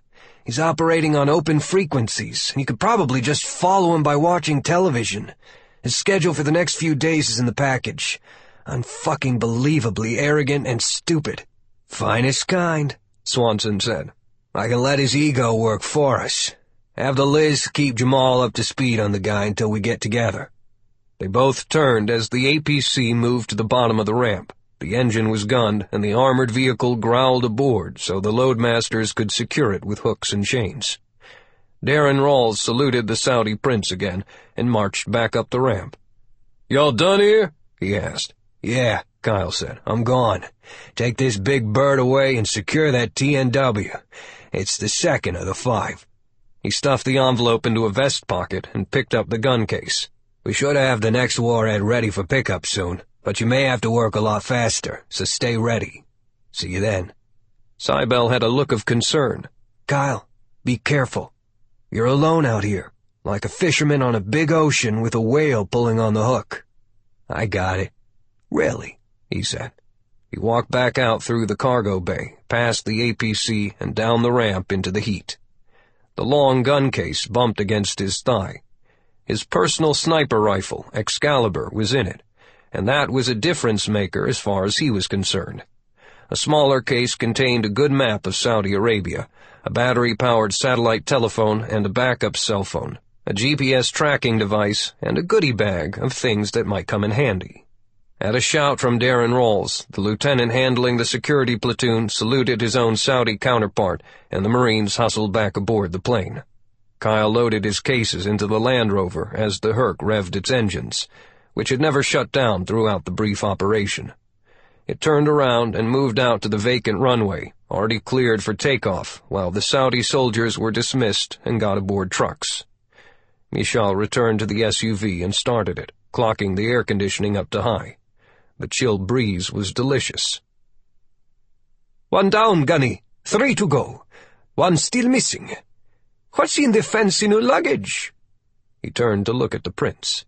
"A secure telephone and some personal shit. Brought along my own weapon, because it's custom-made, and I might find a use for it. Hope you don't mind." Michal smiled. "Not at all. I've heard my uncle bragging about you, so I would love to see if you're up to Ranger standards." Swanson grinned as the cool air made life worthwhile again. "I'll try not to disappoint you." An off-key chirp of little bells sounded in the back seat, from the cell phone on the belt of Captain Al-Mualami. He flipped it open, identified himself, and grimaced as he listened. Then he closed it, dropped it on the seat, wrote something on a small notepad, folded the page in half, and handed it up to the prince. "From headquarters, sir," he said. Michal read it. "I may get to see you work sooner than expected, Gunny. All hell has broken loose down in Ashmutayr, at divisional headquarters on the southern border near Yemen. The troops have mutinied, and heavy fighting is underway. They seized some armor." Swanson let his head slump forward. "Ashmutayr? That was going to be our final nuke pickup site," he said. "He just moved up the list to be our next stop. It's more than 400 miles from here, beyond the biggest desert on Earth." The prince popped the Land Rover into gear and accelerated toward the flight control building. Captain Al-Mualami was already on his radio, ordering up a private jet with a fighter escort. Kyle was silently changing his own plans. He had hoped to go directly over to Jeddah, meet up with Jamal, and go take a look at the guy heading the religious police, who was the other half of his green light package. Swanson had to make a decision on whether the man was a true danger or just a dupe, to kill him or to let him live. That trip had just flopped right in the shitter with the uprising at the southern base. Jeddah would have to wait. Chapter 38. The Pentagon, Washington, D.C. Lieutenant Commander Benton Friedman, the task force Trident electronics expert known as the Lizard, chewed on the smooth plastic of a blue U.S. Navy ballpoint pen as he read the Bloomberg Business website. Small importers in America were howling about the disruption of shipping from China. Kara Henderson in Santa Barbara, California, was experiencing the same problem that was bugging Charles Tyson in Seattle and Eileen McNamara in Chicago. Their ship had not come in. That wasn't normal, and the Lizard was always itchy when 1 and 1 did not add up to 2. He checked the source story from the Associated Press, which had gathered specific incidents of the curious small business crisis from its bureaus across the nation. The compiled report stated that Kara ran an upscale clothing boutique, Eileen sold leather purses to department stores, and Tyson was a toy distributor. Each had made their annual trips to Japan and China earlier in the year, met with manufacturers, studied the catalogs, attended trade shows, and placed thousands of dollars worth of orders. Christmas would be coming in a few months, and time was required to fill those orders, pack the containers, and ship the goods. In the U.S., Henderson, McNamara, and Tyson were already taking advance orders from their own customers. Reliability was important. Then all three had received startling emails from the Chinese shipping agent, a bland, so sorry announcement that the giant cargo ship Pei Shan was no longer available. Reasons unexplained. Efforts were being made to reassign their cargoes to a South Korean carrier, but a delay of at least 30 to 60 days could be expected. 60 days from now, I may be out of business, Eileen McNamara complained to the reporter. If the big stores don't get those purses that I promised, they'll cancel my order and buy from somewhere else. Tyson had bet the farm on a full container load of the latest surprise toy that was going to sweep the nation during the Christmas season. What am I going to do with 500,000 Marco Gigglebirdies in January? He asked. Kara's situation was equally dire. Her boutique would fall behind the fashion curve if those new rags did not arrive on time. Their protests went unheeded, and the three business owners, among many others just like them across America, watched helplessly as their Christmas marketing plans fell disastrously behind schedule. Friedman knew that it was not at all like the Chinese business world to falter on something this important, but nevertheless the Pei Shan had been unexpectedly removed from commercial service. It was the 6th Chinese container ship in a week to be sidelined without explanation. None were in shipyards for repair. They were just sitting at anchor near the coast, apparently empty. He called up the specs on the vessel. It was a monster, stretching almost a quarter-mile in length and wide as a football field. The lizard cocked his head as he stared at a picture of the monster ship and its massive deck. I wonder, what if... he whispered to himself, gnawing harder on the plastic. He logged onto an internal Pentagon network to read the Navy's study on its own maritime pre-positioning force. Alarm grew as he felt the pieces of the puzzle click into place, and he dug deeper into the current status of the Chinese Navy. U.S. satellites had fresh images of 2 new Jin-class nuclear submarines on the surface, one in the Arabian Sea, while the other almost leisurely sunned itself in the Indian Ocean. A dozen JL-1 SLBM missiles and plenty of torpedoes were aboard each. A pair of Type 052C Luoyang-2 class destroyers were churning at high speed into the area, with no effort to maintain radio silence. Almost as if those carrier killers wanted to be seen, he thought. The cargo ships kept forcing their way back into his thinking. Cargo ships, by definition, carried things. The big beasts could hold thousands of troops in their vast holds. As his mind grappled with the possibilities, his computer brought up recent satellite imagery that clearly showed a Z-10E attack helicopter, the newest powerful warbird in the Chinese inventory, parked on the deck of the Pei Shan, with sailors folding the blades and lashing it down. When he saw it, he bit all the way through the plastic, and he had to stop to spit the remains from his mouth. "Stop playing with your food, Liz!" The booming voice of Master Gunnery Sgt. O.O. Dawkins came from over his shoulder. Dawkins was a large presence in any room, and he shared this office with Friedman. One of the few men in the Marine Corps to hold the highest enlisted rank, 00 was Trident's chief administrator. He had watched Friedman chew the pen to pieces, a habit that surfaced only when the lizard was on to something quite unusual. Dawkins walked over to Friedman's desk and looked over his shoulder at the rapidly flashing computer screen. His dark gray eyes could not keep up with the images that flipped across the computer screen, as the lizard darted about in his electronic world. "Have you gotten something new on Swanson's mission?" "Uh-huh. That target hasn't moved in hours, and the CIA has human eyes on it." "Okay," Dawkins replied. Human intelligence was the best kind of recon. "Having some dude on the ground watching the target is a good thing." "I'm keeping Gunny Swanson updated." "Then why are you flying at warp speed?" "Something is going on that doesn't make sense. So I'm putting together a briefing for General Middleton. He's going to think I'm crazy," Friedman said absently as his printer spun out more paper. "We all think you're crazy. What have you got?" "Take a look." The lizard scooped up a stack of pages from the printer tray and verbally sketched the information he had downloaded so far. Dawkins listened to the lizard's excited recitation of data without comment, as he thumbed through some of the sheets, patiently waiting for Friedman to get to the point. Usually, that took a while. Friedman barely took his eyes from the screen. Click, change sites and databases, click, point, click, drag, print.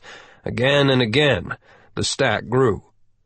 When the lizard finally ran out of breath, Dawkins said, "I understand where you're going with this, Liz, but China doesn't have a blue water navy. They only have one aircraft carrier, which is still at its home port. They're not going to try to force a path through the Strait of Hormuz with just a couple of submarines and destroyers, when we have a carrier battle group plugging that gap and loading thousands of Chinese troops in those cargo ships. Even if they tried, it would take them forever to get to Saudi Arabia. That's more than 4,000 miles. Sorry, Commander, but in my opinion, you're way off base on this one." "I'm not quite finished, Master Gunny. Look at these land and air traffic patterns of some of Chinese key military units. Planes are surging toward forward bases. There's significant activity around both large and medium landing ships along the coast." "Liz, listen to me. They may be making a lot of noise, but they aren't about to take their fleet on a long trip over to invade Saudi Arabia." Friedman hit the keyboard one last time and stood up. No. Yes, you're right, of course. 4,000 miles, ridiculous. It would not be Saudi Arabia, could not be that. He walked to a map of the world that dominated the far wall and put a finger on the coast of China. But look at this port, Fuzhou, only 155 miles from Taipei. While our attention is riveted on the crisis in the Middle East, the Chinese are making exactly the preparations they would need to jump across the strait in a lightning move and invade Taiwan. Dawkins looked at the map, dumbfounded. "So, those Chinese subs and destroyers are prowling around in the Middle East waters to keep us busy watching them, instead of getting ready to fight for Taiwan?" "Yes, absolutely," replied the lizard. "It's the only logical answer. And unless we commit to fight for Taiwan, Beijing will put a couple of 100,000 troops on that island pretty darn quick. Taiwan won't stand a chance alone." Slowly, Dawkins reached into the shirt pocket of his uniform and withdrew a plastic ballpoint pen bearing the eagle, globe, and anchor symbol of the Marines. He gave it to Friedman. "Here, eat," he said. Then pull this World War III shit into coherent shape while I go find the general." The lizard grabbed Master Gunnery Sgt. Dawkins by the elbow, almost jerking the large man off balance. He stared at him through the big glasses for a moment, released him, got up, and began to pace, talking to himself, counting off items on his fingers and clenching his fists.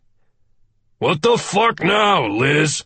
Dawkins was impatient to get this information to the man who needed it most. "I'm a naval officer. You other people in Trident are not." "Correct. You're a squid, and we're Spec Ops." "Yes, of course. Squid. Giant squid. From the family Architeutathae. Largest eyes of any creature. Sorry." He flapped his arms. "One thing I've learned from you, 00, and from Cybele and Kyle, and the General, is how highly you value deception, to make the enemy look the other way while you execute your tasks." Dawkins said, "That's exactly what the Chinese are doing. We look left, and they go right. I've got it, Liz. Our forces in the Pacific have a lot of work to do in a hurry." "Yes." The skinny lieutenant commander hurried over to the closed door and stood before it, blocking Dawkins' path as if he might actually impede the Master Gunny's progress if he tried to pass. "No." "What in the hell are you trying to say, man? Say it!" Friedman held his hands at about chin level, palms parallel and shaking. "I'm wrong, Master Gunny. Stupid! The Taiwan thing is the deception. What better way to launch a special operation than to hide it within a massive buildup and a shifting of all your forces? Our intelligence sources are wonderful, but we can't track everything, and they're throwing all of this into motion at once. It's a beautiful ploy to overwhelm our capabilities. Or that's what I think they're thinking that they want us to think." Dawkins gently placed a large paw on each of Friedman's shoulders and moved him gently to one side of the door. "Calm down, Commander Friedman. Don't crack up on me now.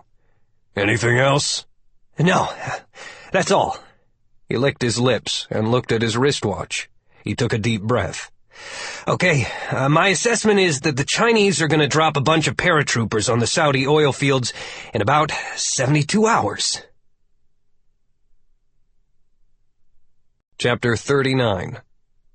Ashmutair, Saudi Arabia. The Arub al-Khali Desert is 250,000 square miles of sand, with dunes as high as 1,000 feet, fearsome hot mountains that move with the winds. From a small plane sailing high above the empty quarter, the marching dunes reminded Kyle of a restless ocean. A man could drown in either one. There was nothing worthwhile down there in those waterless, blistering hot sands along the Tropic of Cancer. Nothing other than some of the biggest oil fields in the world. Villages and dry tracks were built to help suck the oil from the sands. Just thinking about living under such harsh conditions was enough to make one sweat. "It might as well be the end of the world," he said to Prince Colonel Mishal bin Khalid. "Not to us," Mishal replied, taking a sip of fruit juice. "Our history is down there. Bedouins are in every walk of Saudi life today, but thousands of them still live in the great desert. That lure of the sands is magical and never leaves us. Even in cities, it is not unusual to see the owner of a home have a tent in his garden." "Have you ever even ridden a camel?" Swanson asked with a grin. "Of course. Once. For a holiday photo." The prince tapped the soft cushion of his seat. "I also do not sleep on a goat's hide, nor do I use an abacus to count. We embrace modernity and technology, but have leapt from camels to pickup trucks in an incredibly short time." "Oil," Kyle commented. "Yes, oil," Mishal agreed and changed the subject. "Are you ready to get to work?" "I'm ready to help," Swanson replied. He was more than ready. The prospect of action was surging through his mind and body. "I have a feeling we will need every gun we can get." The prince looked at his watch and picked up a telephone handset on the nearby bulkhead to call his aide, who had been up front at the communications console tracking the developing situation. The prince told him to come back to the main cabin and give them a briefing. They would be landing in about 20 minutes. Black smoke, rising in columns, folded into a single dark cloud over the military base that dominated the flat landscape at Ashmutair. A small village by that name lay on the west side of the military facility, between the base and National Route 15. Smoke also spouted from inside the town. The mutiny had spilled beyond the fence. The long, paved airport runway was considered unsafe by the local commander, so their plane swooped in for a fast landing on a hard dirt strip on the far side of the main highway and taxied to a halt. The aide popped the door open, and they hurried down the stairs and ran toward an old Bradley M2A1 fighting vehicle that was trundling forward to collect them. Bright streaks of recent bullet strikes shone against its armor, and it paused only long enough to spin on one track and lower the hydraulic rear ramp enough so they could scramble inside. It smelled of spent gunpowder, and all of the cradles that normally held TOW anti-tank missiles were empty. This Brad had been working hard. The track commander was a lieutenant in a dirty, stained uniform who was also acting as the turret gunner. He yelled an order for the driver to get moving and opened up with his 25mm chain gun toward a pair of armored M113 APCs that were charging toward them out of the base and down the main runway. The chain gun slammed away like a jackhammer, and incoming rounds wonked against the Bradley's armor. As the brawny vehicle lunged ahead, the lieutenant screamed in pain and toppled from his seat, a chunk of meat missing from his right shoulder. The prince and Captain Al-Mualami jumped to aid the wounded officer, while Swanson climbed into the turret and took the handles of the big automatic weapon. Swinging it around, he opened fire on the nearest APC and saw that the second armored vehicle was attacking the plane that had just landed. The aircraft attempted to escape, but it was too slow, and as it rolled forward, the rebel APC easily kept pace and tore it to shreds with machine gun fire. The aircraft exploded on the sand, and the APC raked the wreckage to be certain there were no survivors. The second rebel APC broke off its pursuit of the Bradley, and Kyle stopped shooting. Brigadier General Mohammed Hashim could not even salute when the prince ducked into the command post. The base commander's right arm was broken and rested awkwardly in a sling. Dots of blood were on his shirt from small shrapnel wounds. He was working the radio with his left hand. Hashim had been a soldier all of his life, starting as a common National Guard private. He eventually graduated from the King Khalid Military College and was a veteran. But the fire was gone from within him, and his eyes were dull with fatigue. "What happened?"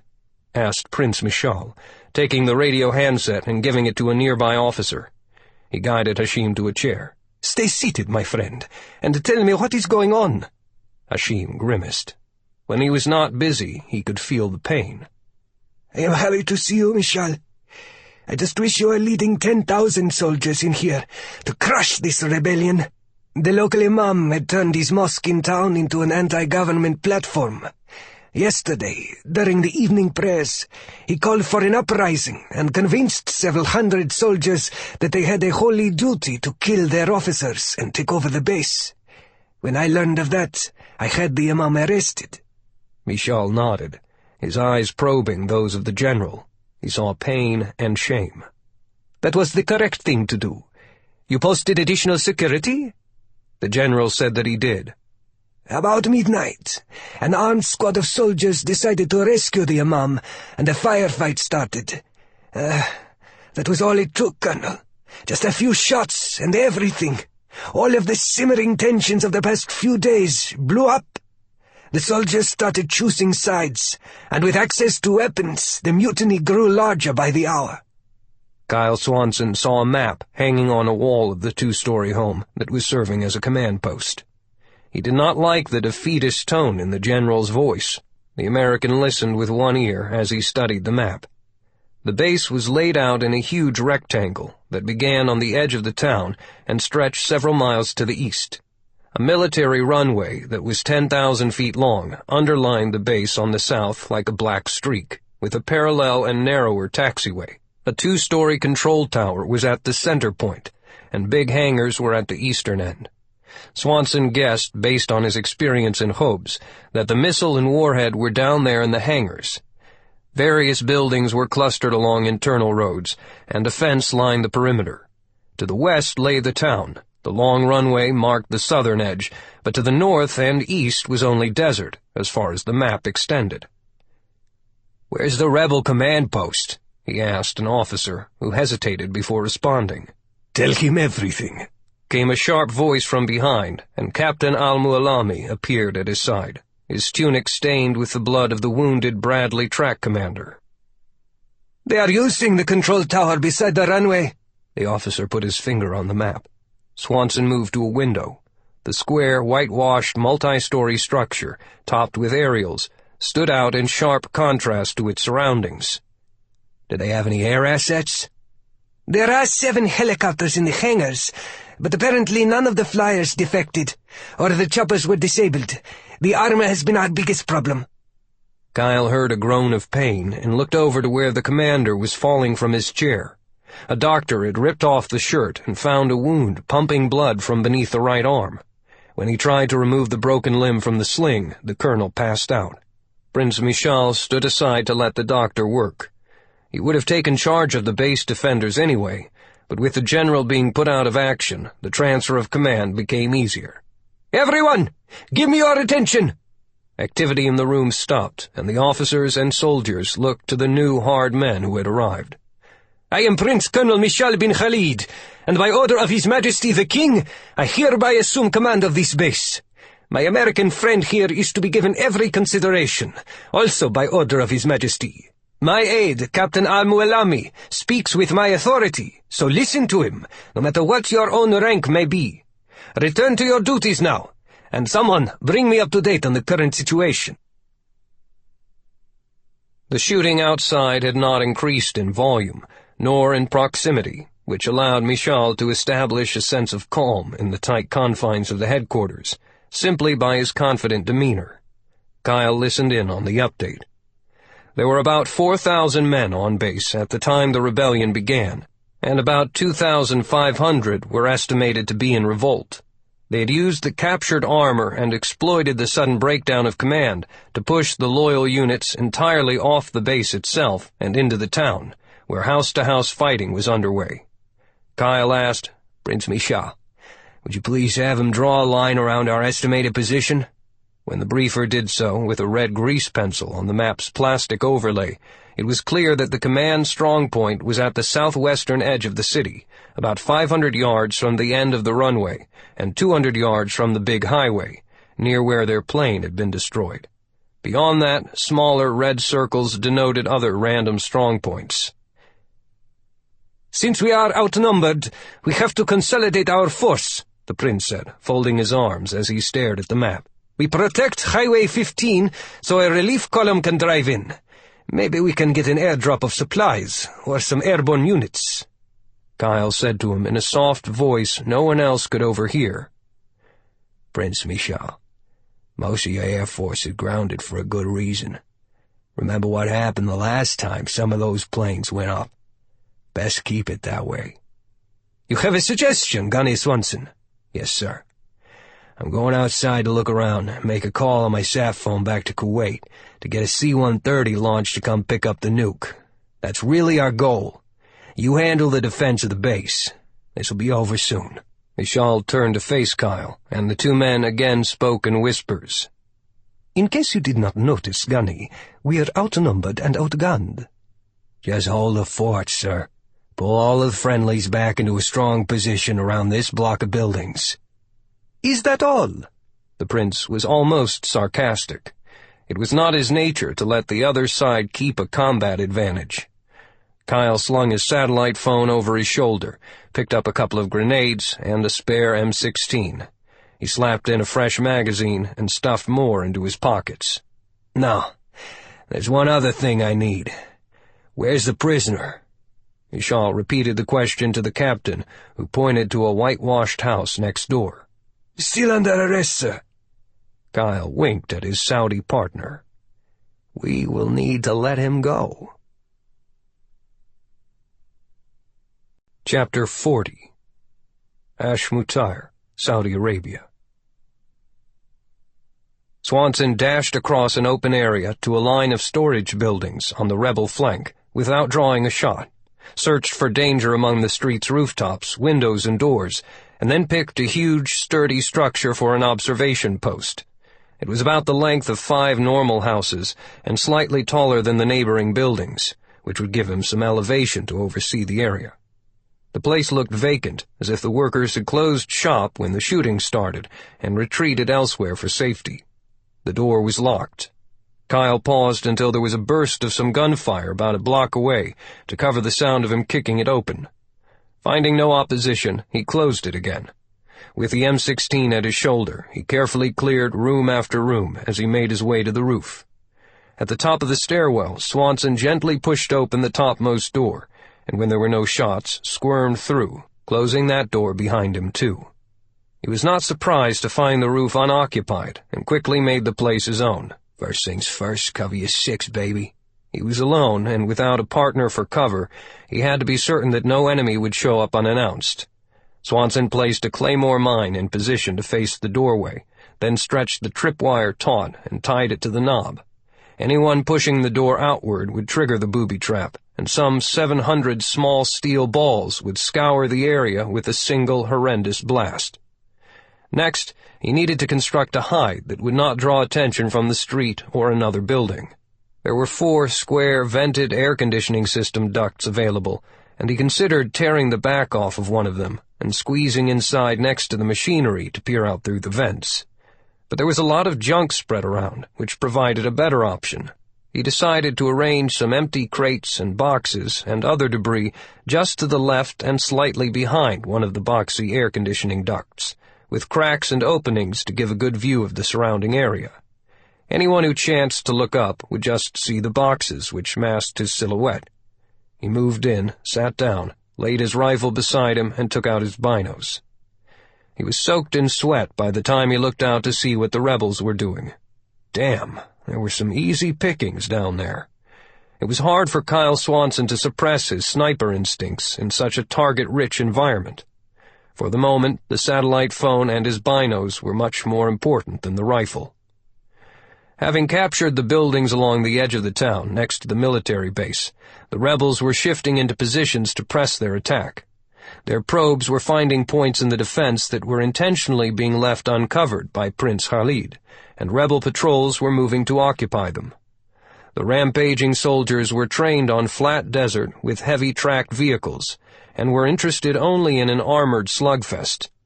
In the town, the battle was rolling fast, surging between buildings and down streets, with the emphasis on brute force. After taking a building, the rebels would immediately leave it before doing a thorough search and move on, screaming about victory and Allah, and ceremoniously firing their AK-47s into the air. Kyle had seen that false euphoria before. It was a comfortingly normal event to him. Things were ragged down below, which was also something he had expected. Many officers had been executed in the first hours of the uprising, and other sergeants and soldiers had escaped from the insurgent force. Without leaders, unit cohesion had disappeared, and the reins of the fight were in the hands of a bunch of ill-trained morons, Kyle thought. Prince Colonel Michal bin Khalid should be more than able to handle this bunch. Keep coming, boys. Keep coming. The sat phone, only about the size of a police walkie-talkie, had a folded aerial that popped into place when Swanson pulled it from a pocket of his gear vest. The electronics hummed to life when he switched it on, and a built-in global positioning system provided his exact coordinates. His first call went to Kuwait. Trident Base, this is Bounty Hunter, over.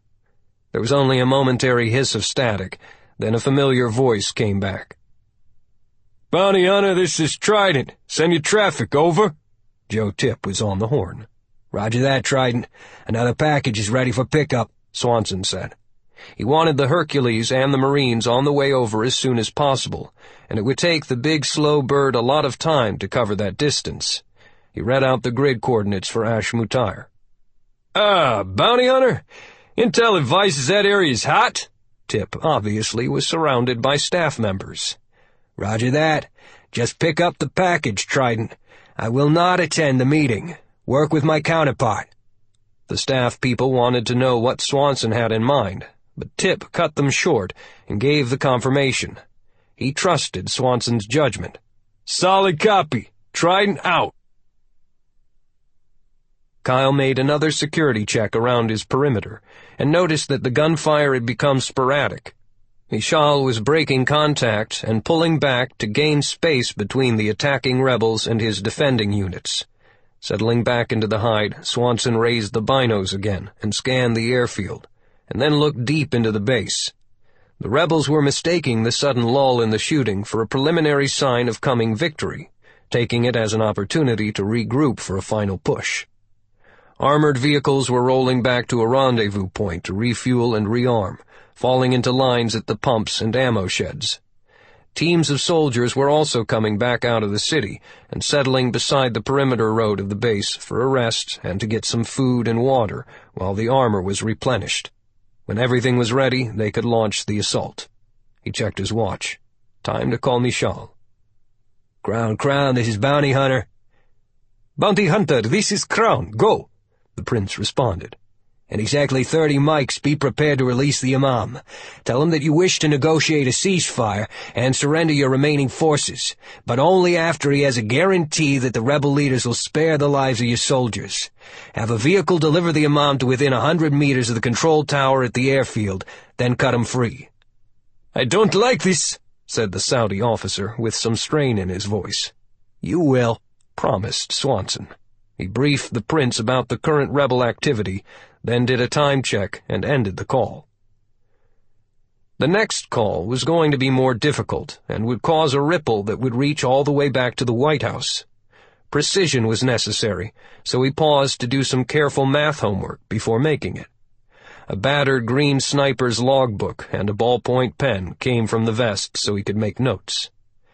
The GPS in the sat phone had provided his precise position, and using a pocket compass, he determined the exact directions from his location through azimuth readings to the control tower, to the fuel and ammo dump zone, and to the broad area where the tired rebel troops were gathering to rest.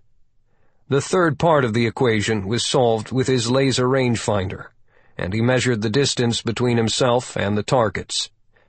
Now for the tricky part. He dialed up a new frequency and called, frequent flyer, this is Bounty Hunter." A U.S. Air Force captain at the communications console aboard an AWACS plane, flying in high circles over the Arabian Sea, answered with a stone-calm voice. "Bounty Hunter, this is Frequent Flyer 70. Send your traffic." "Roger, Frequent Flyer 70. I have a black flag mission. Stand by to copy." "Send your traffic." "Roger. I have targets at grid 6974, 5964. "I copy. 6974, 5964. Is this correct? Over." "That is a solid copy." There was a slight pause as the captain punched the numbers into her computer, and it flashed a bright red warning. "Bounty Hunter, that is a no-go. Those coordinates are in a friendly country, and we have no authorization for that." The moment of truth. "Frequent Flyer 70, Bounty Hunter. Stand by to copy authorization codes." "Roger that. Send your traffic." The captain's fingers were poised over the keyboard on the electronics warfare plane, and her total concentration was on the voice coming over her headset. She did not want to miss a syllable. "I send Zulu Delta 197 Whiskey X-ray." "I copy. Zulu Delta 197 Whiskey X-ray." "Roger that." "Bounty Hunter, stand by one." "This is above my pay grade. Thank goodness," the captain thought, touching a switch to alert the colonel who was overseeing the day's flight at the far northern edge of the carrier battle group. "Colonel, we have received a black flag request with a presidential-level approval code from inside the Kingdom of Saudi Arabia. Call sign Bounty Hunter. Switching to you." Swanson had expected initial disbelief and then eventual capitulation by everyone who handled the call. From his rooftop hide, he was summoning a strike by U.S. warplanes on a precise target within an allied country. He would provide timing and other directions to the individual pilots once they were in the area. The AWACS colonel read the traffic, acknowledged receipt, and sped the request up the chain of command to the battle fleet commander. Aboard the carrier, the admiral's chief of staff was a cautious man and advised his boss that they probably should check the request first through Washington. The admiral snapped, "No, goddammit! I don't know who or what this bounty hunter is, but he has all the proper codes and is verified authentication. A black flag means that he wants us to get in there and help, not to waste time climbing the cover-our-asses telephone tree. Tell him that we're on the way. If I'm wrong, I'll retire early."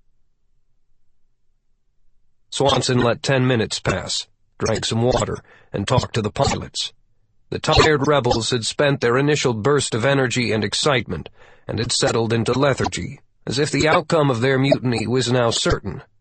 They had won, and had plenty of time to clean up the remnants of the old regime. "Ground, this is Bounty Hunter." "Go ahead, Bounty Hunter." "Turn him loose. When he reaches the control tower, I'm gonna pop smoke." "Then what?" "You guys hold your line and keep your heads down. Do not venture out beyond your positions." Kyle was careful in sorting out the calls of aircraft arriving on station, finding out what weapons they had, and stacking the planes in packages, flying in circles starting at 15,000 feet and 50 miles away. He heard the grumble of the APC heading up the runway and put his binos on it. A white flag was tied to the machine gun in the turret, flapping as the vehicle slowly ventured onto the black tarmac. Picking up the sat phone, Swanson gave a command, and a single aircraft peeled away from the stack and headed in toward Ashmutar. The armored personnel carrier came to a cautious, rattling stop, and then the track commander lowered the ramp. The imam, a short and bearded man wearing dirty robes, stepped out and walked with calm confidence toward the rebel command post in the tower. He would deliver the surrender message of Prince Colonel Mishal bin Khalid, but order the rebels to ignore it, kill all of the heretics, and spit on their bodies. The APC buttoned up its hatches and sped back to its position, fleeing sporadic fire from men to whom the flag of truce meant nothing.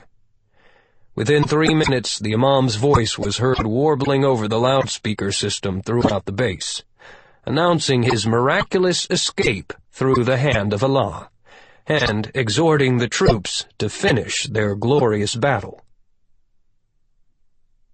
40,000 feet overhead, a U.S. Air Force B-2A bomber made a slightly descending approach. Illuminated dials and computerized figures were projected on the heads-up display, but the pilot wanted to get his eyes on these targets. The radio in his headset crackled. Nighthawk, Nighthawk, this is Bounty Hunter. Go ahead, Bounty Hunter. Roger. My position is as follows. 69er, 74, 59er, 64. Your target is an ammo dump and refueling depot that is 1,150 meters from me at 38 azimuth. I will identify my position with red smoke. I copy, Bounty Hunter. Target is a gas station 1,150 meters from you at azimuth 38, over. That's a solid copy. The data was locked in the stealth bomber's computer, which passed the settings to the smart bombs. Roger that, Bounty Hunter. I can see him now. Quite a crowd. I'm popping smoke. Kyle snapped the pin on the smoke grenade and threw the oblong device into the street alongside the building, where it cracked open and spewed out a ballooning column that was thick and crimson, starkly visible against the brown landscape. The B-2A bomber pilot now knew exactly where to deliver the load, and where not to bomb. Roger, I see red smoke. As the computer made its final calculations, he opened the big doors in the belly of his plane, and confirmed, starting my bombing run. In moments, 80 GBU-39 small-diameter bombs, each weighing about 300 pounds, spun away from the internal rotary bomb racks, and the pilot hauled the stealth plane, the Spirit of Georgia, into a gentle turn, and whooshed quietly away. The Claymore mine that guarded the door to his rooftop perch exploded with a flash and such sudden violence that it shook the building. Kyle jumped at the surprise blast and heard a man scream. Some rebel nosing around the building had tripped the booby trap and was blown out of his boots. Automatic weapons began stuttering, with the bullets zipping harmlessly through the smoke of the destroyed doorway. Kyle shifted the phone to his left hand and grabbed his M16 with his right. If a woman can steer a car, apply makeup, text message, and drink coffee at the same time, I can do this. From the control tower, the Imam's shrill words were still goading his former captors, and bringing shouts of delight from the cheering rebels, when the first smart bombs from the B-2A crashed into the lines of armored vehicles at the fuel farm and ammunition depot. A jackhammer staccato of violent explosions crushed the columns with a thorough carpet bombing, and the storage areas of petrol and ammunition erupted. The ground underfoot shook as the typhoon of destruction consumed the entire area in a firestorm. Blazing battle tanks flipped about like ruined tin cans. Before the roar of the first attack ceased, Kyle had a pair of Marine FA-18 Hornets barreling in low. They had been flying a mission in Kuwait when the black flag was unfurled and arrived as the first package in the circle. Swanson read them the location and azimuth of the wide field that was jammed with rebel soldiers, all of whom were watching the disaster at the tank pens. Through a crack in his hide, he saw an enemy soldier creeping slowly along the roof. Kyle held his fire because the man was not specifically hunting him. All the soldier really knew was that a claymore had blocked the doorway and caused casualties. Swanson judged the enemy strength was most likely just a few guys, a squad at most, and the claymore already had sheared off a few. The soldier probed around an air conditioning duct and found nothing, then turned and saw the hide. The rebel's eyes grew wide in alarm as Swanson took him down with a careful 3-round burst. The fast FA-18 Hornets sailed in on a south-north run and laid a trail of bombs and rockets through the massed infantrymen in the open area. Shrapnel chewed through them like broad razors, and their shredded bodies fell in bloody heaps. Kyle figured one more strike would be needed, and he assigned the target of the control tower to 2 Navy F-35 Joint Strike Fighters, just as another pair of rebel infantrymen darted from the wrecked rooftop doorway, charging toward him with their rifles on full automatic. Swanson kept the radio tight to his ear and put his M16 over his head, pointed it at open space, and pulled the trigger to let it rock and roll on full auto. The bad guys would either have to take cover or hit the deck. There was another scream, and he gave the final instructions to the planes. The JSFs came in low and hard to lay a long, fiery string of napalm that wrapped the control tower in broiling flame and smoke. The entire attack required less than 90 seconds, and it left the rebel force broken and its leaders dead. The aircraft were gone almost before any of the rebels even had a chance to look up. "Frequent flyer bounty hunter. End mission.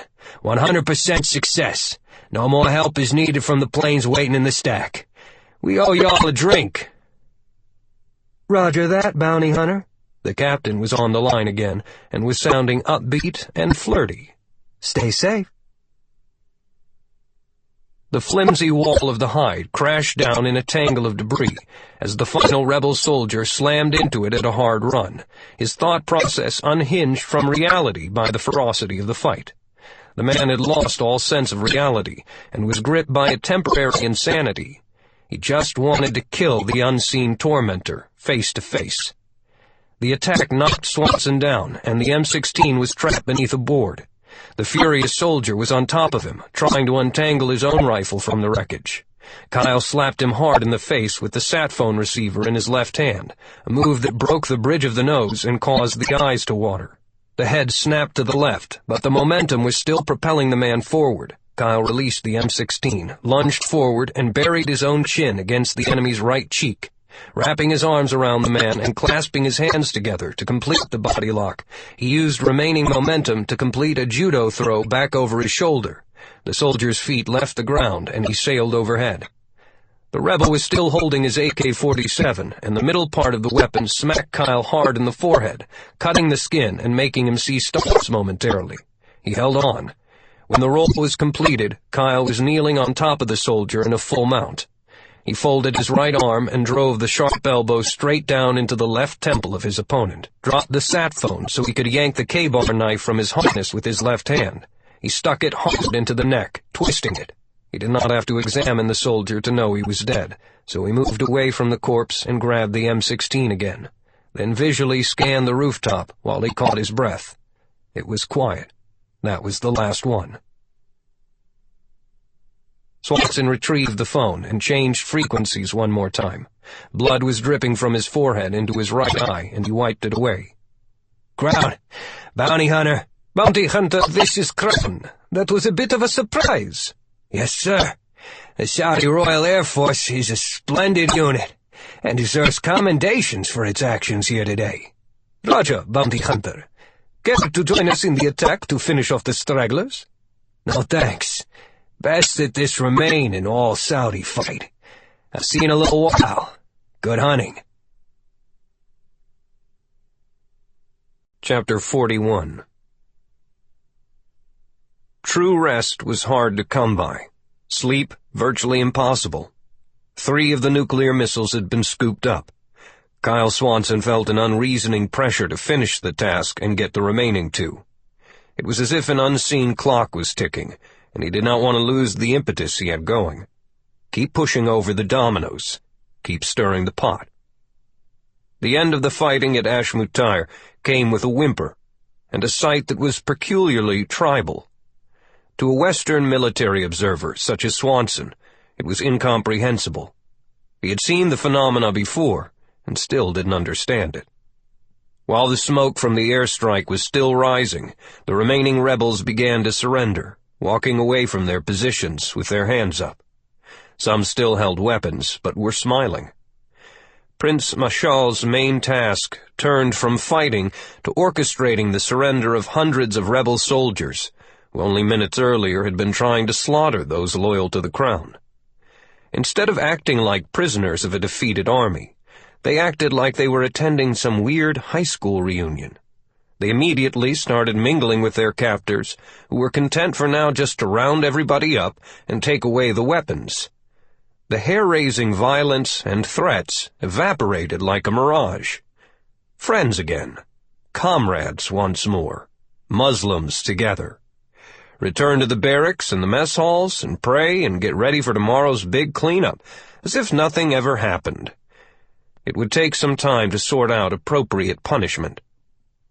He had caught an hour's worth of relaxation in an air-conditioned office, while the prince's troops went to the hangars at the far end of the airstrip and hauled out the nuclear warhead and the missile launch system, both of which were still intact because Swanson had made sure the U.S. bombers and fighters had not torn up any air facilities, except for the control tower. Some helicopters were also safe inside, and he had Michal appropriate one for his use and have it checked out and fueled. "I want to get up to Jeddah right away and prepare to pick up the next nuke at Al-Taif," Kyle said. The prince was at a desk, alternating his attention between maps and radio and telephone handsets. "I cannot leave yet, Gunny. A new commander for this base will arrive from Riyadh early tomorrow. We are temporarily assigning the job to a major general. We'll bring along his own staff and some fresh troops, so we don't have to go through this loyalty issue again. At least not here." "So how about if I start the arrangements and we can finish off the transfer when you come in tomorrow?" The prince nodded agreement. "Do you want one of my staff members to go with you?" Kyle shook his head negatively. "No, there's not much to do, and I have the authorization to set up my part of the deal. By the time I get up there and contact my people to set up the next flight, I'll be ready for some sack time." "You've earned it, Gunny." "So have you." Swanson walked alone to the waiting helicopter. In minutes, he was in the air and gone. He closed his eyes and was immediately asleep. He awoke when the blades changed their sound, and the helicopter headed into Jeddah. He saw the friendly face of Jamal smiling at him from a waiting automobile, and they went straight to the CIA safe house to get to work. It was after midnight before Swanson took a shower and went to bed. The red digital readout of a bedside clock again reminded him that time was rolling away. Chapter 42. Saturday morning found Muhammad Abu Ibarra seated in the one large, overstuffed chair in the main room of his thick-walled home. It was sequestered in a private compound, one of several places that he maintained throughout the country. His narrow face was immobile in thought as he stared through a curtained window that overlooked a small garden. This would be an important day, perhaps the most important of his life. There was no doubt that the rebellion was faltering throughout the country. The ungrateful populace of Saudi Arabia had not reacted with the storm of resentment that Ibarra had both expected and promised. The people had been horribly tainted by unholy ideas and were unwilling to give up their modern comforts, automobiles, television sets, money, music, and filthy habits. They were shunning his call to exchange their lives and fortunes for his message of absolute morality, and through that, a serene life of total obedience. Like children, they once again would have to be reminded of who they were. A stern lesson was all that was needed. Once it was properly administered, the uprising would begin anew and sweep across the land. Therefore, he would have 3 men executed in the public square today. His instructions to the executioners were very clear. There would be no artistry in the simultaneous decapitations. The first sword slashes would do no more than cut deeply into shoulders and scalps, starting an orgy of butchery and torture that would be prolonged by the dull, chipped blades and careful aim of the men doing the chopping. Severing the spinal cords and actually cutting off the heads probably would not happen until 5 full minutes of relentless butchery. Ibarra thought silently, "This is how you get votes in my world. I will rule through the oldest and surest of ways, fear and intimidation. Anyone who does not support me is my enemy, and will be declared an infidel, open targets for the retribution of Allah." Chosen to be slain today were a university professor of archaeology who believed that science could replace pure faith, a merchant who had become too wealthy to be humble, and a young man who led the Desert Leopards gang but had outlived his usefulness. The Leopards had not been aggressive enough in creating the needed urban riots, and had lost many of their members while fighting the government forces. He would be replaced by an even more violent gang. There was no shortage of criminal gangs. All three of the men, even the young leopard, were members of families with connections to the royal government. When it was done, the pictures and the awful message would spread over the land and rekindle the fire of rebellion. It could still work. He would make it work. Ibarra fancied himself as the great captain of a wonderful new movement that would combine religion, government, and military strength under his personal leadership. After all, it was he who had pushed the original idea of a coup into motion and come up with the necessary outside help. Just as he had been wrestling with ways to begin a rebellion, the sly Russians, with oil and power on their minds, had appeared before him like a gift from Allah.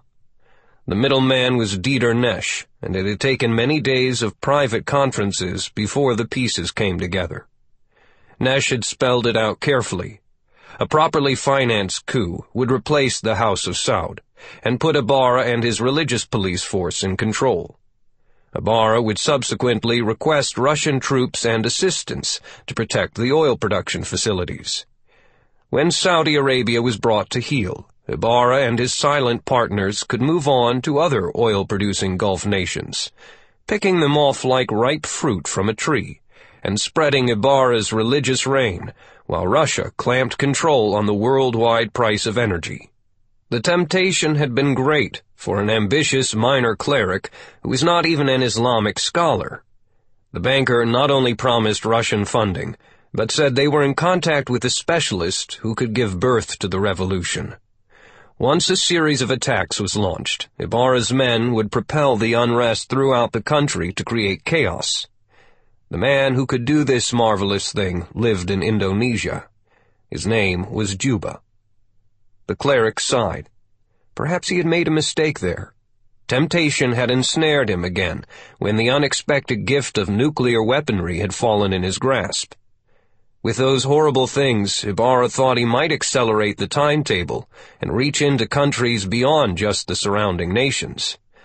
Juba, however, was proving to be uncontrollable, condescending, and rude. If Ibarra could rekindle the rebellion, Juba might no longer be needed at all. There was enough money available to hire a team of devout Muslim scientists from Iran or Syria to replace him. He turned from his reverie when there was a soft knock. His wife entered the room to tell him the driver had arrived with the car. It was time to go to the mosque to demonstrate his power. He rose with a sigh that only he could hear, and ignored his two young sons who were standing beside the door, their heads bowed in respect and trepidation, wondering if they would receive a pat on the head or a slap to the face when he passed. It was also time to deal with Juba and the banker again, but he felt good.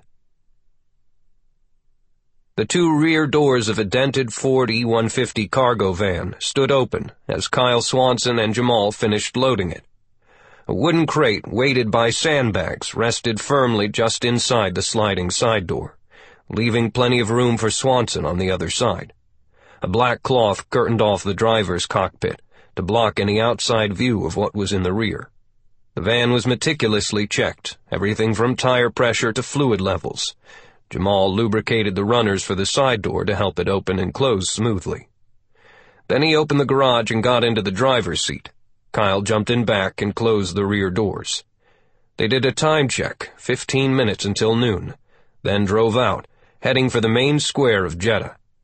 Kyle unlocked a long, narrow gun case and removed Excalibur from its cushioned resting place.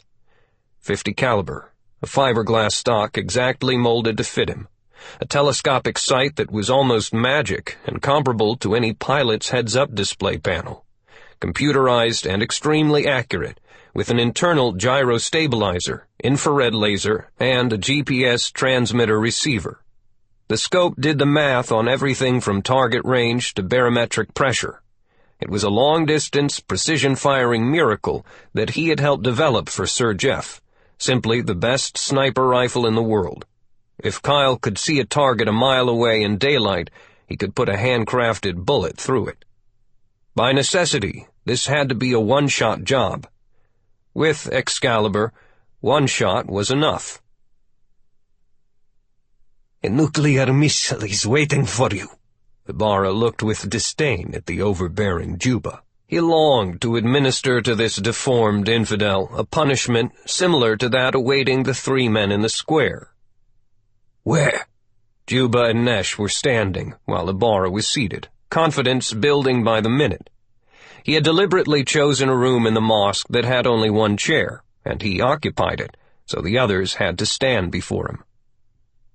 It is at the army base of Tabuk, in the north, near the Jordanian frontier and Israel. Ibarra took a small sip of tea and picked up an envelope from a side table. The commanding general is a faithful brother, who is among the true believers to our cause. The details are written here. Juba rubbed his chin and passed the envelope to Dieter Nesh. He assumed that Ibarra knew that the mutiny at the base in the south had been defeated. As I expected. The coup seems to have stalled. You guaranteed a spontaneous uprising of the citizens, Ibarra. Why did that not happen? Ibarra rose from the chair and stood to face Juba. No longer would he be cowed and insulted. I see now that I was wrong to bring you here, he said with a snort of derision. You, Juba, have failed to deliver what you promised for our revolution. So I am now forced to assume the overall command of the military situation, as well as the spiritual and political. Your only remaining assignment now is to go and take control of this remaining missile in Tabuk, an assignment that I have made as easy as possible for someone of your obviously limited capability. Then launch it immediately.